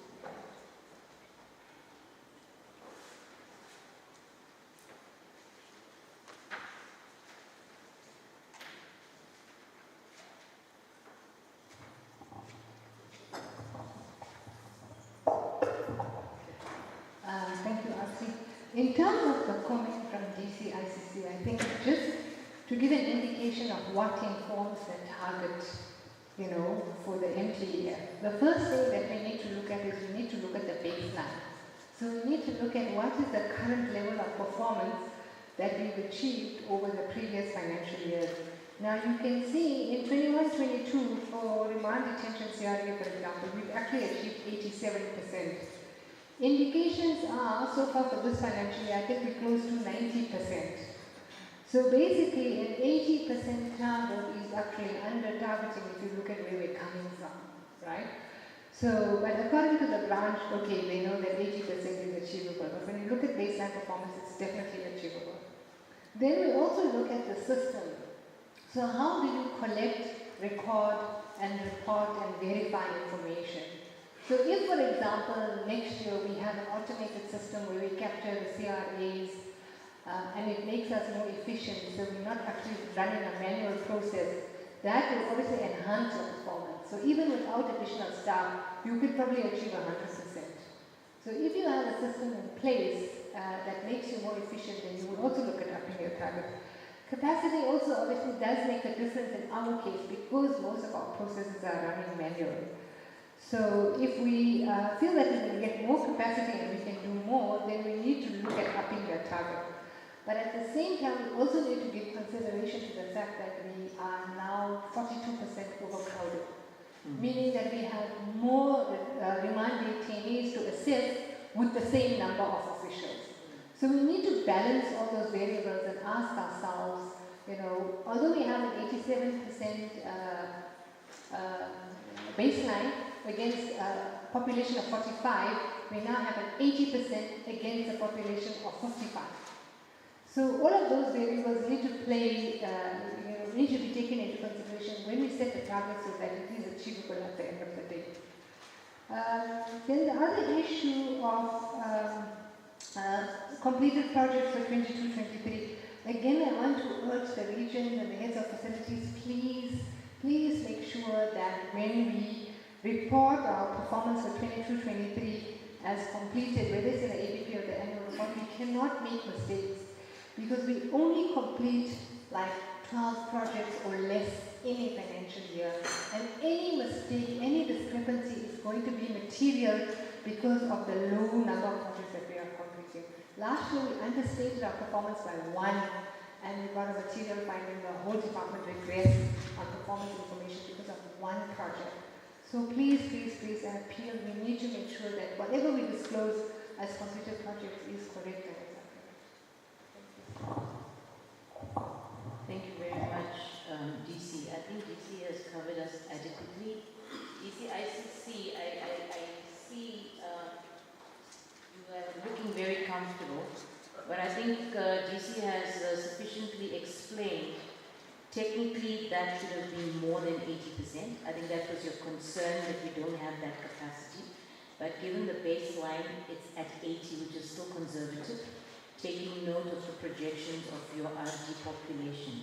Are you comfortable with that? Excellent, thank you. Are you going to say anything additional to what she has said? DC, Acting CDC, remind attention. Can we have the mic there, please?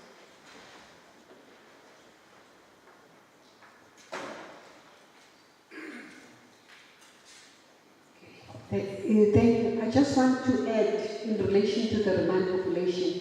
The remand population has got the interesting trend. Every year we go up in January.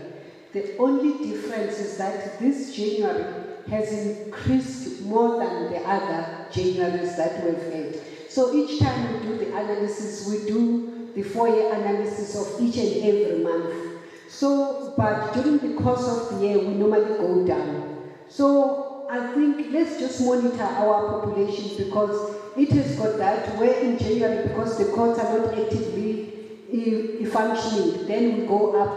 But watch us, January, February, March, you see our stats going down. So I think for remand, it becomes so difficult because of all these trends that are happening. But we are monitoring. Thank you. Thank you very much. Any other comments or inputs on program 2?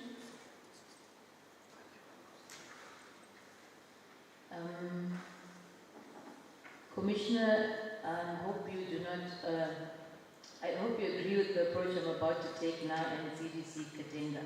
So can we get a confirmation from the House? We have gone through program 2.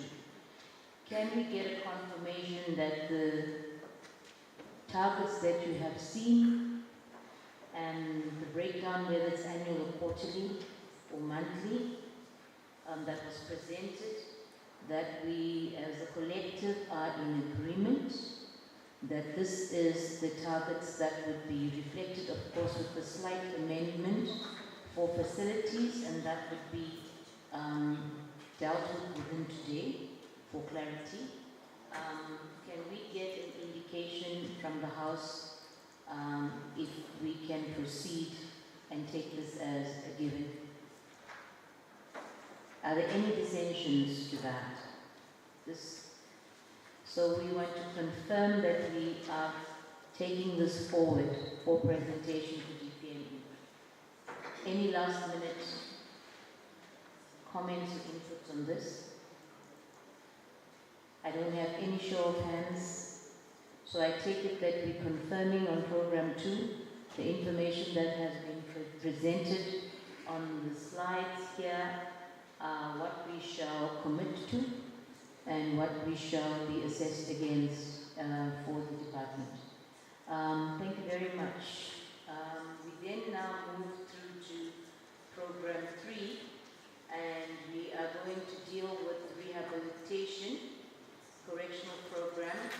We're then going to move to rehabilitation, offender development, home education, self-sufficiency. So CDC Inco, I'm actually going to ask you to come up, and then if you can take us through all the issues on program 3 and program 4, and then thereafter we will have social reintegration. Thank you, ma'am.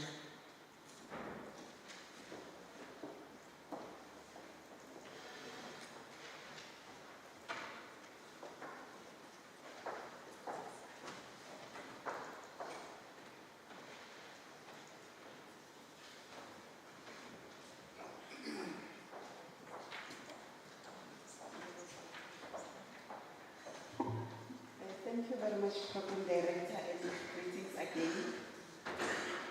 Under rehabilitation, Program 3, we have the indicator on correctional programs, that is percentage of sentenced offenders with correctional sentence plans who completed correctional programs.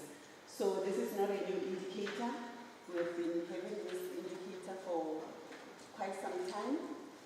For 2022-23, we had a target of 80%, and we have been achieving, we've been overachieving more than 80%.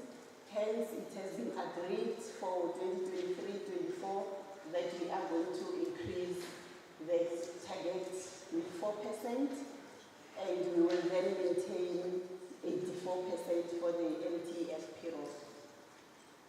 And in terms of quarterly targets for the percentage of sentenced offenders with correctional sentence plans who completed correctional programs, our quarterly targets are cumulative. For first quarter, the target will be 21%, Q2 42%, Q3 63%, and Q4 it will be 84%. That will be the annual target. So that is the indicator on the correctional programs. And under offender development, we are also maintaining all the indicators, percentage of offenders participating in long occupational skills programs. Target for 2023-24 is 90%, and for over MTF period, we are going to maintain that 90%. Percentage of offenders participating in short occupational skills programs. Target for 23-24 is also 90%. We are also going to maintain the 90% over the MTF period. Percentage of offenders participating in TVET college programs. The target is also 90%, and we are also maintaining 90% over MTF period.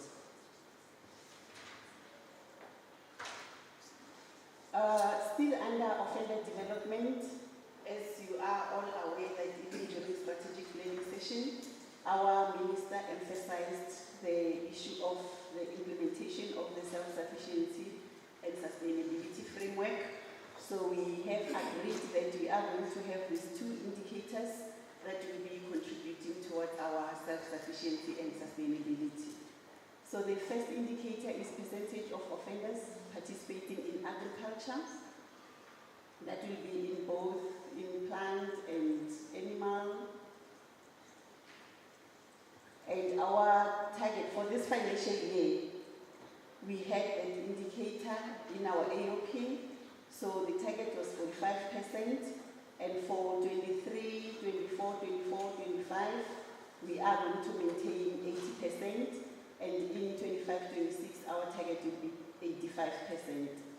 The second indicator is percentage of offenders participating in production workshops. Our target is also 80%, and we are also going to maintain 80% for 2 financial years. That is 23 and 24 and 24 and 25. And in 25-26, then we are going to increase our target to 85%. Under educational programs, we had this indicator, which is percentage of offenders participating in general education and training per academic year.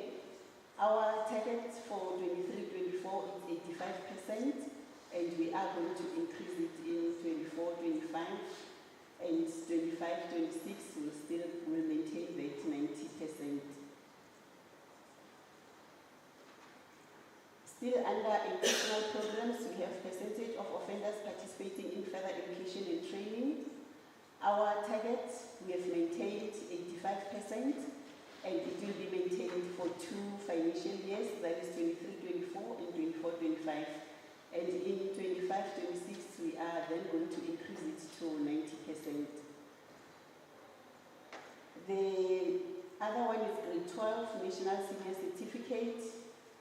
Our target is 77% for 23-24, and we are going to maintain the 77% even in 24-25.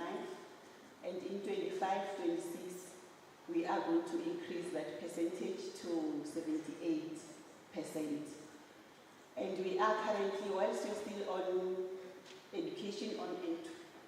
12, we are currently finalizing the concept document on the compulsory education, as we are all aware that the Minister indicated that education must be compulsory to all our youth. So we are finalizing that concept document for implementation. And in terms of increasing, just to indicate to the regions that we need to work on those offenders who are qualifying, especially for grades 10, 11, so that by next year then the numbers will increase. So for 23-24, we are also going to have female offenders for the first time that will be doing grade 12, because previously we never had females who are doing grade 12.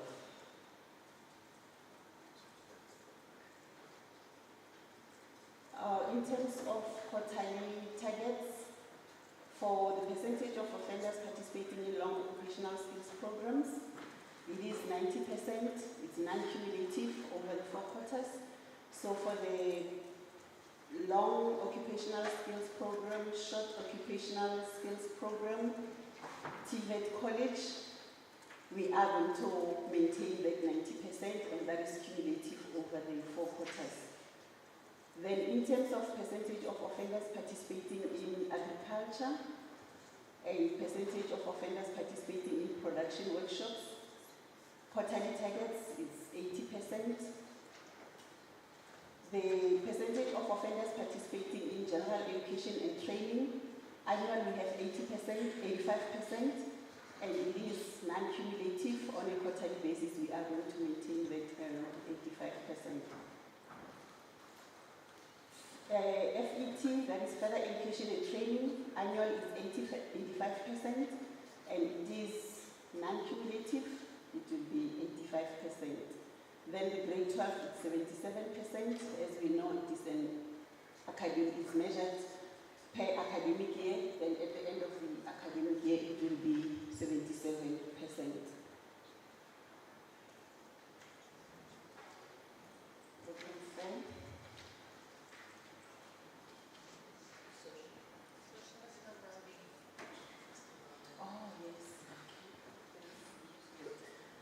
Whilst you're still in rehabilitation, we have 3 indicators. The first one being for social work services. This is also not a new indicator.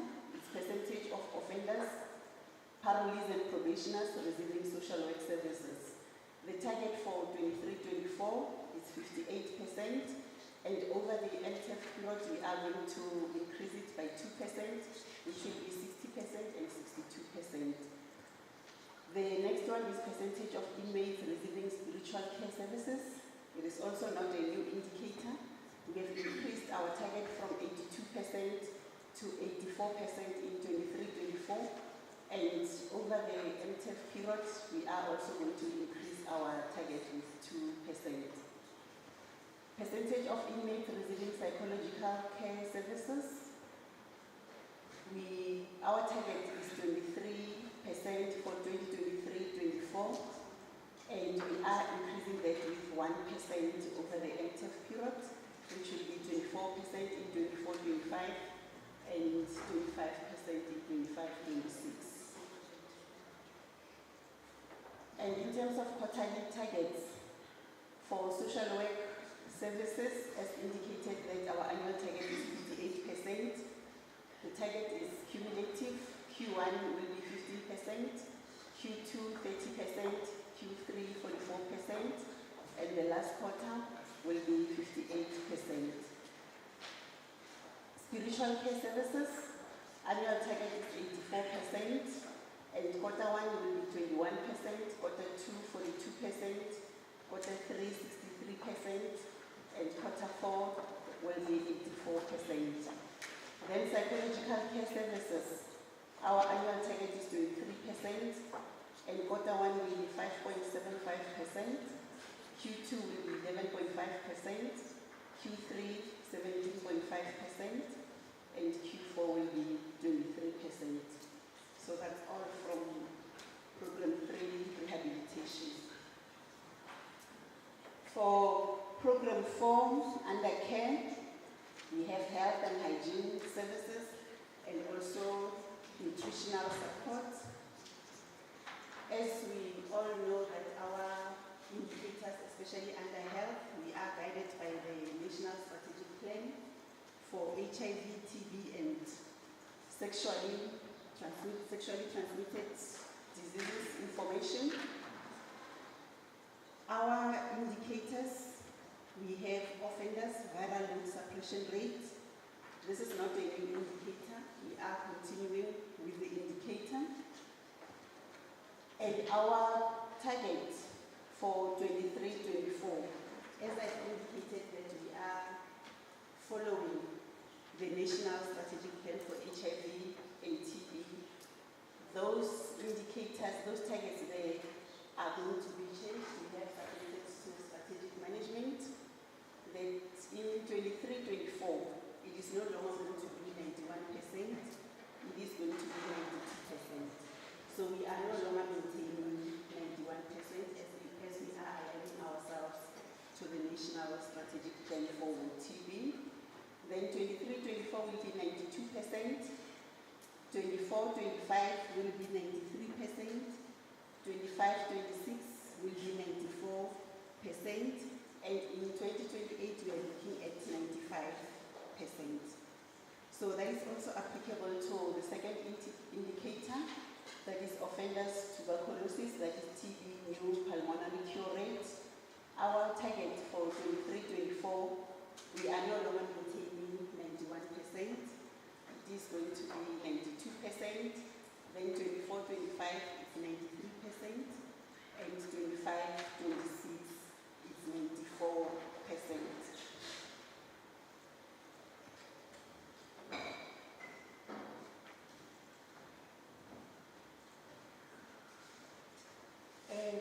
These two indicators, it's percentage of inmates screened for diabetes and percentage of inmates screened for hypertension. We initially wanted to remove these indicators because we have been overachieving on these two indicators, but we have been advised from strategic management that because we had these indicators over the medium-term strategic framework, we still need to ensure that we complete the cycle. So hence, we still have these indicators that we are overachieving, but for the target for 23-24, we are maintaining 90% over the MTF period, and also percentage of inmates screened for hypertension, we are also maintaining 90% for the MTF period. In terms of quarterly targets, as I've indicated on the offenders viral load suppression rate and offenders tuberculosis new pulmonary cure rate, that our annual target is good for 23-24. It's going to be 92%. We are no longer maintaining 91%, so even the quarterly targets will change to 92%. The one that will remain the same, will still maintain, is percentage of inmates screened for diabetes, which is 90%, and even quarterly targets will be non-cumulative, it will be 90%. Percentage of inmates, the last one on hypertension, will also be 90%. The last indicator under nutritional services, this is also not a new indicator. We are continuing with this indicator, is percentage of therapeutic diets prescribed for inmates. We have a target of 12% for 23-24, and over the MTEL period, we are still going to maintain the 12%. Even in terms of quarterly targets for the percentage of therapeutic diets prescribed for inmates, our quarterly target is also going to be 12% and less. Thank you very much.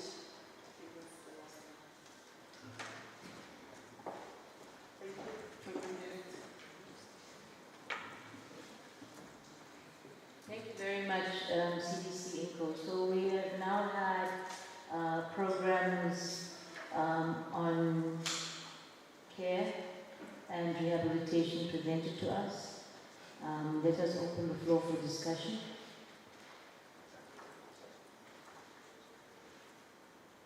We have also noted in this program Some of the targets will remain, some will increase, but the increase is not significantly too high. It would be more or less manageable, and taking the baseline information is in line with the performance. Any comments, inputs? We are all satisfied with what has been presented. I see some heads. Is there anybody who has any disagreement on the targets that have been presented? I think it would be easier for me to take it from that angle. If there are no disagreements on the targets that have been presented, can we accept that for program rehabilitation and care, that we have an acceptance that this is what will be taken forward from DCS through to DPME? Thank you very much. Thank you, CDC.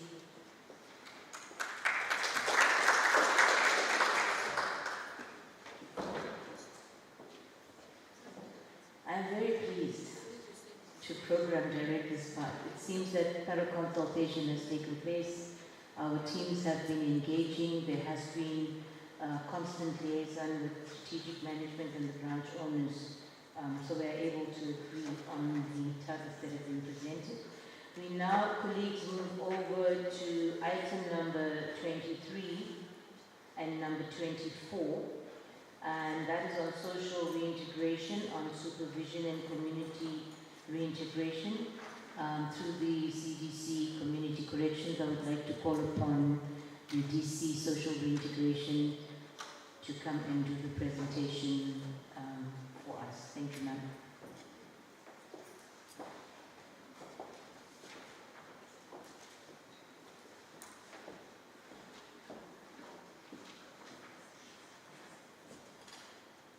Good afternoon, National Commission, CDCs, RCs, DRCs, and colleagues on the platform,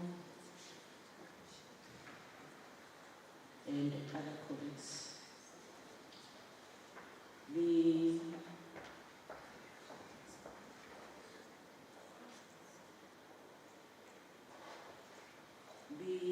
indicators for the financial year 2023-2024 are as follows. Under supervision, the compliance by parolees and professionals, it's the percentage of parolees without violations.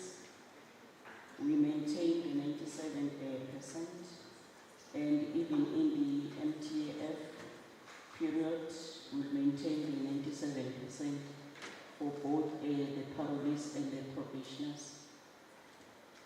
And even for the quota within the quotas within 2023 and 2024, it will be 97% in all the quotas.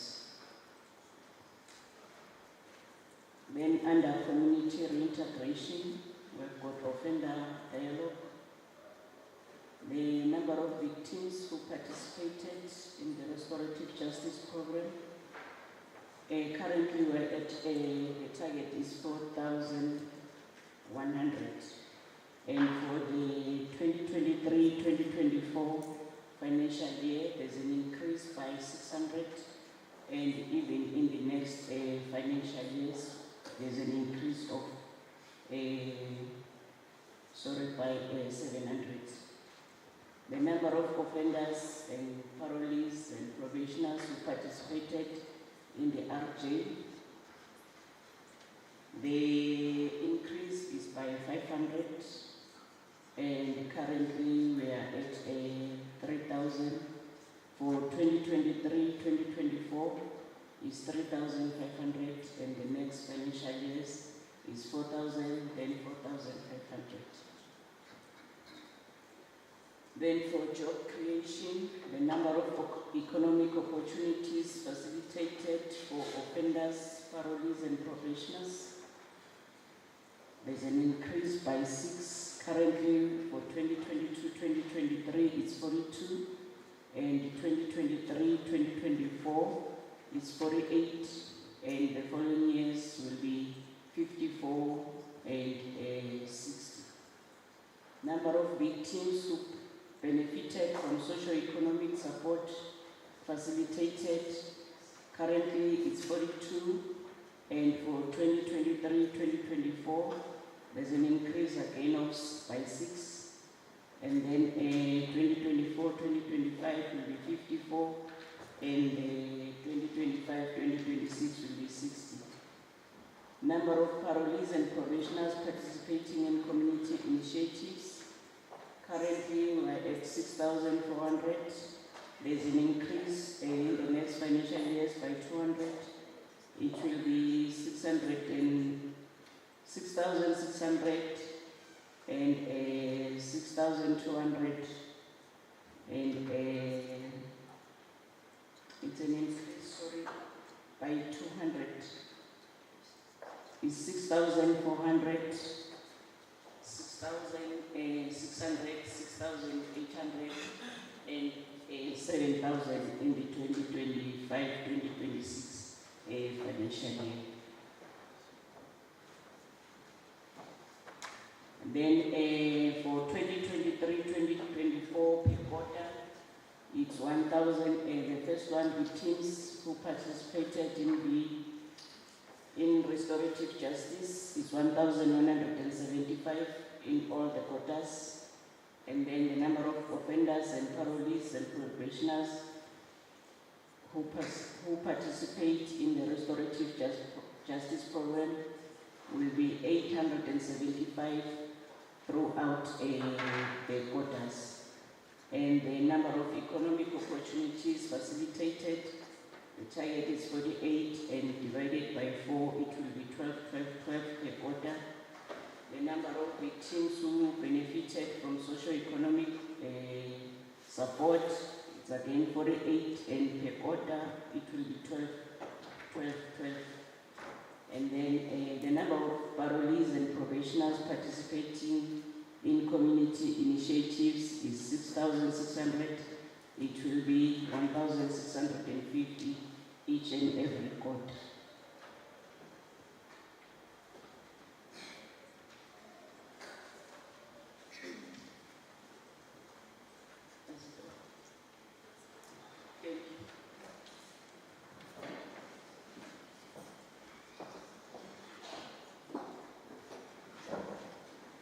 Thank you very much, DC. Here we have social integration at your disposal for discussion. You have been given the targets. Any comments, inputs?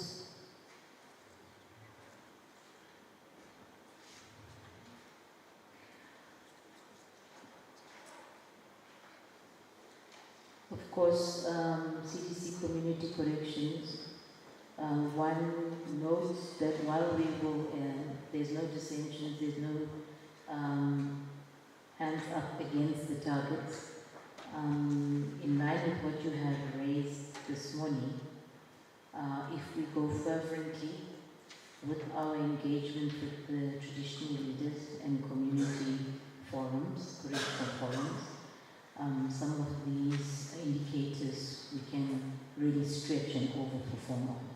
So we shouldn't be comfortable and complacent with the targets that we've set, but we can actually up our performance on those targets. But whilst we are still establishing those structures and those networks, these are the targets that have been presented.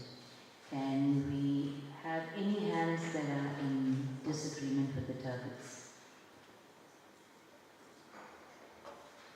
There are no hands up in disagreement, so we accept that the House fully accepts the targets that have been presented on social reintegration.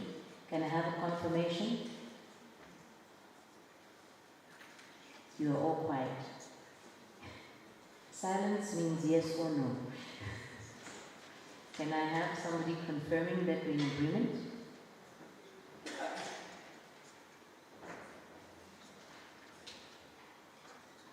We are all tired. We shouldn't be. The session was supposed to go up until past 6 o'clock. We're doing fairly well for time. Can I get an indication?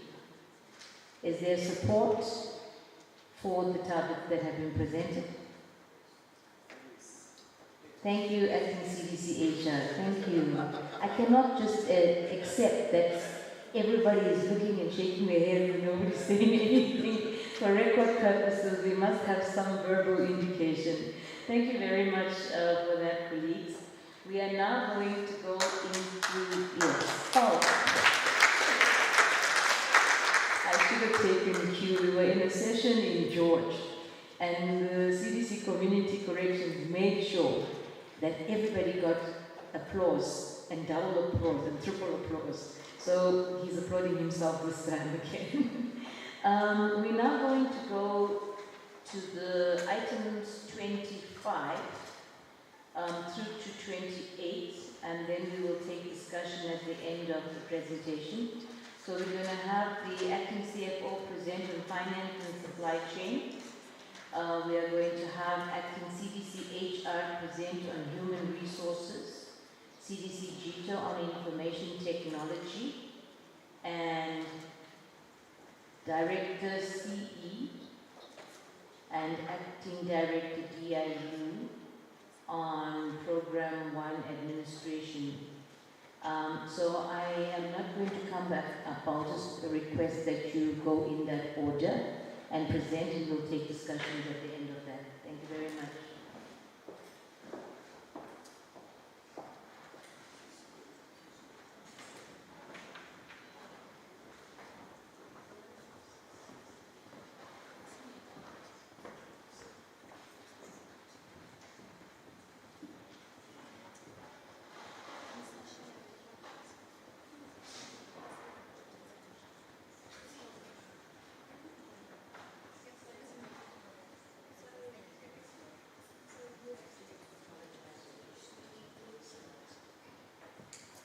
Okay, thanks, Program Director.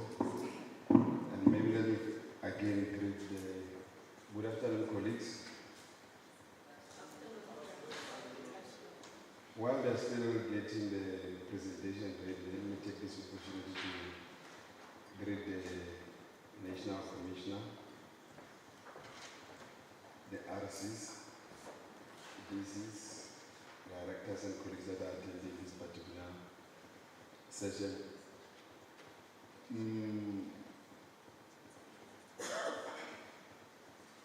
Mine, colleagues, is going to be very short. If you look at the presentation, you realize that we've got two indicators, which the first is the audit outcome, and then if you look in terms of the financial year, that is highlighted in green, the 2023-24 financial year, that we need to go to have an unqualified audit opinion with reduced findings. My colleagues might recall that during the minister and deputy minister this year, when they opened the year, they emphasized that the focus for this particular current financial year, even the next financial year, it must be the clean audit outcome. You might recall actually in terms of using the minister's way, he said from the day one to power out with this particular outcome. So therefore that's what we're looking at, but also to re-emphasize that for the branch finance people to achieve such an outcome, it becomes a joint effort and responsibilities within all of us at DCS. The second output indicator is the percentage of bid tenders above 30 million awarded to designated group. So just to unpack the issue of designated group, I think in the earlier discussion we talked to the youth, women, youth and people with disability. And you look in terms of the 2023-24, under the very same column which is highlighted in green, So we put actually 30% of the bids above 30 million, which must be awarded to designated group. The same principle, colleagues, that have indicated that for us to be able to achieve that particular 30%, it must be actually a joint responsibility between the branch and the responsible business units or branches. So mainly to be able to ensure that we receive that particular, or we achieve that particular target.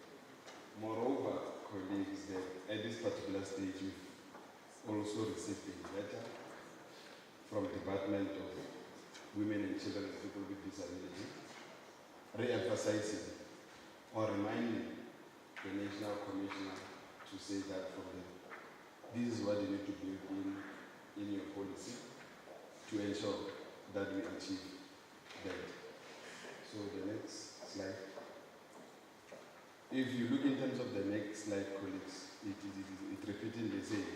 But I think, actually what becomes very important is to indicate to colleagues that for the department to be able to reach this particular outcomes, we will humbly request and cooperation from all the regions and the branches. And when we implement these particular reforms and changes, they are mainly to be able to assist to achieve whatever we set ourselves within our APP.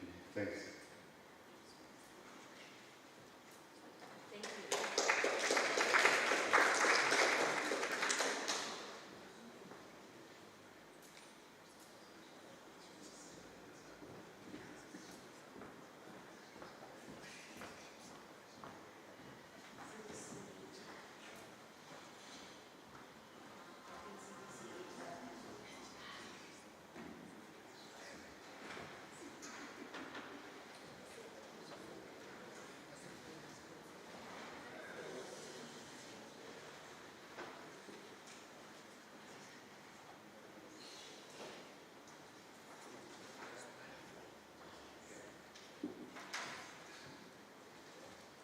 Thank you very much, Chairperson. No, I forgot that it's my turn.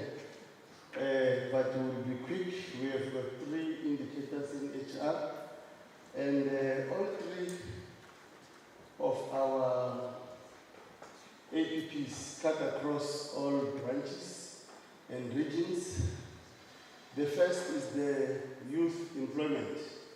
We are called upon to employ 20% of youth, and let's remember that by youth, we mean people between the ages of 18 to 35, and our performance for 21-22 was 74%, and we are keeping the target at 20%, so there is no change. This is also in response to the President's call to create employment for the youth. So whilst I'm concluding, I want to call upon Ms. Bonani to talk about the other 2 APPs. They themselves as well have not changed, but she will talk to it. So Ms. Bonani, let me take your permission, Chair. Hand over to Ms. Bonani, take over from me, and then conclude. Good afternoon, Chairperson, National Commissioner, citizens, regional commissioners, colleagues. I shall deal with the employment equity as mandated by the Employment Equity Act of number 55 of 1998. I'm specifically indicating the year because that act has been amended several times. But the critical amendment for us is the one that happened in 2015 following the legal challenge of the DCS by Solidarity. You know, DCS in 1999 was declared the most transformed department in the public service by the former President Thabo Mbeki. And Solidarity in 2012 challenged the DCS plan. They wanted it to be declared as irrational and unconstitutional. 2016, the judgment came out. The plan was not declared unconstitutional. It was very much constitutional in Northwood. However, our panels were found to have discriminated against some of our officials in the Western Cape. So panels for us are very important. You know, we tend to focus a lot on panels. The latest amendment is the one that took place last year, 2021. The National Assembly has given the thumbs up for that. It now awaits assenting by the President and signing. It's supposed to be implemented this year, September, if all goes well. And I'm mentioning that deliberately because that target remains a constant. It's 50-50. It's a cabinet requirement throughout since we started with it. The amendment, the current amendment, empowers the Minister of Labour to regulate sector-specific EE targets, because what the private sector does is not comply and they budget the fine. Departments or public service unfortunately doesn't have that luxury because we don't have money. So the Minister of Labour is now going to sit down and set targets for both public and private sector. It remains constant for us. It's an annual target. Our performance last year was 51-49. Target is 50-50. Very well. The public service at that point was sitting at 46% for females. We did not report during Q3 because we only report biannually. We'll therefore report in the fourth quarter. You can go to the next slide. So the targets remain 50-50 biannually. Yeah, that's it for the SMS.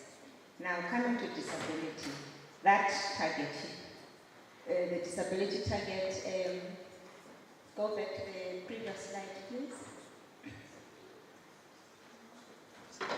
The target is 0.78. No, that's the performance last year. The target was 0.79. And the current target is 0.81. We shall report, of course, at the end of the financial year. 2023, it's going to be 0.83, and 2024, 0.85, 0.86. Yeah, that's the presentation. Thank you.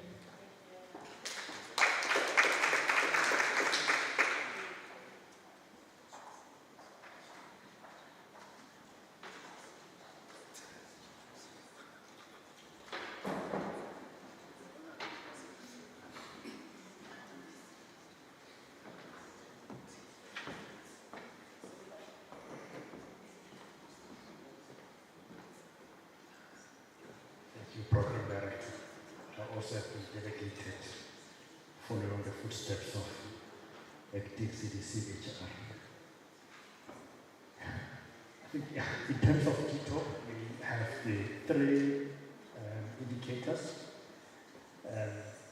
One of them is the electronic monitoring, the rollout. It's a new indicator after so many years. And we also continue with the existing ones of the local area network, which involves the cabling and the switches, and may also include service equipment where necessary. And then there is MISTP, which mainly is the integrated inmate management system. And the electronic monitoring, it does not have past experience or past performance in this 5-year plan beginning 2019, as you can see. So it will only commence in the new financial year when we start rolling out to 10 targeted sites. So for us, we are counting the sites where we roll out, because we are not in control of how many offenders and parolees get tagged, but we have better control on where we collaborate and participate with the area commissioners and the colleagues in those management areas to say that we do need to, or there is a need for electronic monitoring to be rolled out. So at the minimum, we are looking at 10 based on the number of bracelets that we will be able to mass produce in the next few months. Then obviously the following year, we anticipate that it's going to be a dramatic increase from 10 to 50, from 50 to 100, and we think that those are reasonable. And considering that Conquest got 219 plus minus sites, so that number should be reasonable to start with. Currently on the cabling, which is the local area network, we have cabled 175 out of the 360 targets, and we're planning to improve it to 62.5% in this financial year. And obviously, in the past financial year, there was no cabling happening because of the cancellation of the bid. And then, lastly, is the ETH rollout. So far, we have achieved 44 sites out of 461, and the 42 is actually at the end of March, but in 22-23, we achieved 44, and it's still 9%, and we think that with the dispute resolution process, the stage at which it is right now, we will be able to dramatically improve the performance in the new financial year. Thank you, Program.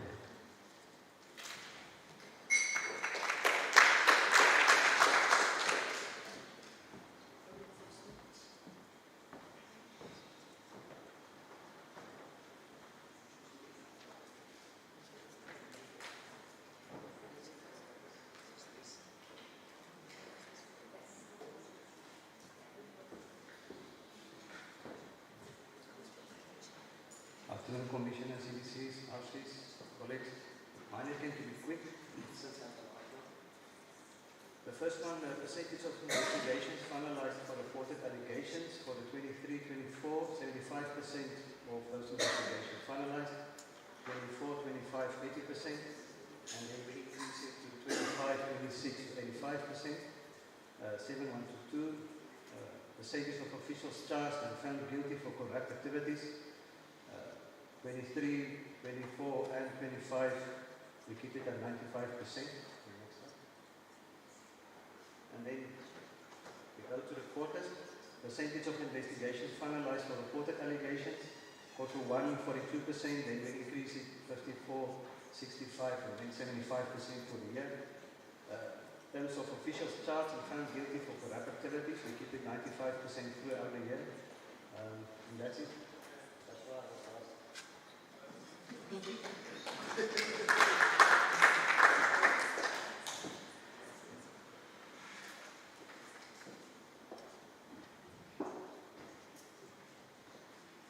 Thank you very much to all the colleagues that have presented on Program 1 administration. The floor is now open for discussion.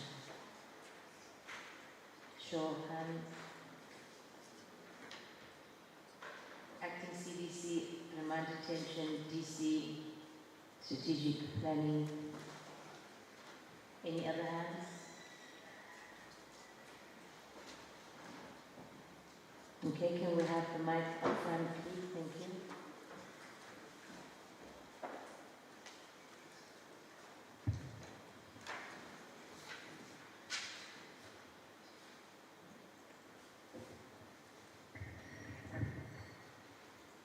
Thank you to all the presenters. For me, it's only one question.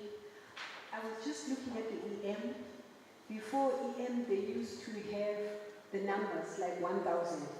Yeah, because the whole package is charged per bracelet. If now you are putting sites, how is it going to be monitored? If it's sites, yeah, because before they were putting the numbers. Remember with us, we do have an electronic monitoring protocol. If DCS is going to start to take, we also need to inform the cluster because it's one of the conditions that the courts can utilize for placement of the RVs under the non-custodial system. Thank you. Thank you very much. DC Naka.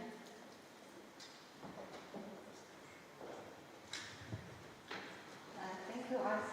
I think from strategic management side, we just want clarity between G2 and finance. The DPMA raised a comment in the letter that they sent to us to say that the mesh network has been removed from the APP and replaced with electronic monitoring.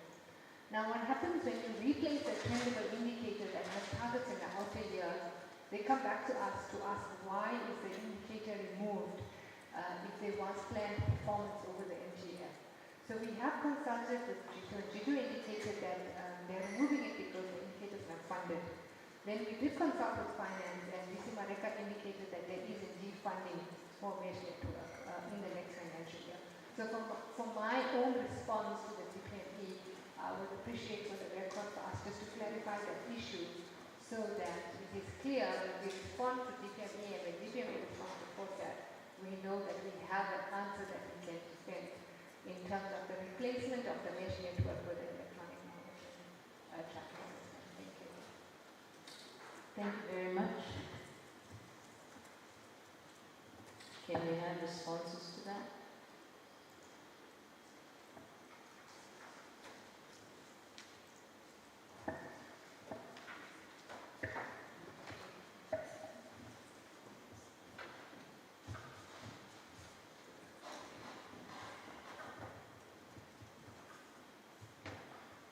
Thank you, President Director. On the matter of electronic monitoring, why are we measuring it with the number of sites instead of the number of actual people tagged? I think it was just a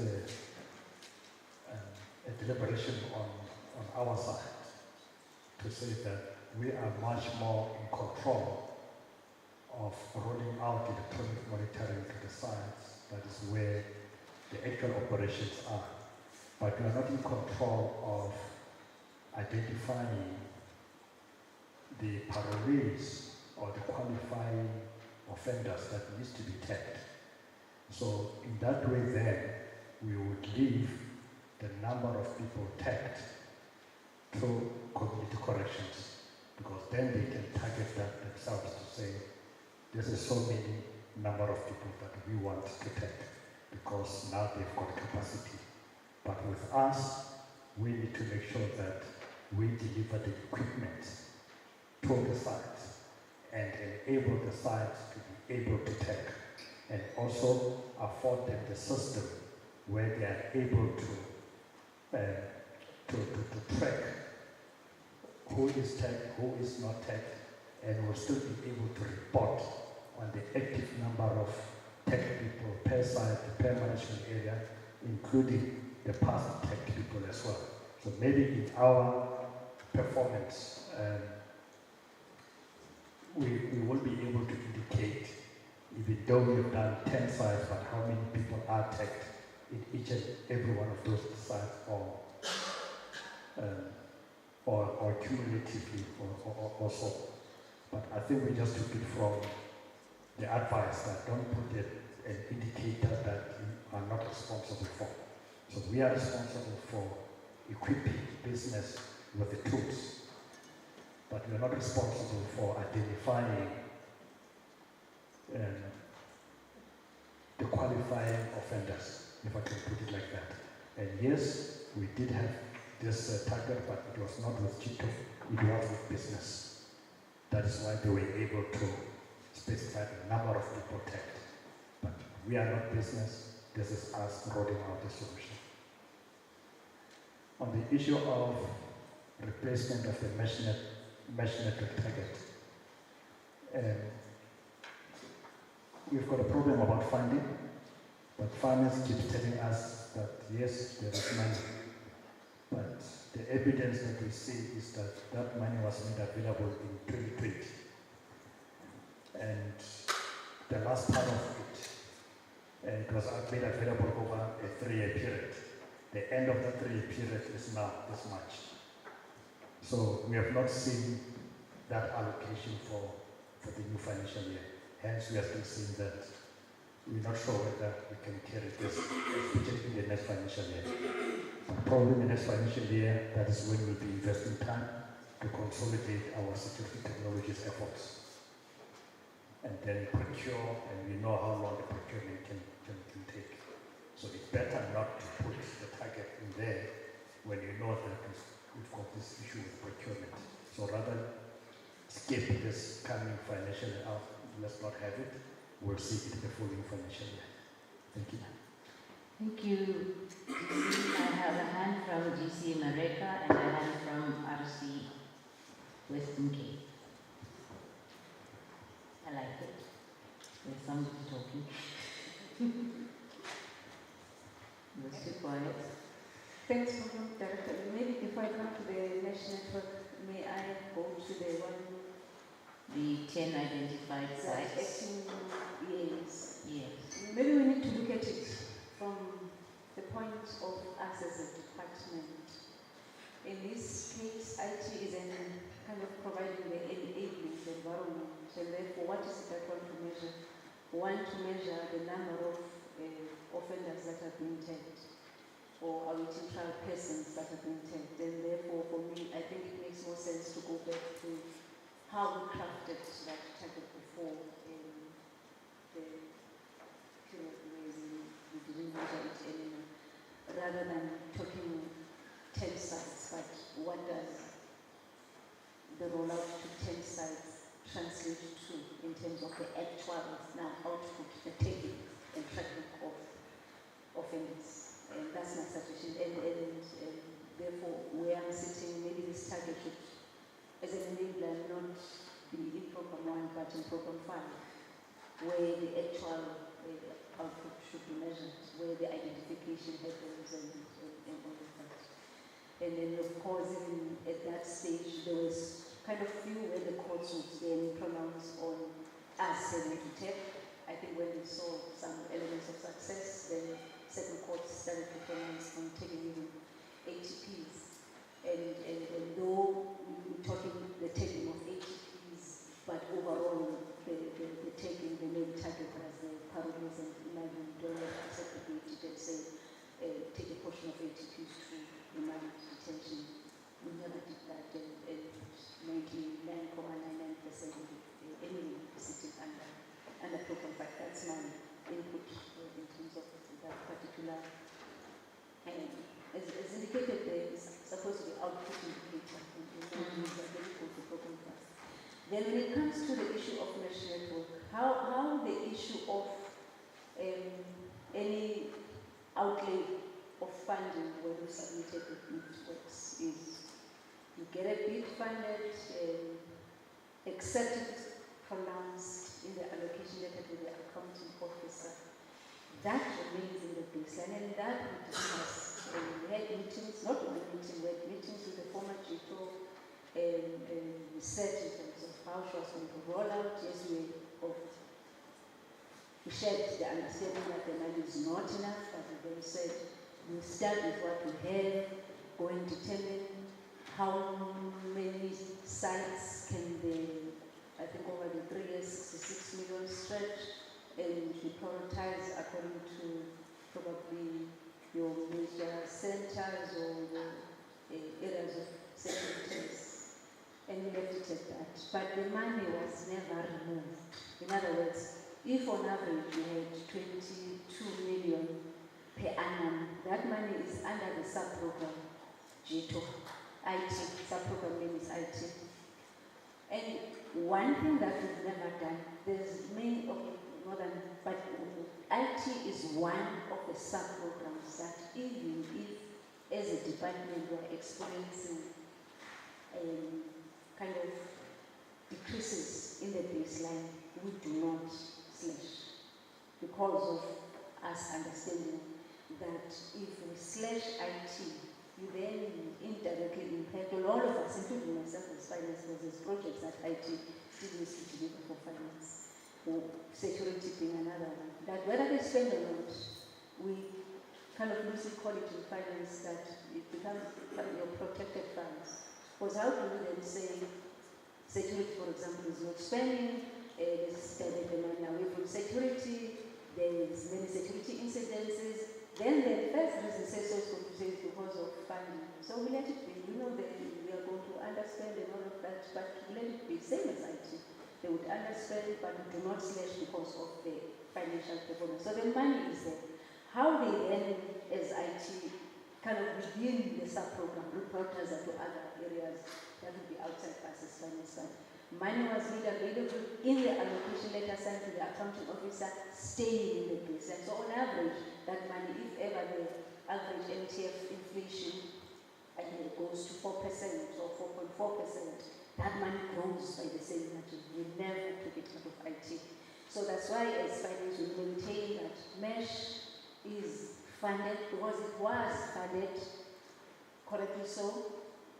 The 3 years ending now, and I don't know whether then there was anything that happened year 1, year 2, year 3, and then that money is there.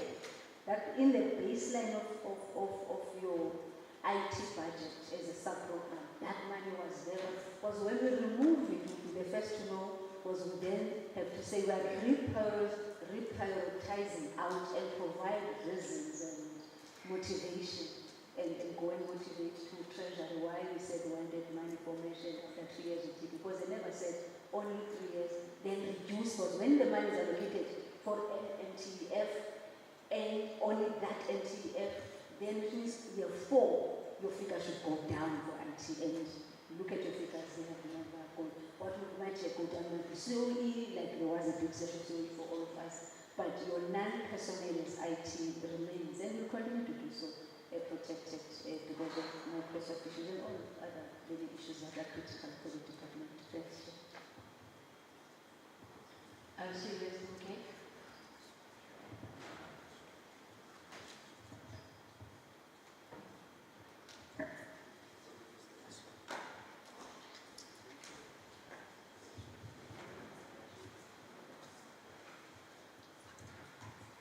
Thank you, Chief. No, mine is on the number of sites right up. My view is why are you even putting this thing in the APP, not in the operational plan? Check whether it's working. Then next year, even assess whatever we have done this year. We'll then say, let it come to the APP. Because my worry is that when you look at the IT APP over the last years, we put things here, we don't perform, we come back, we tell excuses, then we still put another one. So my view is that we should remove that issue in the APP. It must go to the ops plan. We must see it working first. Then when we bring it here, we will already be in the baseline from the ops plan to show that we are bringing something that will work. So that was just my input. Thank you very much. This should stimulate some engagement. We are having different views on the number of sites rolled out. There's a question, or there's proposals. Some are saying it should be sites. Some are saying it should be, again, the number of persons who are tapped. And now there's a comment as to why does it need to be in the APP? Why not put it in the operational plan? Talk to me. Please take your hand up, DC, IGR, and then acting CDC. I'm on detention.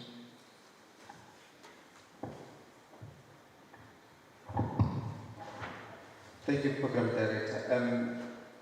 I think I will support the proposal made by RC with NK on the issue of, have we concluded the feasibility study that we said we were undertaking last year? So If that is concluded, what does it say about the capacity? Then we can talk to the sites, because at the end of the day, we can have the sites, but the capacity might be the challenge. So if we can clear out those things, while we are still at, as RC is proposing that we do it at the back, because when you go to the portfolio committee, they will be dealing, they will exactly say what AC Marega has indicated. The system should be shared between the RDs and the parolees, because we are dealing with the issue of overcrowding and for people that can be monitored. Both the RDs, they also have the perception of they can be monitored as well as the community correction. So once we deal with the feasibility study, then it will allow us to be confident to know what type of the system we are proposing, the capacity and the issue of monitoring it. Thank you. Thank you very much. Here's a proposal. Is supported? Okay, thanks. For me, it's just the clarity on the TID. Because once you are having the target there, it's 2023, 2024, automatically the TID has already been retained. But the people that are targeted are either the people that fall under COMCO. Even if they are RDs, they will be monitored by COMCO. So which means we're supposed to know clearly who are the people that are targeted in that TID. Because at the end of the day, we are the drivers. Remember now, from the remand, we need to review our court referral under the options that are available. We have to make it clear that there is an EM tagging that is available, because the courts, they would love to use it. So, because we already have the clear targets, we do have the EM protocol, which was done by the cluster. Yeah. So in the cluster, we are clear, it's our 63A applications and 63-1 and 49G, where the court is not willing to place them under non-custodial if there's no such a system like NEM. So for me, you are supposed to be having a TID that has been shown to us, COMCO and remand, because your stats will be normal human beings, not the sites. Hence, it's important to also have your normal human beings that you are tagging. Tagging is very expensive, but your cost is based on each human body that you are tagging. You know the cost. Besides the cost of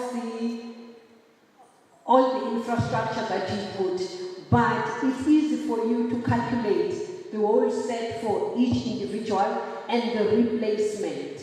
We once received questions when I was acting in COMCO. They wanted the cost for taking. Fortunately, I was acting, hence I know that it's critical to have human bodies, because your target is very clear. And if you have targeted 3,000, you will know when you are meeting your target, because not everybody qualifies to be tagged. And you can never be tagged over a long period of time, because those electrodes also therefore an impact on you. So all those are the limitations for how long when a person is supposed to be tagged and all those things, so that the court does not place a person for 4 years under the tagging system. If a person has got complication, the person now is suing the state. So it's all those things that we're supposed to understand, so that all those things are clear. How long can the court then prescribe a taking? Because some cases they are taking for 5 years, 6 years. Can then a person remain untagged? Because those are the controls that we need to ensure that the courts are aware as they are using the system. Then it's just a contribution. I hope you don't see me as a stumbling block, guys. Yeah, thank you. Thank you, FMC-ZIM. Actually, you are an enabler. So we thank you. But I think this is the kind of discussion one wants to have. this is our final bite. It's not about just rubber stamping everything. So it's to stimulate interest, because not all of us have been involved in the engagements when these things were being cleared. It was representatives of our branches or of the regions that have been participating. So are there any other hands on the issue of the EM? Yes, ma'am. DC. I think listen to the discussion, if we can just make a recommendation maybe, right? So, in terms of the electronic monitoring, I think CDC and DC Mareka, what they're trying to say is that the point of interest of our indicators in the APP is always the inmates, the parolees, the probationers, the remand detainees, whatever. So when we choose an indicator, we want to make sure that what we measure is of value to people who are looking at the APP from outside. So maybe the measuring the size is not ideal for people who are looking at the APP from outside, but actually measuring the parolees, probationers, and the remand detainees who are in tally, because those are the numbers that we're interested in. And then, the RC Western Cape has a good point as well. Looking at the current performance of J2 may not be the best decision to put in a new indicator now, smack in the APP, without having tested whether we can actually achieve it. And then DC Mareka also mentioned that there is funding allocated to Mesh Network for the next financial year, although it may not be the full requirement. And DPM is raising a concern as to why we're removing trendable indicators. So my proposal is maybe we bring the Mesh Network back. We put the target maybe in Q3 or Q4 and let the procurement process run and conclude, and then only measure it at the end of the financial year when that process is over. And we put in the electronic monitoring in the AOP for the next financial year and see if we can achieve those sites, those 10 sites, and then possibly move it to the APP. A proposal that maybe management would want to think about. Thank you very much, DC. So the proposal is, let me start off with the mesh, because that is something that there was no clarity. So from what we hear you say, finance money is available.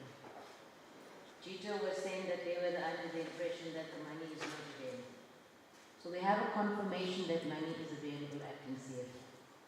So based on that, we are going to, because you see there has to be urgent engagement outside of this for the proposals to make it work. At NCF, you have your hand up. I'm going to allow you, because this is directly in your scope. Acting CFO.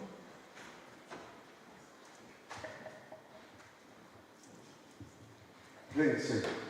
I'm seeing that my colleagues from G2, they are nodding their heads, So it might be prudent that before, and I don't know the difficulty in terms of the proposition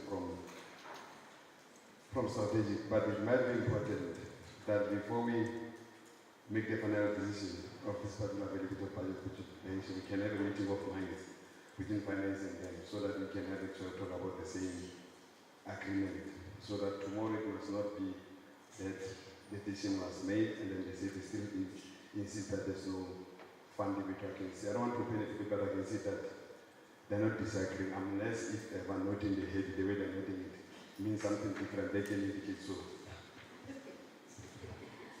May I ask DC and CDC, can we request for finance and G2 to meet first thing tomorrow?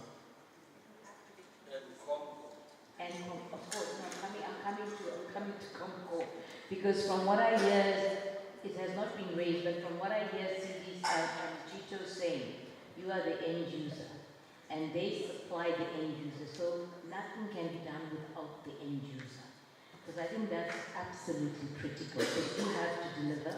So I think there was a proposal earlier on that this indicator should move from GTO to social reintegration. Do we have agreement on that? Because you are the ones that are going to monitor and you are going to be able to give that. We agree. Okay, let me then make this proposal that CDC Community Corrections, Acting CFO, and CDC GITO and their respective teams must meet first thing tomorrow morning, and they must have the issue of the locality, the issue of sites versus warm bodies, and the issue of whether it should be moved to the AOP or stay as APP. But I think the move is actually more towards AOP if you look at the targets. I would support from the feel I get in the house that it moves to AOP and not, because we're still also uncertain about how this thing must be rolled out. Because come 1 April, we must deliver on this. And if we haven't got our facts together, it can't go 1 April. So we're going to make a request and amend on your proposal. So we give the 3 branches the opportunity to engage. Strategic management could join them in the discussion. So I must actually join them in the discussion. And tomorrow morning, there's an urgent meeting that is being called to ratify these issues so that we can get clarity on the way forward. And that could be presented to us. Because we also have the NOC meeting, we can be given the feedback. But I think whatever is agreed, we've got the feel of the house and the direction in which the house is moving, so that we look at those issues. Because the other very critical part is that you shouldn't put anything in your APP if it's not resourced and financed. So if you take number of sites, how do you quantify value? How do you put a cost to it? But if you take your research in terms of where you want your sites to be, you may take your most problematic sites for monitoring, the more difficult ones that can't be reached. So those criteria for the sites also become critical. So I think if the House permits, and National Commissioner, I don't have your blessing, but I'm sure you'll pronounce on this, but the proposal is that we allow the 4 parties to meet as a matter of extreme urgency tomorrow morning, and outcome can be provided on this indicator. But let's look at moving it out of the APP into the AOP so that it can be measured, it can be achievable, and we can have output against a budget. So I think that's very important. Can we have an agreement to that, colleagues? Accepted. May I, and then on the issue of the mesh, so this meeting will be twofold. It will be looking at the sites of electronic monitoring, and it will also be dealing with the mesh, so that we come out of that meeting with clear indication and clear agreement and understanding between finance and GITO on the availability and the funding and the utilization and implementation thereof. We have agreement, CDC? Excellent, thank you very much. May I now just take off my hat as the program director? I want to ask a question as a participant now. On the percentage of information systems implemented as per MIS-SDP. Now, if you look at the targets that have been set, the question I'm asking, what is the intention of things? Is it supposed to be rolled out nationally? Should everybody have equal access to real-time information? If that is the intention, then my question, CDC GITO, is if you look at the way we're breaking down the targets, how many years is it going to take us for 100% coverage? Where we're at now, what is the percentage? Because we are saying, if we go back to the previous one, the previous slide, Secretariat, if we go back to the MTF period, we see on INS, we are saying in 2022 it was 16%. So there's 2%, 1920, 6%, 2021, 21, 22, 9%, 16%, 20%. At which point and in which year are we going to reach total coverage? Because then we're doing piecemeal ones. And how effective are we going to be, and what empowerment are we going to give on the ground? We're talking automation, and we're talking if automation is going to be effective, we'll be able to do our work effectively. But if we're going to do it in bits and pieces, those targets, are they realistic? Because we come the 5th year or the 3rd year and we find technology has changed, we then scrap the whole thing and we go back. But it's something that I think we really need to look at. We shouldn't just put targets for the sake of putting targets, but we should see what is our real intention and what is our mass coverage. Because ultimately we have to empower our officials on the ground to be able to provide us real-time information. So that is a question I would like to pose to Jito, and if you could respond to that, please. Thank you.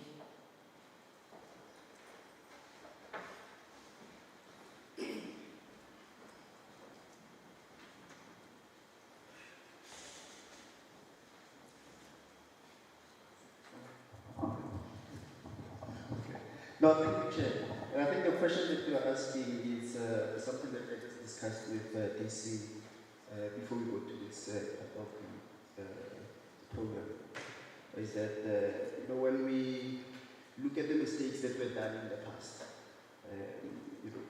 IMS was meant to be a centralized system, and the way we want to correct it is to continue with that path and centralize it. And I was saying to him that if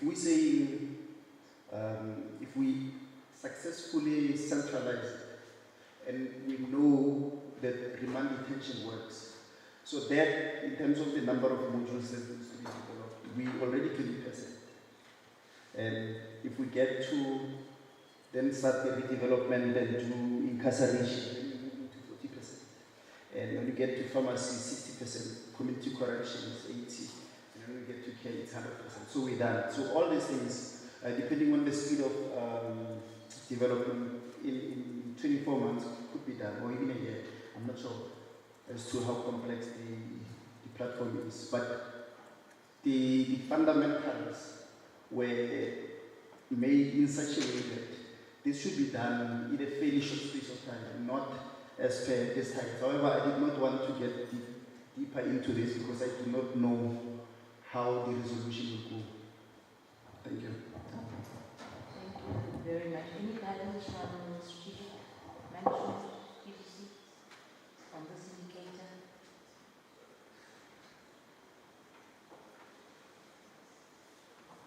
But I think it's an important matter. I appreciate and I accept that you still need to engage. But I think this is what you're going to deliver on.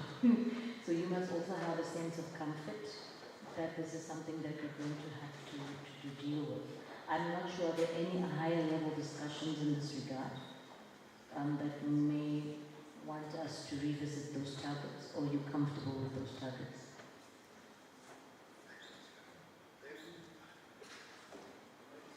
Whilst we're waiting for DC Nike to come back.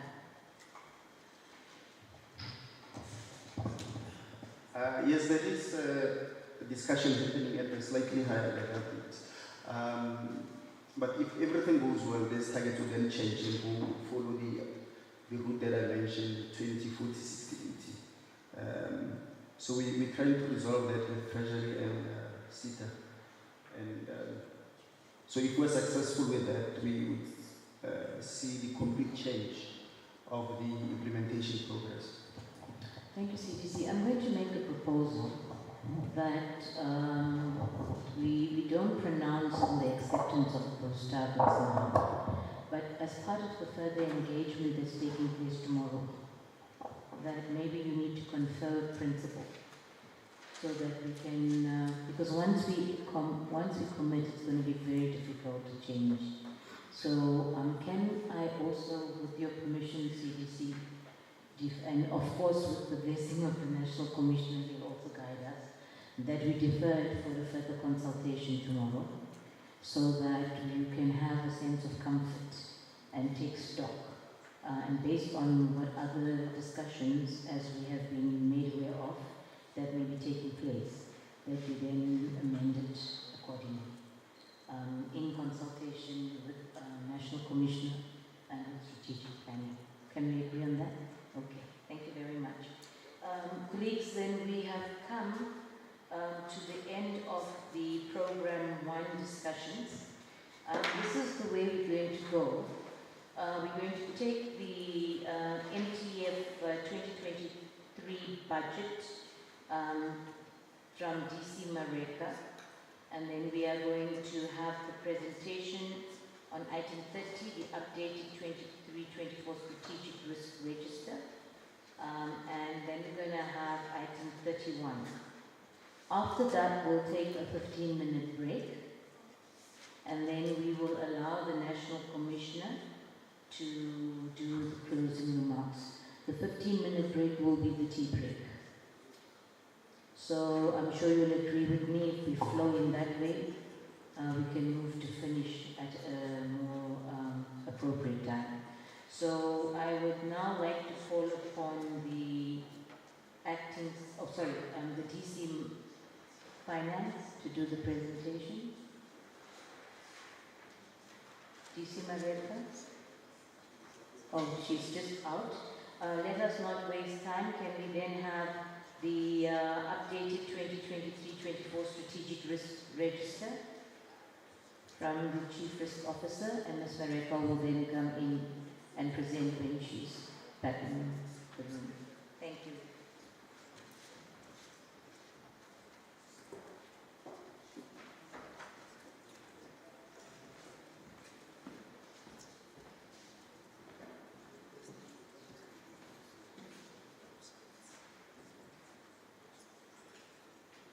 Thank you very much.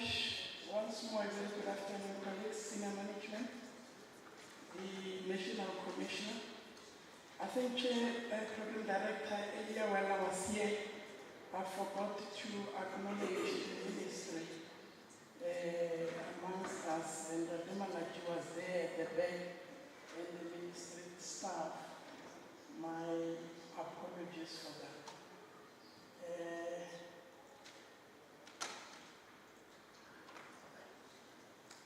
I'm going to rely on you that you flag it's an Excel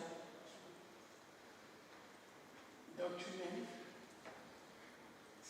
which has indicated the risk related to the strategic choices that management have adopted.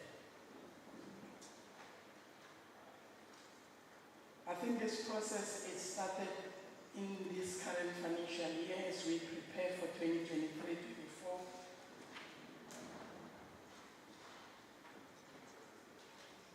And the process was also part of our strategic planning session, which was hosted here.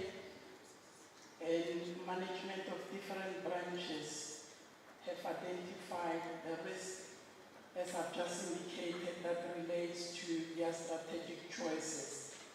And this work was also carried out through the work of the Commission for the strategic planning session.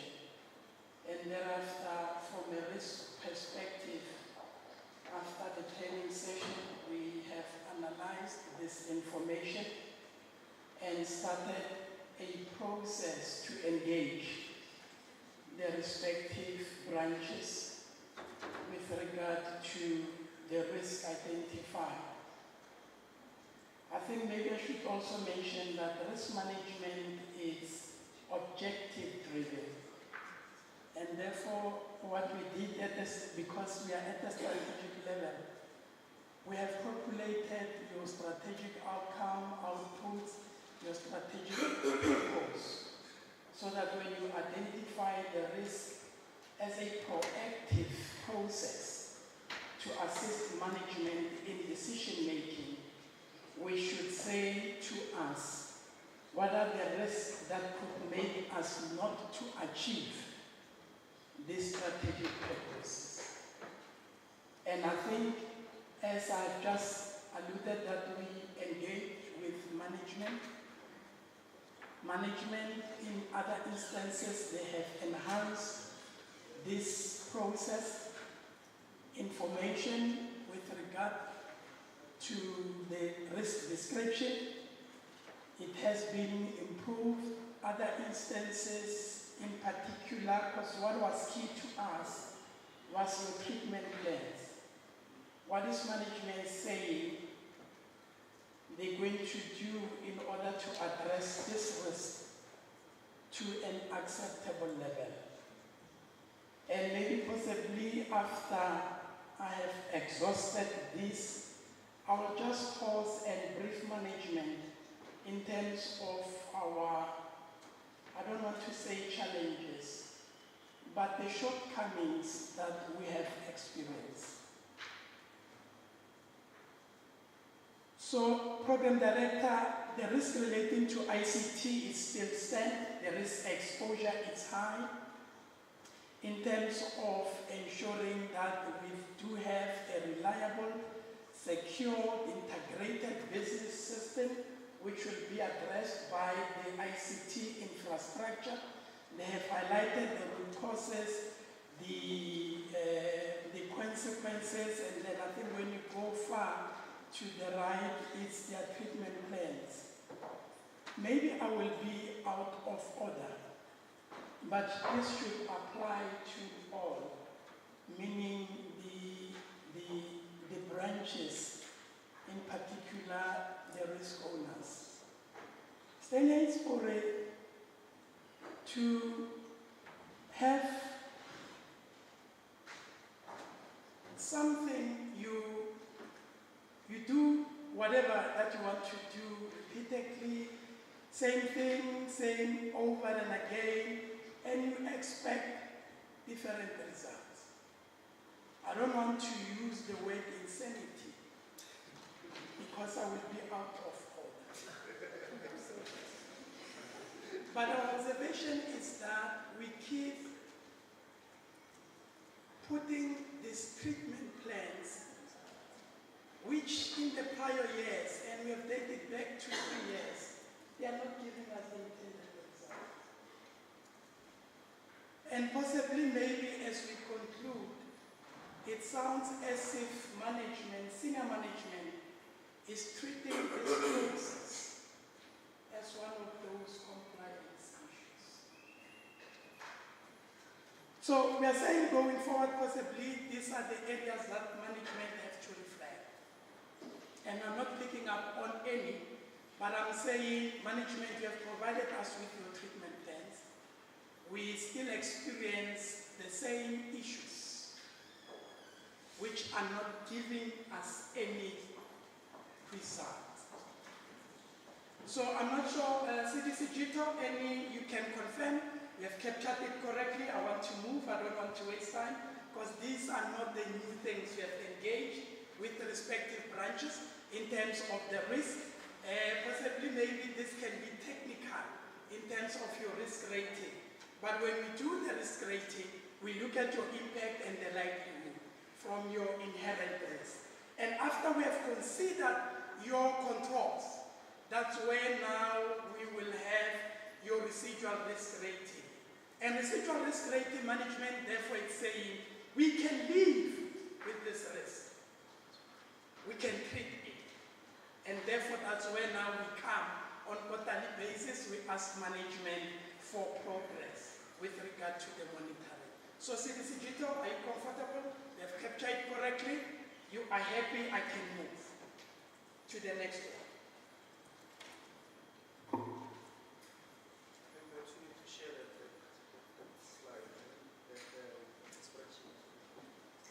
No, it's fine. Number 2 is about safety and security of our facilities. It's about security risk. I think as part of our inherent risk, the exposure is high. We have looked at the treatment plans and CSO, are you still here? Acting? Yes. You comfortable? Okay. I think the principle that I've just mentioned is going to apply to all. That possibly if this America is still giving us an opportunity for 24 hours, management have to go back and reflect. But we have captured everything that management has given us. But from an analysis point of view, there are certain elements that we need to improve and elevate it to be at the strategic level. We can go to the strategic risk 3, which is about inadequate system for successful reintegration. of offenders into our communities. I think we had a lengthy CDC's discussion with the branch COMCO, but I think they have accepted this. Except that I think maybe as part of my closing, I have to indicate that strategic processes, I think we're engaging ourselves, and we have observed that there is still a silo kind of an approach. Strategic risk is at your departmental level. You might be the risk owner as COMCO, but these strategies must be departmental strategies that will ensure that we achieve these strategic objectives and outcomes. But in other instances, and I'm not only referring to COMCO, but you will see that our strategies from a branch perspective, they are disjointed. They are not talking to each other. I'll just give you an example, and we had a lengthy discussion acting DC, where in the previous document, COMCO was saying they want to develop a security strategy for their officers and their officials. And I said to them, let's pause. Maybe I'm new here, but as far as I'm concerned, when we're talking integrated strategy for security, there is a branch or the CSO who is the custodian. The same as how we do or we apply resourcing. When we talk of human capital, we talk of finance. I mean, that's so specific that you cannot try to come up with a resourcing strategy without HR, without CFO. So we're saying in other instances you feel that these strategies, they are not talking to each other. And possibly, as I will close, management, let's engage, let's talk. Strategic risk 4, inadequate access to correctional, psychosocial and developmental program to enhance rehabilitation of inmates and effective reintegration back to our society. I think colleagues here, where's the acting? Possibly you could confirm, but we have captured almost everything that was given to us. Healthcare, acting DC, we have captured almost strategic risk 5. We have captured almost everything that the branch have provided. We have engaged, and possibly they could confirm to say we have captured it correctly. But the issue of how we craft our treatment plans at this level is something that we will even take it further outside this meeting. Strategic risk is about the MTF budget cuts on the vote. I think we are comfortable with the treatment plans and the efforts that management is making, and I think earlier I've even made that observation to say even when we cry budget cuts, but we still achieve our intended objectives. So therefore, the risk is possibly managed to an acceptable level, of course with the assistance of those other donor funds and whoever who comes to the party. So we're taking it, even though it can still be managed, but I mean, the exposure is not that high, we can still manage the issue of budget cuts. Strategic risk number 7, we're talking misaligned, inadequate organizational structure to support departmental needs and mandate, and I will not overemphasize this part, but the risk is huge. If you don't have aligned structures to assist you to achieve your either legislative mandate, you're running a risk of where you possibly, you'll have people where, I don't want to use the word, we are overutilized, but we need to ensure that we've got proper structures that will address the mandate. And I think acting CDC, we have overemphasized this matter to say at times it must come to its finality. And then possibly we will be talking rollout in the coming years.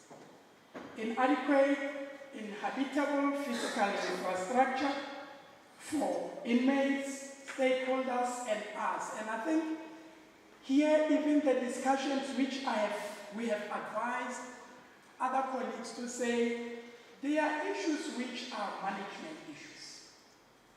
And we need to ensure that these issues, they receive the necessary attention and they get discussed at those management structures for a decision. So issues of infrastructure, Dr. Botha, I think I don't want to overemphasize. We know the risk of our dependencies with our implementing agent. We know the issue of our aging infrastructure. We know the backlogs in terms of maintenance, but we need to ensure that our offices are a place of safety, and it also incorporates issues of OHS. Number 9, inadequate implementation of strategic I think it's a self-sufficiency. I think we are comfortable with the progress that is being registered. Colleagues from the branch, they will also confirm the correctness of the information as we have purified it, and also to ensure that we implement. And I know there are also other challenges as we're moving around. People were saying we are not spending in terms of this area, in terms of your machinery, and also with regard to issues of the other professionals in terms of your agricultural technologists or something like that. Inadequate, I think 9, I'm done with it. Strategic risk 10, inadequate case management systems and processes. I think in one of the consultations, there was an issue with regard to our parole dispensation, and to say, is it at risk, or it is only when we are dealing with those high-profile cases where our parole regime comes into the party. But I've said to the colleagues, let's rather further engage. If we find that at that level, there are critical risks with regard to the processes, then we need to reflect it. I think strategic risk 11, we have now roped in issues of the risk relating to overcrowding for both your remand and also the sentence, and I think risk owners are the two CDC. So we've captured the information, and then the respective branches will advise if we have captured it correctly. But even though we are at the end, we are saying overcrowding, it has a serious implication in terms of our operations, because obviously we are overcrowded, and therefore this overcrowding is going to affect your normal day-to-day operations in terms of programs, in terms of nutrition, in terms of health.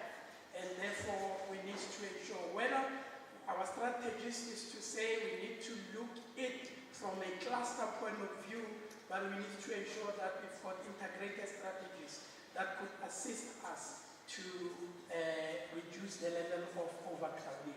I think before submission, these were the two areas where we couldn't have an opportunity to consult, hence we have highlighted it in red. But I think after I submitted, we managed to engage with the colleagues from the branch finance, and the risk it was about inadequate strategies to prevent, detect irregular, fruitless and wasteful expenditure. And I think colleagues will just have to reflect and see whether are these working in terms of the treatment plans. Acting DC remand, I think we still have to engage further with this risk. Whether should it find itself here at this level, or we can treat this at an operational risk level. But I think we have highlighted our analysis and our views. It's just a matter of engaging further with the respective branch.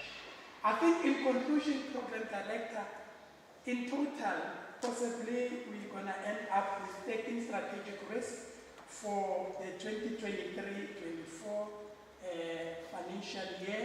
Of course, we are still engaging further with management to do the quality check and also to put things into proper context.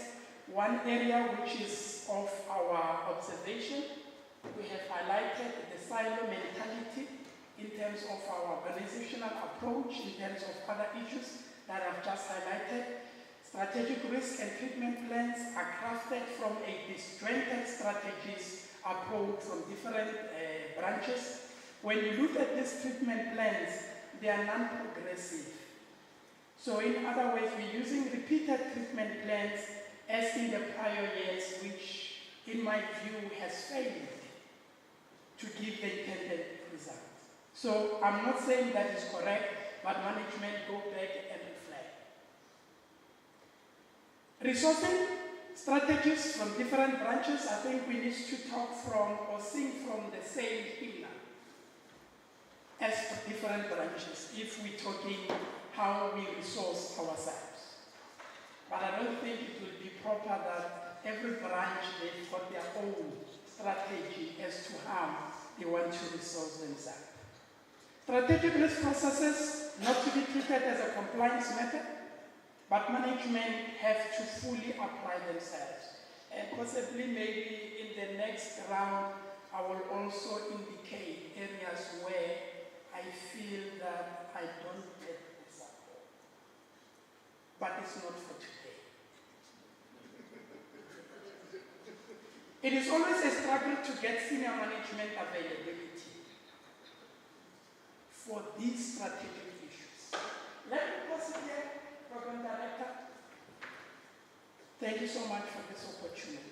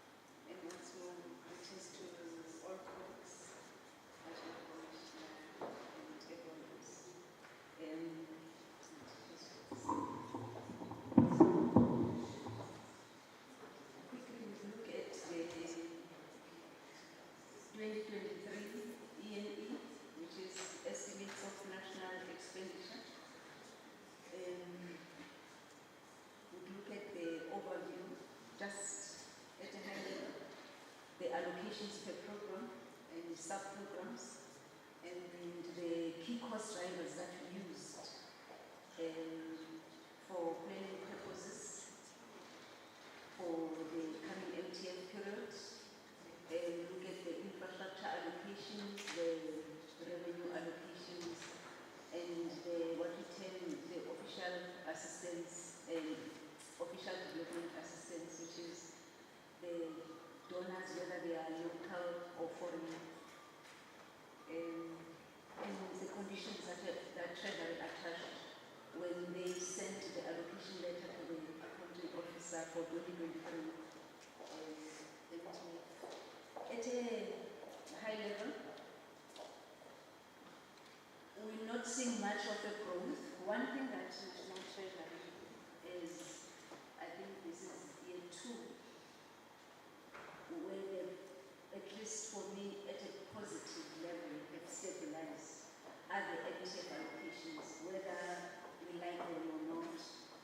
vis-a-vis an era where we're coming from, where you would not be sure come this time whether the figures that we had are actually firmed up.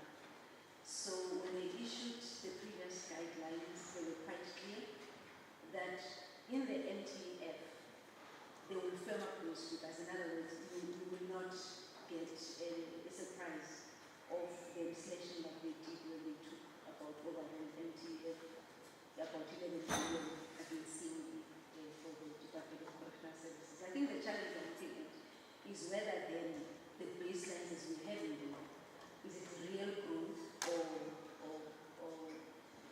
just nominal revenue looking at MTF percentage increases or inflation adjustments that are not even realistic in terms of what we will incur as just government departments. It's not something that will, because the MTF inflation adjustments are not only for DCS, they would apply to national, to provincial and government entities.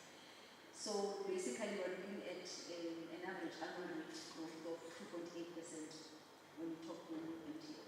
Of course, you know, if you look at just the normal inflation, it's way above 2.8%. Even the focus is way above 2.8%.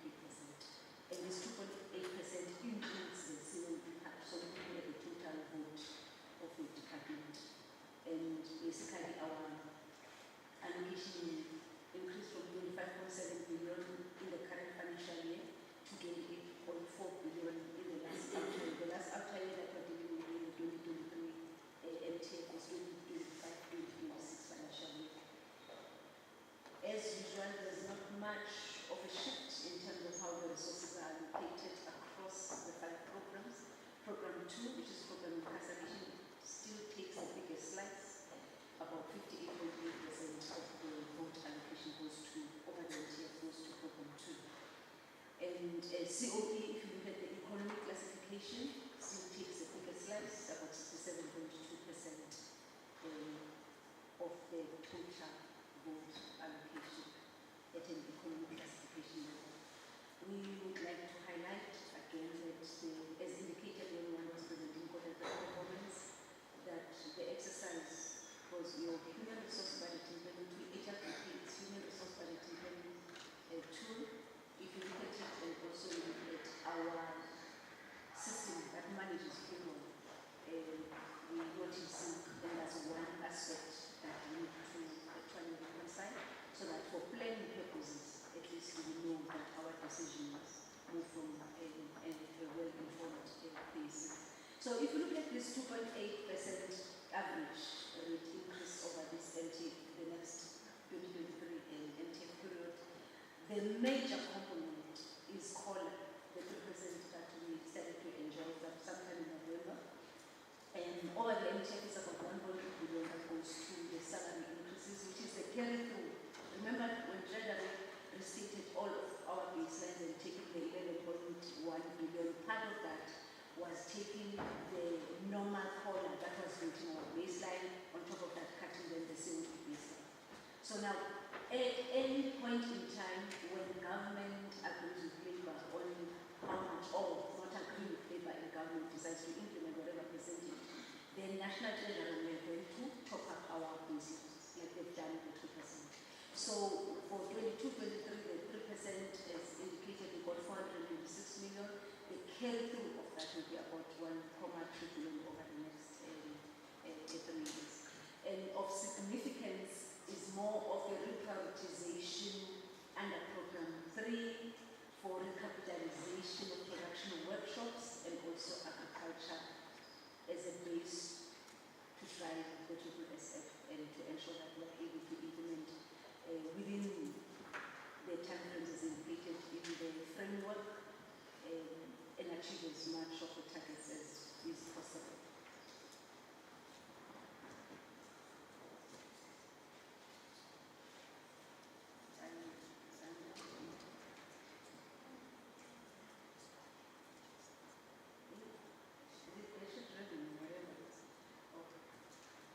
Okay, we go to the conditions for the allocations as indicated in the letter. So conditions are that first are reduced in a letter, before the parliamentary processes and the legislation. So in the letter, what is indicated to the department, as indicated also, it has been a norm over the many years, that the allocation for buildings, which is the infrastructure program of the department, only the component of capital is protected, is earmarked. What that means is that money cannot be utilized for any other purpose except the purpose it has been appropriated for. So those are the figures that we're indicating, starting from 451.9 million year one, increasing to 492 million for buildings capital. The maintenance part, when at the time of COVID, we reprioritize from infrastructure and maintenance to fund our response to COVID. At that level, Treasury then decided to unearmark the maintenance part. So the maintenance part is unearmarked as part of our vote, but in the appropriation bill, what we will take will be the capital portion. But in our infrastructure, in the databases and all other documents that we send to Treasury, we must account for both. And normally the infrastructure program is not limited to 3 years. We limit ourselves. We can go up to maybe for 10 years. The COE-ZIM is 17.3 in the coming year, increasing to 18.9 billion, which means it's money exclusively appropriated or will be taken for appropriation for our salaries as a department. Still on the concept of devolution from DPW funds, accommodation charges, that is the money that we are paying for occupying state property, will increase from 691 to 753, divided by 4 at this stage, because there's still an exemption granted to DPW in terms of what you call it, proper billing or detailed billing. So they normally take that budget divided by 4, and that's an element at the time we were facing huge decreases and budget cuts. We cut that. DPW still brings us on the old baseline, and the letter gives us this, and the amount we pay is always a huge variance. They clearly always say the concept follows what is in the budget divided by 4. The leases, which is leasing for office space or Concord offices that are occupying and renting from private landlords, increases also a part of the devolved funds earmarked from 126 million and the outlying 137 million. Municipal services, that is the electricity bills, a small percentage over this MTF is program 1, 2, and 3. The biggest item that is growing is program 1 at 3%, 3.5% on average, and it takes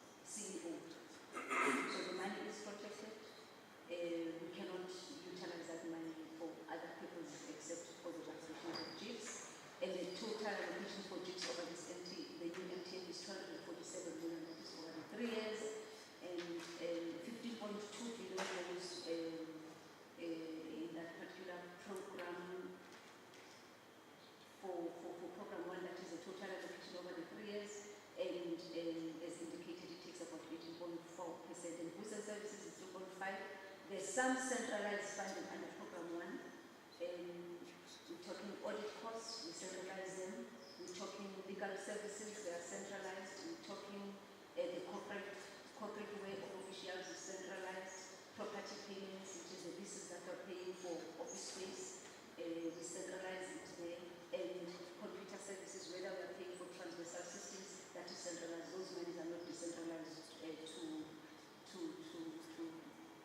to other programs. And one element that we have discussed during the bilateral with National Treasury is to take a portion, because GIS does use transversal systems, and they've got internet, access to internet and all of that, is to reduce by a particular amount the centralized allocation under IT program to go and supplement the GIS allocation in preparation for them when they move to be a government component. There are those talks not yet finalized. We actually do engage National Treasury in terms of the final outcome or decision of the Minister of Finance. And we then indicate the allocations. I'm not going to go through that per sub-program, program 1. Under program 2, there's a lot of funds that are centralized, mainly under sub-program facilities. The whole accommodation charges from the devolution of funds from DPW centralized under program 2. If you look at the property payments for the municipal services, the 1.2 billion per annum average that I spoke about is centralized there. The P allocation for the 2 PPPs, one in Mamaung, the other one in Kutama. That is Kutama, not in Kutama. Those allocations are centralized under program 2 and centralized also in head office. They are not decentralized to the respective regions that have got the PPPs. And as indicated, anything that comes from devolution of funds, anything that is earmarked, which is the facilities component, that one we cannot shift even if we are overspending in other programs. And basically under program 2, the biggest component that or sub-program is security operations, which takes about 52.4% of the program 2 budget allocation. Under program 3, which is slide 16, program 3, we have rehabilitation taking about 8.6% of the total of the PIC, and for the next 3 years, an amount of 7 billion is allocated there. Our challenge in program 3, 4, we see program 5, but even program 5 in the past, was we would talk about these allocations when presented in Parliament, but effectively the performance has always been that they would underspend. As indicated, we give them underspending, but when we come to the end of the year, we then, through the normal biannual processes allowed within the KFMA, then they've got to shift money to program 2, because we normally have the challenges under program 2 for property payments, and also to a particular extent program 1. That is not a desirable state, because money is appropriated for a specific purpose under a particular program or sub-program. But at the same time, what can we do when these programs are actually under spending? As indicated earlier in the overview, there's quite a huge amount that we reprioritized from goods and services to machinery and equipment for recapitalization of production workshops and also the agricultural farms, both plant and animal production. I'm very cautious because this is a budget and it's going to go to Parliament. We look at, as finance, at the strategic documents and all of that. We then look at what branches are saying to us when we say reprioritize. When that doesn't, when it's not in sync, and then what we had to do this time, we then said, here's the framework, it has got figures, we engaged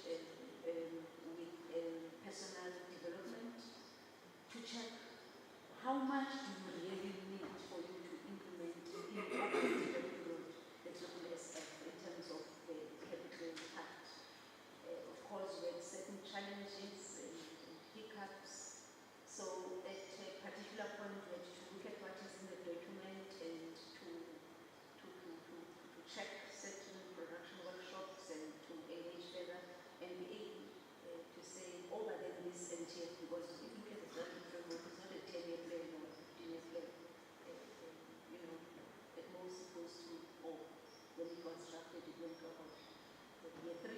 And then we then said, already if you look at the baseline that we had, we used to be having about 20-something million per annum for capital portion.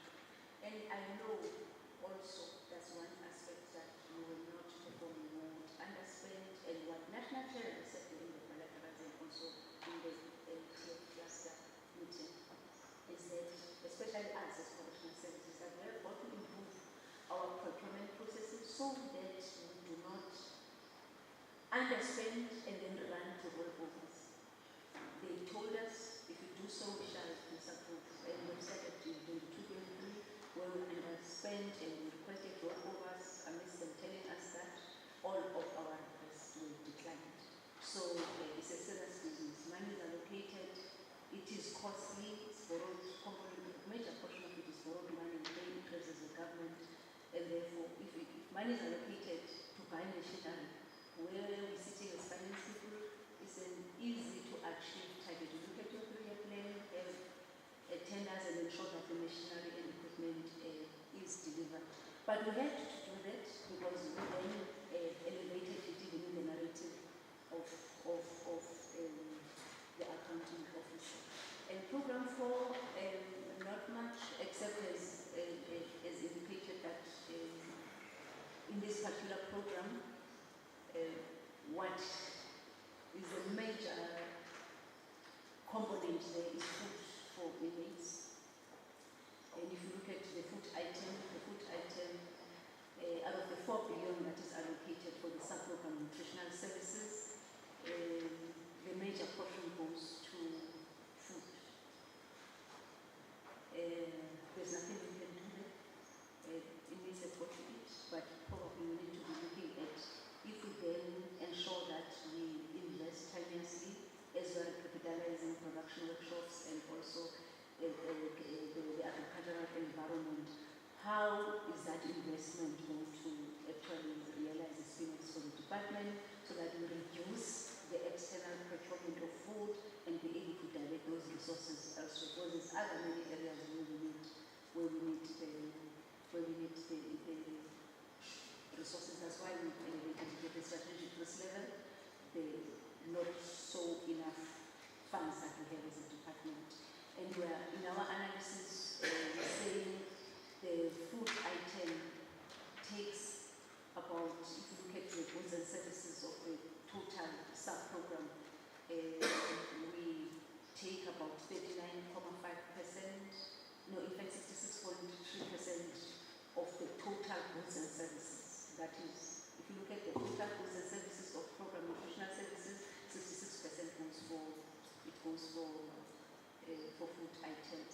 Health is a small sub-program. It's about 2.6 billion allocated there, and it's about 48% of the total program. Compensation, one item again where we've been understanding, and we hope the review of the HLPP has taken that into account, because other programs in COE, program 4-5, they have the COE budget and the money is underspent. So that had to be relooked at so that we are able to rearrange the resources where they are highly needed. Not that they are not needed in those programs, but those are the COE line item is a major item that underspends in those 2 programs. Program 5 has indicated that we will prioritize for the leases of motor vehicles for community correction officers. So we have to then reprioritize from program 1 and have a baseline up until the end of the lease agreement. That's why then you see the reprioritization that happened today. If we then look at the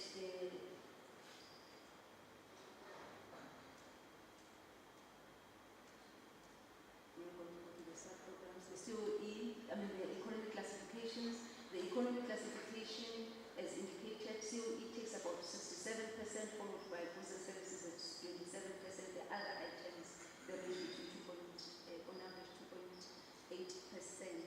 We do not budget for interest and we do not budget for payments of financial assets. Those come from whatever budget allocation an accounting officer has when we need to pay these amounts. The cost drivers, those are the projected figures, but when we looked at the figures that are circulated by INCO on a daily basis, for example, I think last week we were at about 155,000. Of course, the figures go up and down. We use an average when we project, slightly increasing to 162,000 inmate numbers and probationer and ATPs. A population from 60,000 increasing to 61,000, and not much. But those figures are monitored. When we start the new cycle, we normally engage with the relevant branches to relook at the trends and if the projections need to be revised, and to ensure that the projections are then revised. The other cost driver, it is the personnel numbers. The personnel numbers, if you look at 22, we're sitting at 39,692, that is the funded number of posts in terms of the HRBP, and HRBP is your ELP. Maybe let me explain it like that. So when we do the HRBP, whatever the outcome in terms of figures, those figures get published with the ELP. That's why it's important then to have PATSA to follow the funding. And as defined in the Public Service and Administration the policy, a funded post on PATSA must be a post that has got funds, and also the Public Service regulations say if you talk of the post and funding, we must ensure that money is available over the MTF.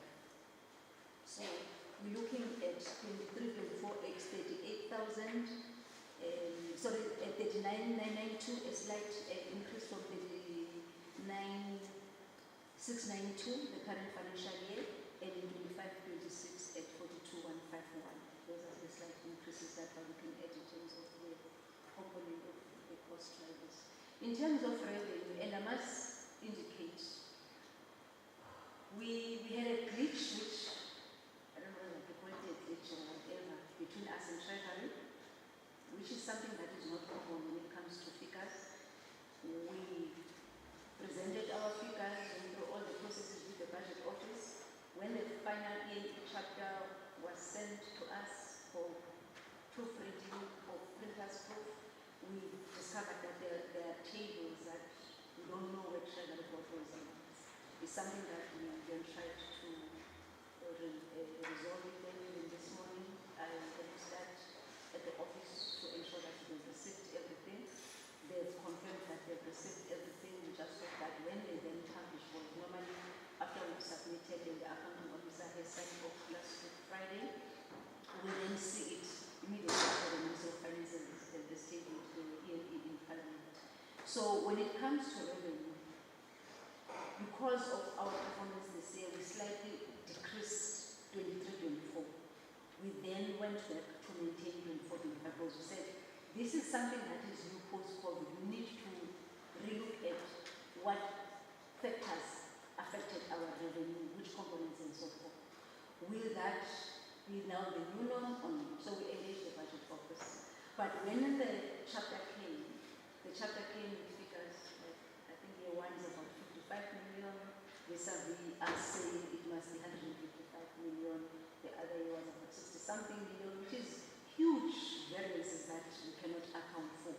And that, for me, the figures also were not even making sense, because if you look at the component of, for example, the sale of goods and services and the past performance, including the current 22-23, that total figure would have exceeded anyway just by one line item. So even if you're reducing down or revising up, there must be some logic in the figures. So we don't know where they pulled the figures off, or maybe they made a mistake to take another department's figures and get those figures to DCS. We're not sure, because they didn't own up to that. And another part was on transfers, where certain years were zero. So those are the issues that, because we don't have the final allocation letter as yet, it became difficult for us whether is Treasury now revising certain figures, or is it just a mistake, or what is happening. So we will then probably during the course of this week, in our follow-ups, ensure that all those are corrected before the bill goes to the printers. In terms of infrastructure, as indicated, it is exclusively, sorry, not exclusively, It is earmarked funding and cannot be used for any other purposes, as indicated that maintenance was unearmarked, but when we report for infrastructure, we have to indicate in all our databases how much goes for maintenance. Maintenance will increase from the current 134 million to about 154 million in the outer year, and rehabilitation from 348 decreasing to 238. There's new infrastructure component that we introduced. I know that there's head office project and other projects as well. So we normally we have a detailed per project in terms of this summary that then we get measured against, and because it is earmarked funding, it gets reported by Treasury also to the Standing Committee on Appropriation on a monthly basis. The official development assistance that we have, colleagues will remember that I will start with this one because the others are not necessarily new. NSF spoke about it. The agreement was extended because of COVID. It's now ending June 24-25 for NSF. SACITA is about $1 million per year. The Global Fund, last year we indicated that we received an equivalent, was in US dollars at that stage, an equivalent of about 105 million, 105 million, 105 million. And remember, the Global Fund specifically was funding for response to COVID-19 pandemic. Now, with the pandemic, our government is no longer a pandemic. We're told that there are some incidences of certain cases. So the National Health Department did write to the accounting officer with regard to the reduction of funding from that 105 million to now 19 million. And also there's a slight change in terms which the two departments are still engaging on in terms of now the purpose of this 19 million. One aspect of it, we still fund what we indicated last year in terms of funding the appointment of surveillance officers, because we have already appointed about 8. We cannot just say to them, funding is reduced, go home. So we have to honor our part as a department, and the contracts will end around December 2023. But there's an element, a bigger element now, where we're planning as a department that money should go towards the funding of non-relations in various centers, but the approval, final approval is still pending. The National Commissioner did write to the DG of Health. Once that is approved, because we look at the time when we are, the funds then will be utilized in the next financial year. That is the end of my presentation. Thank you so much. You and I are well synchronized. Thank you very much. A round of applause. Thank you very much to all the presenters. We are well synchronized. So we have had the presentations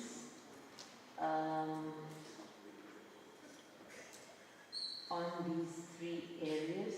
We are now going to ask strategic management very briefly to come and talk to item 31.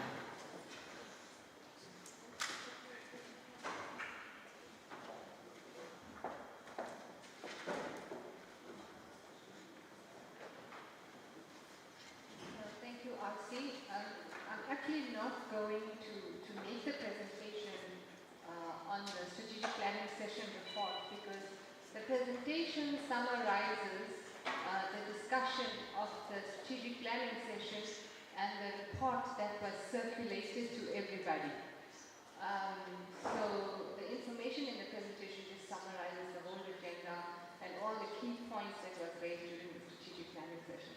I don't want to read the presentation for you because that would be like your final sleeping pill. So what I want to request, however, is from the document that was circulated, if we can please request each of the presenters to read through their respective sections and to provide any comments or additions or changes to us by end of business on Thursday, which is the 16th. So if we can request the branches and the regions to please do that by end of business Thursday, to please give us your comments or your changes or amendments to the strategic planning session report. We would like to submit it on Friday to the National Commissioner for sign-off. The strategic planning session report is just a record of what happened at the strategic planning session, all the issues that were discussed and was presented. It's an internal document for record purposes. Again, it's regulated that every department must have a strategic planning session and management come together to discuss your macro environment as well as your internal environment. So if we can please request that by end of business on Thursday, and then we will consolidate any changes and submit for sign-off on Friday. Okay. Then I just want to also, while I'm here, ask you if I can just mention that so for digital and risk and finance, if we can please have your final inputs to the APP by end of business tomorrow. The reason that we're asking is that the printer has indicated that they need to get the document quite urgently to start the layout and design of the APP document off the table in Parliament. So the content needs to be finalized as soon as possible so that we can then submit the APP for layout and design, and then we can start the approval process. So just a request, please, any changes by end of business tomorrow. So that we don't keep going back and forth to the printer to make too many changes. That's when we actually start to make mistakes. Then, just to inform everybody that the APP reporting template will start, we will start preparing the APP reporting template for 2023-24 financial year, which means we take all the indicators, we put it into our automated reporting template, and we follow the normal process for management areas, capture regions, validate, and head office verifies. So we will use the same reporting process that we are using now with the automated reporting template. RC, I want to thank you again for allowing us to use the two officials to help us to automate the reporting template. I think the two ladies from my section who do the reporting have always been so overwhelmed trying to coordinate reports from 48 management areas, 6 regions, and all the branches that we offer. It's made their life much easier now that this is automated. In terms of the AOP, the due date for submission of TIDs was about 2 weeks ago. We are still receiving AOP TIDs even today. So what we will have to do is we will have to set a cutoff date for AOP. So we're going to request that all branches to please ensure if you haven't submitted your AOP TIDs, can you please do so by Friday. Because the same with APP, we also need to start formulating an reporting template for AOP. So please, no later than Friday, those who haven't submitted and are struggling with Program 1, the core branches have actually complied. So Program 1 is where we are struggling. Please submit your TIDs by Friday. Once we have the TIDs, we can consolidate it, we can send it to the regions to comment. If they are unhappy with anything, then we will refer it back to you for you to discuss and resolve with the region, and then we will start to also automate the AOP reporting template. But that goes to the National Commission for approval by the 31st of March. So we need to conclude the AOP so that we can then undertake the rest of the process before we hand over to the Commissioner for approval.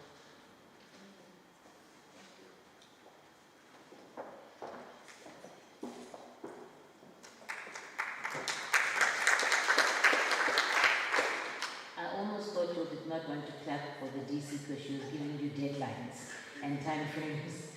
Thank you very much, DC. Colleagues, we've had presentations on the 2023 MTF budget, on the updated 2023-24 strategic risk register, and now the endorsement of the 2022 annual strategic planning session.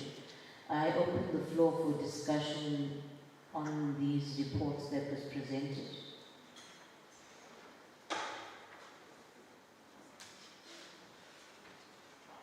Any questions, clarity?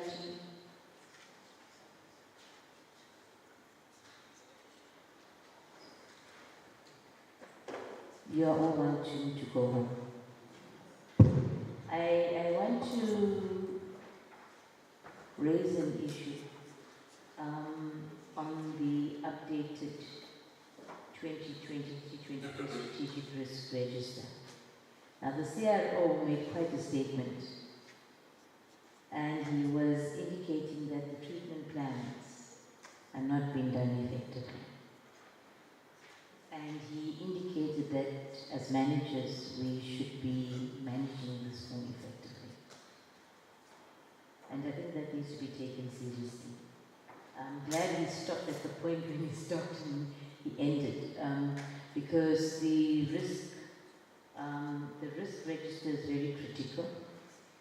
We've invested in that component, and we've moved 10 risks to 13 risks. But it's one thing to increase the number of the risks, but if you also don't manage the risks effectively, you should be down managing your risks, not increasing your risks. So let's please attend to that very, very critically. I'm sure, comment I want to make CRO is, I think we are working as a team. We should be working as a team.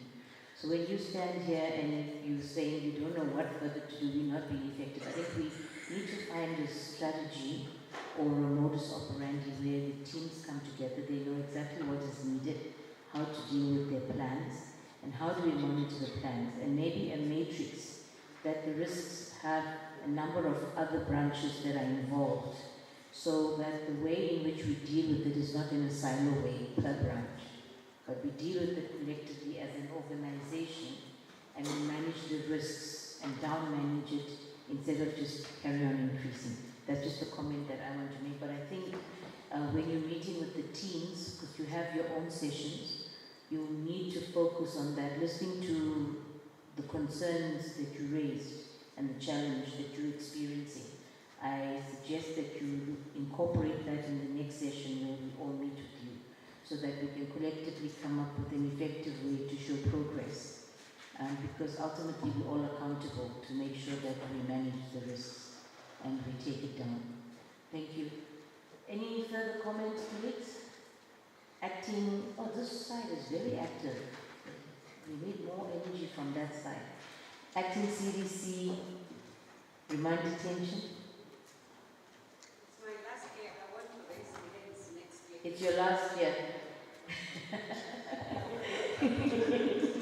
Remember when you are retired, no one points at you because you move like this. Okay. No, I'm joking. I just want to say the risk for remand, that CRA, it's not a strategic risk. It's a pure operational risk. Yeah, because all the mitigation, even the limiting factors, they are more operational. After they've assessed the person, they have to allocate the person in terms of the risk. So if you are putting it at head office, what do you want us to do from a head office level? Because it's a pure operational risk. I've already returned to the director, by the way. So I think the matter is closed. Thank you. Thank you, ma'am. I don't think it's closed. You've listened to him, he must respond to you. But that's why I'm saying the communication between the long is very critical. DC Mareka? Thanks, Chair. Still on risk. I'm not too sure, was it talking strategic risk, whether we expecting the mitigation strategies to be what? To be shortened? And maybe that's the guidance that I'm probably not hearing now, that the risk unit should provide to risk owners, so that when we develop these mitigation or treatment plans, we then talk at that strategic level for strategic risk, because we do have another different categories of operational risks and so forth. so that maybe we don't unknowingly, I don't think any of us would do that knowingly or deliberately, to develop a treatment plan that you just do it for the sake of doing it, because you are accountable. In the strategic risk document is written risk owner, acting CFO, DCFMA, and all of that. And maybe we need a session, if in your analysis you see that maybe we're not understanding what we are doing, so that collectively we assist each other as a department. And I'm not too sure again whether then from the risk unit point of view, when they measure the success of these mitigation or treatment plans, what information goes to risk owners, so that if the mitigation plan from the assessment of the risk unit is not yielding any results, at least as a risk owner, I should be able to be assisted. Yes, of course, there are risks that you look at them. I'm glad that the acting CDC has raised that shouldn't be elevated, you know. And then, what do you call it? When you rate, yeah, the rating. Yes. Maybe it was done, especially for the strategic risks. You don't want at a strategic level with a long list of 30. You don't want that. What is key? What is it that for this business called correctional services is key? Whether it's top 5, and that is very strategic. Maybe let's look at that. And not a long list and all of that. It could be probably a risk rating issue, I'm not too sure. And if maybe at a rating level, things are not happening right, maybe we need that kind of guidance and assistance from the technical risk so that we get assisted. Remember, this is published, it's a published document. You don't want the public to be reading our document and say, actually, they don't even know what they're doing, that's why they're messed up. So we just need that assistance, and it's quite urgent because DC NICA has indicated that we need to finalize everything, especially when we've identified gaps. Maybe engage us. Where there's no gaps identified, then it's fine. But at least the areas where your assessment they're a little bit weak or whatever, you're not talking to from this language what is supposed to be, just assist us so that we zoom into that with the same targets, without taking DCNICA's position that DCNICA has put, that maybe by Friday this week those interactions will happen so that we then enhance our document. Thanks, Chief. Thank you. I think those are inputs that we take into consideration.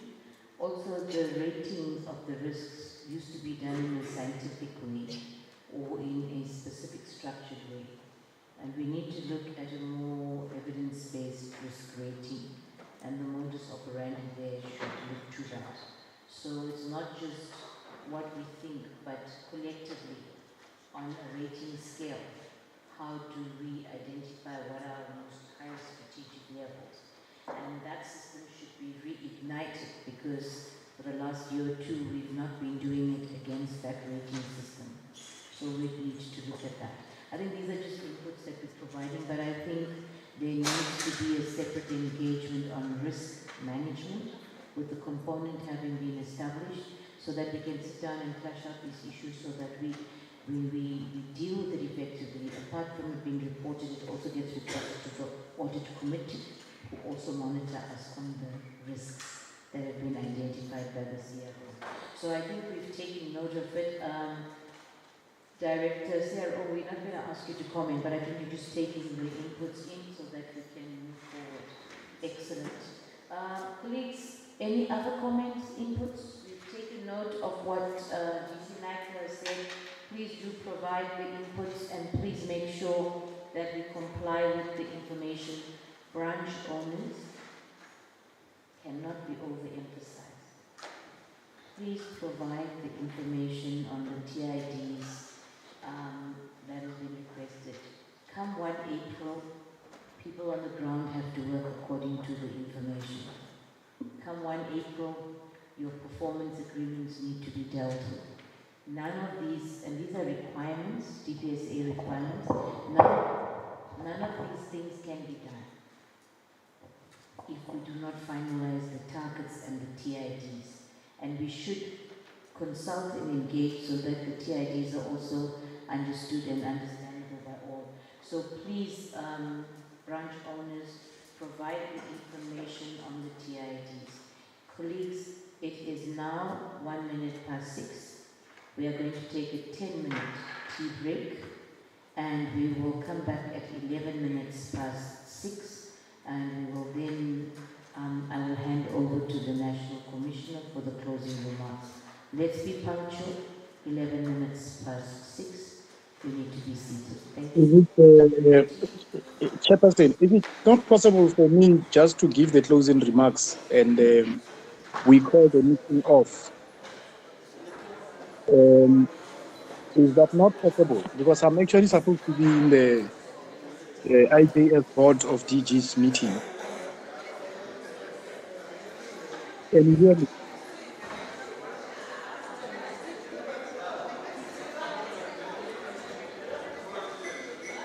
Hello.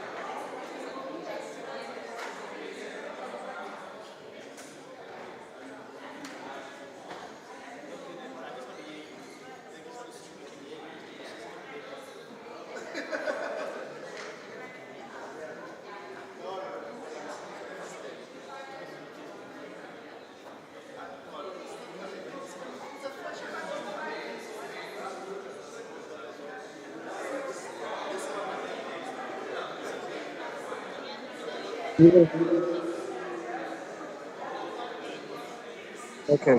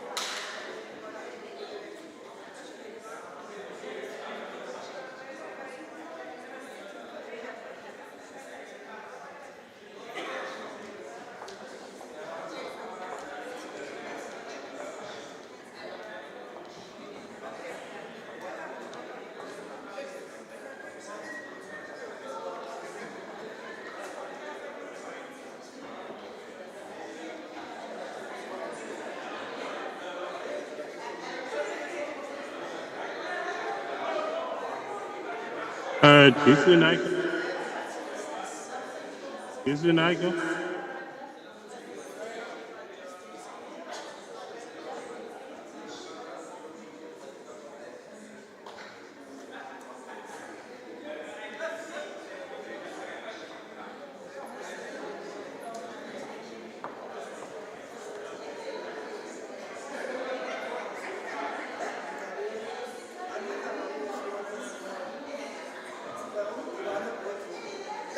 Christian Agnew.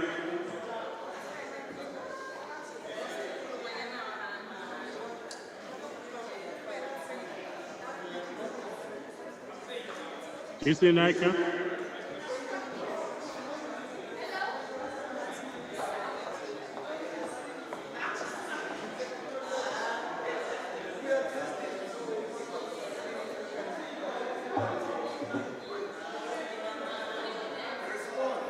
Hello. Colleagues, can I please ask you to all come back? You can have your tea later. Commissioner would like to engage with us now. Can I ask you all to come in and take your seat? Thank you. Commissioner, can you hear us? Commissioner?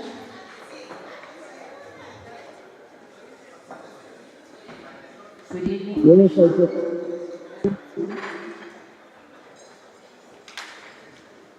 We're just getting the officials to come in. If you can just give us a minute, Commissioner, we'll be ready to proceed. Please, the Commissioner. Can you please be seated? The Commissioner is online. The address will take place in a minute.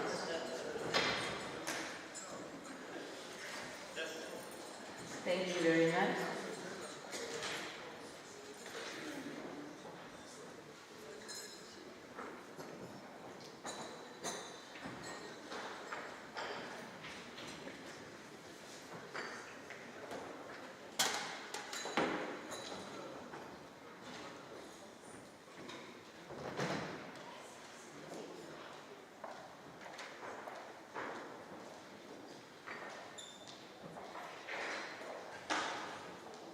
Thank you very much, colleagues. Good evening to you, National Commissioner, and to all the colleagues in the House and those that are still with us on the platform. It is my pleasure to now hand over to the National Commissioner to do his closing remarks. Thank you very much, Commissioner. Raise your hand. Thank you, Chair. I just thought I will show a bit of my, as you can see, I'm wearing the colors of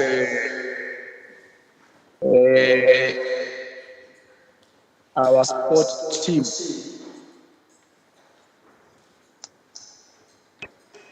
Let me greet all the CDCs that are in attendance. Let me also greet the directors. Let me once again greet you, Chairperson, and all the colleagues that are acting up in the respective portfolio. I saw that also at the here from the of the ministry. I am not sure if we did from the minister's. I am going to precisely because this meeting has been a very good meeting. I have been in the meeting since morning. It's actually one of those meetings that really a lot out of people that, whether it's input or it's just a part of the understanding what is being raised, taking action. Obviously, being enriched by comments by colleagues. So these are the following things that I raised meeting as part of the. We are still struggling with finalizing the HRBP tool. In fact, there is little progress. I get a sense that we move very slowly on this task. Because we continue to do that, our personnel budget and the staff established will continue to have challenge of being aligned, or will continue not being aligned.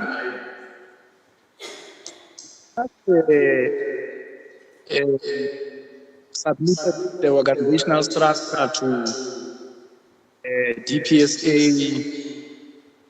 and I have discussed with the HR that he needs to follow up colleagues at the DPSA. But most importantly, the structure itself, its implementation will still be linked very much so to the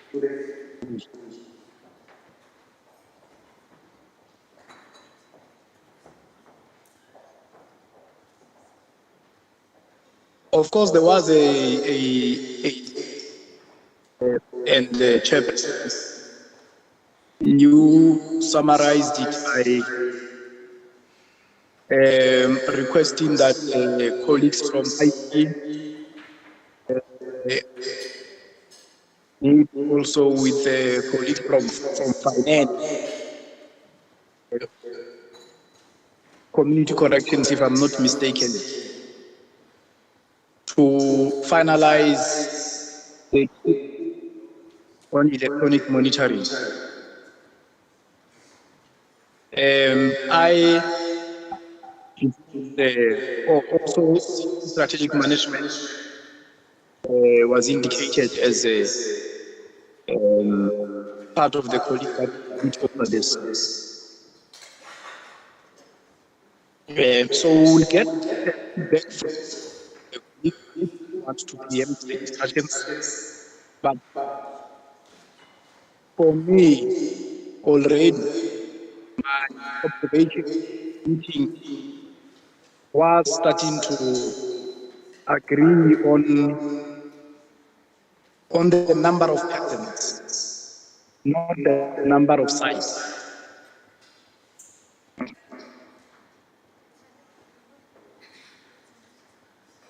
Yes, the target we have to meet with the CDC GTO and the CDC strategic management to finalize it. We need to really be clear on this, and that's why I was indicating that teams as a standalone, actually see it as part of the system plan. I see it as a project that is. So IT continues to be an area of high. It affects the implementation of the each action plan. It's a major contributor to us not being towards the audit. It could be a high because it affects the professionalization of the work that we're supposed to modernize and not moving the required speed. And as I want, IT continues to be a high risk area.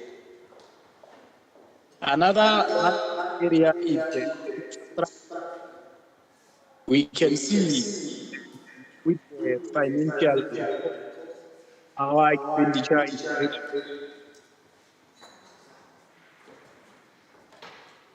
And it a area because tendencies that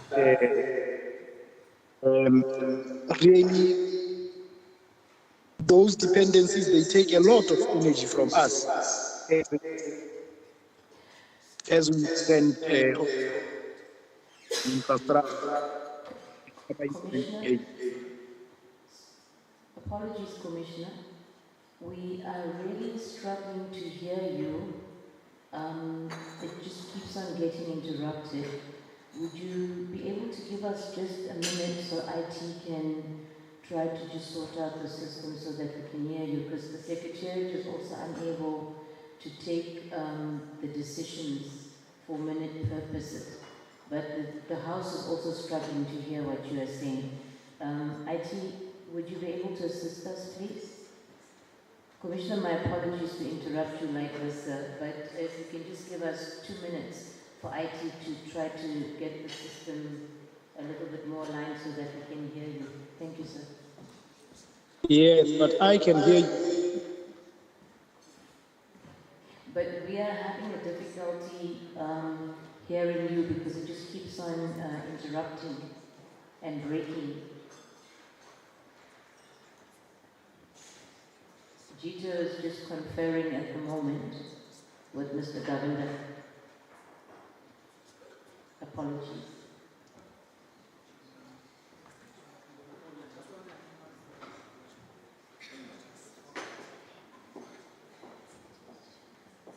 Can I proceed now? Can I proceed now?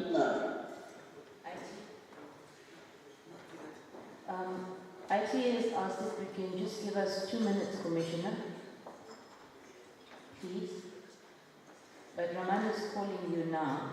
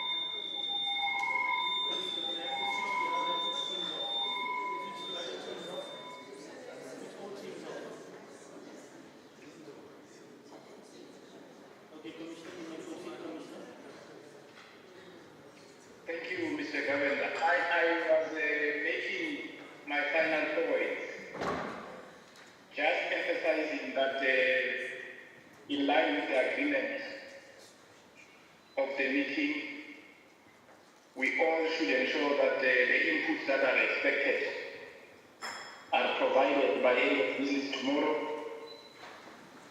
We have to ensure that the AOP input is submitted by the 17th of February this month, so that we can get that in March.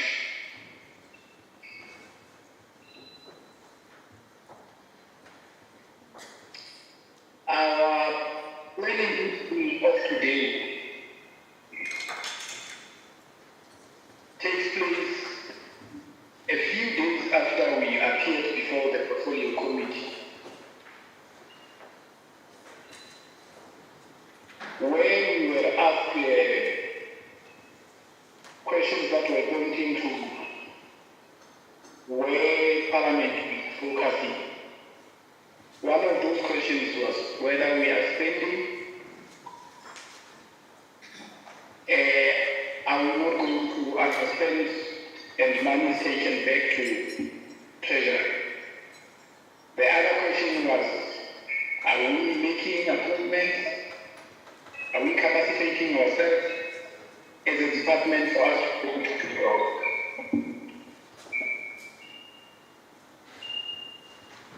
We also met today after the State of the Nation address. We are the first government department who has answered a call to be removed from the grid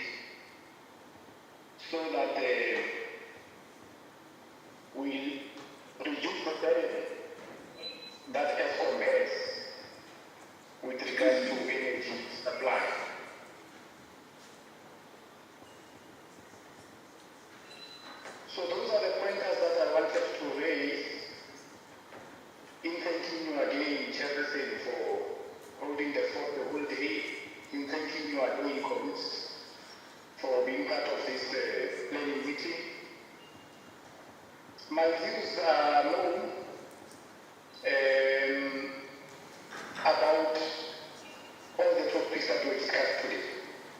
Hence, Chairperson, I kept quiet throughout because I wanted colleagues to engage without one jumping in and trying to air his own views. And as I want to confirm, my views are known, they are clear. I stayed off the security matters in these closing remarks. They continue to be a point of worry. I also stayed off the urgency of implementing self-sufficiency and sustainability. When DC Marega was presenting the budget, she made a very strong point about us moving away from procuring what we can produce in DCS. So I thought that I should not use these closing remarks to restate my views that have been widely canvassed in management meetings, in the NOC meetings, and also in a meeting of this kind. I expect as colleagues then to work very hard towards the closure of the financial year so that our results of this financial year can come out better than the results of the previous financial year. Already the one indicator on the exit where we are doing bad as compared to the previous financial year.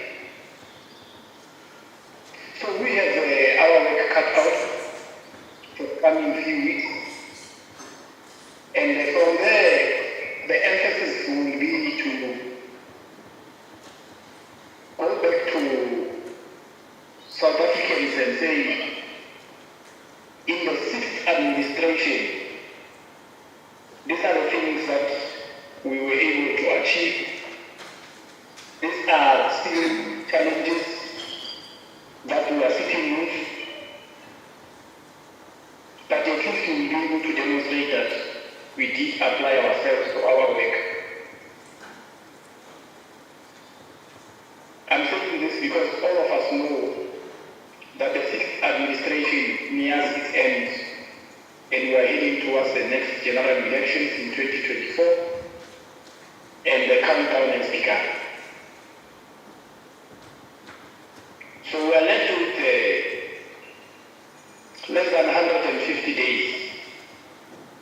So every hour, every day, every week, every fortnight counts. Every month will count as we continue to do our work in finalizing the term or in completing the term of the sixth administration. Chairperson, thank you for giving me this opportunity, and I want to repeat again, thank you to all the colleagues for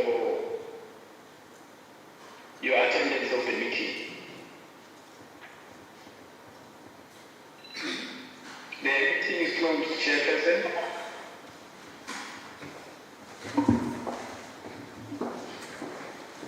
Thank you very much. Thank you very much, National Commissioner. Please, you have heard the meeting is closed. Thank you all for your participation.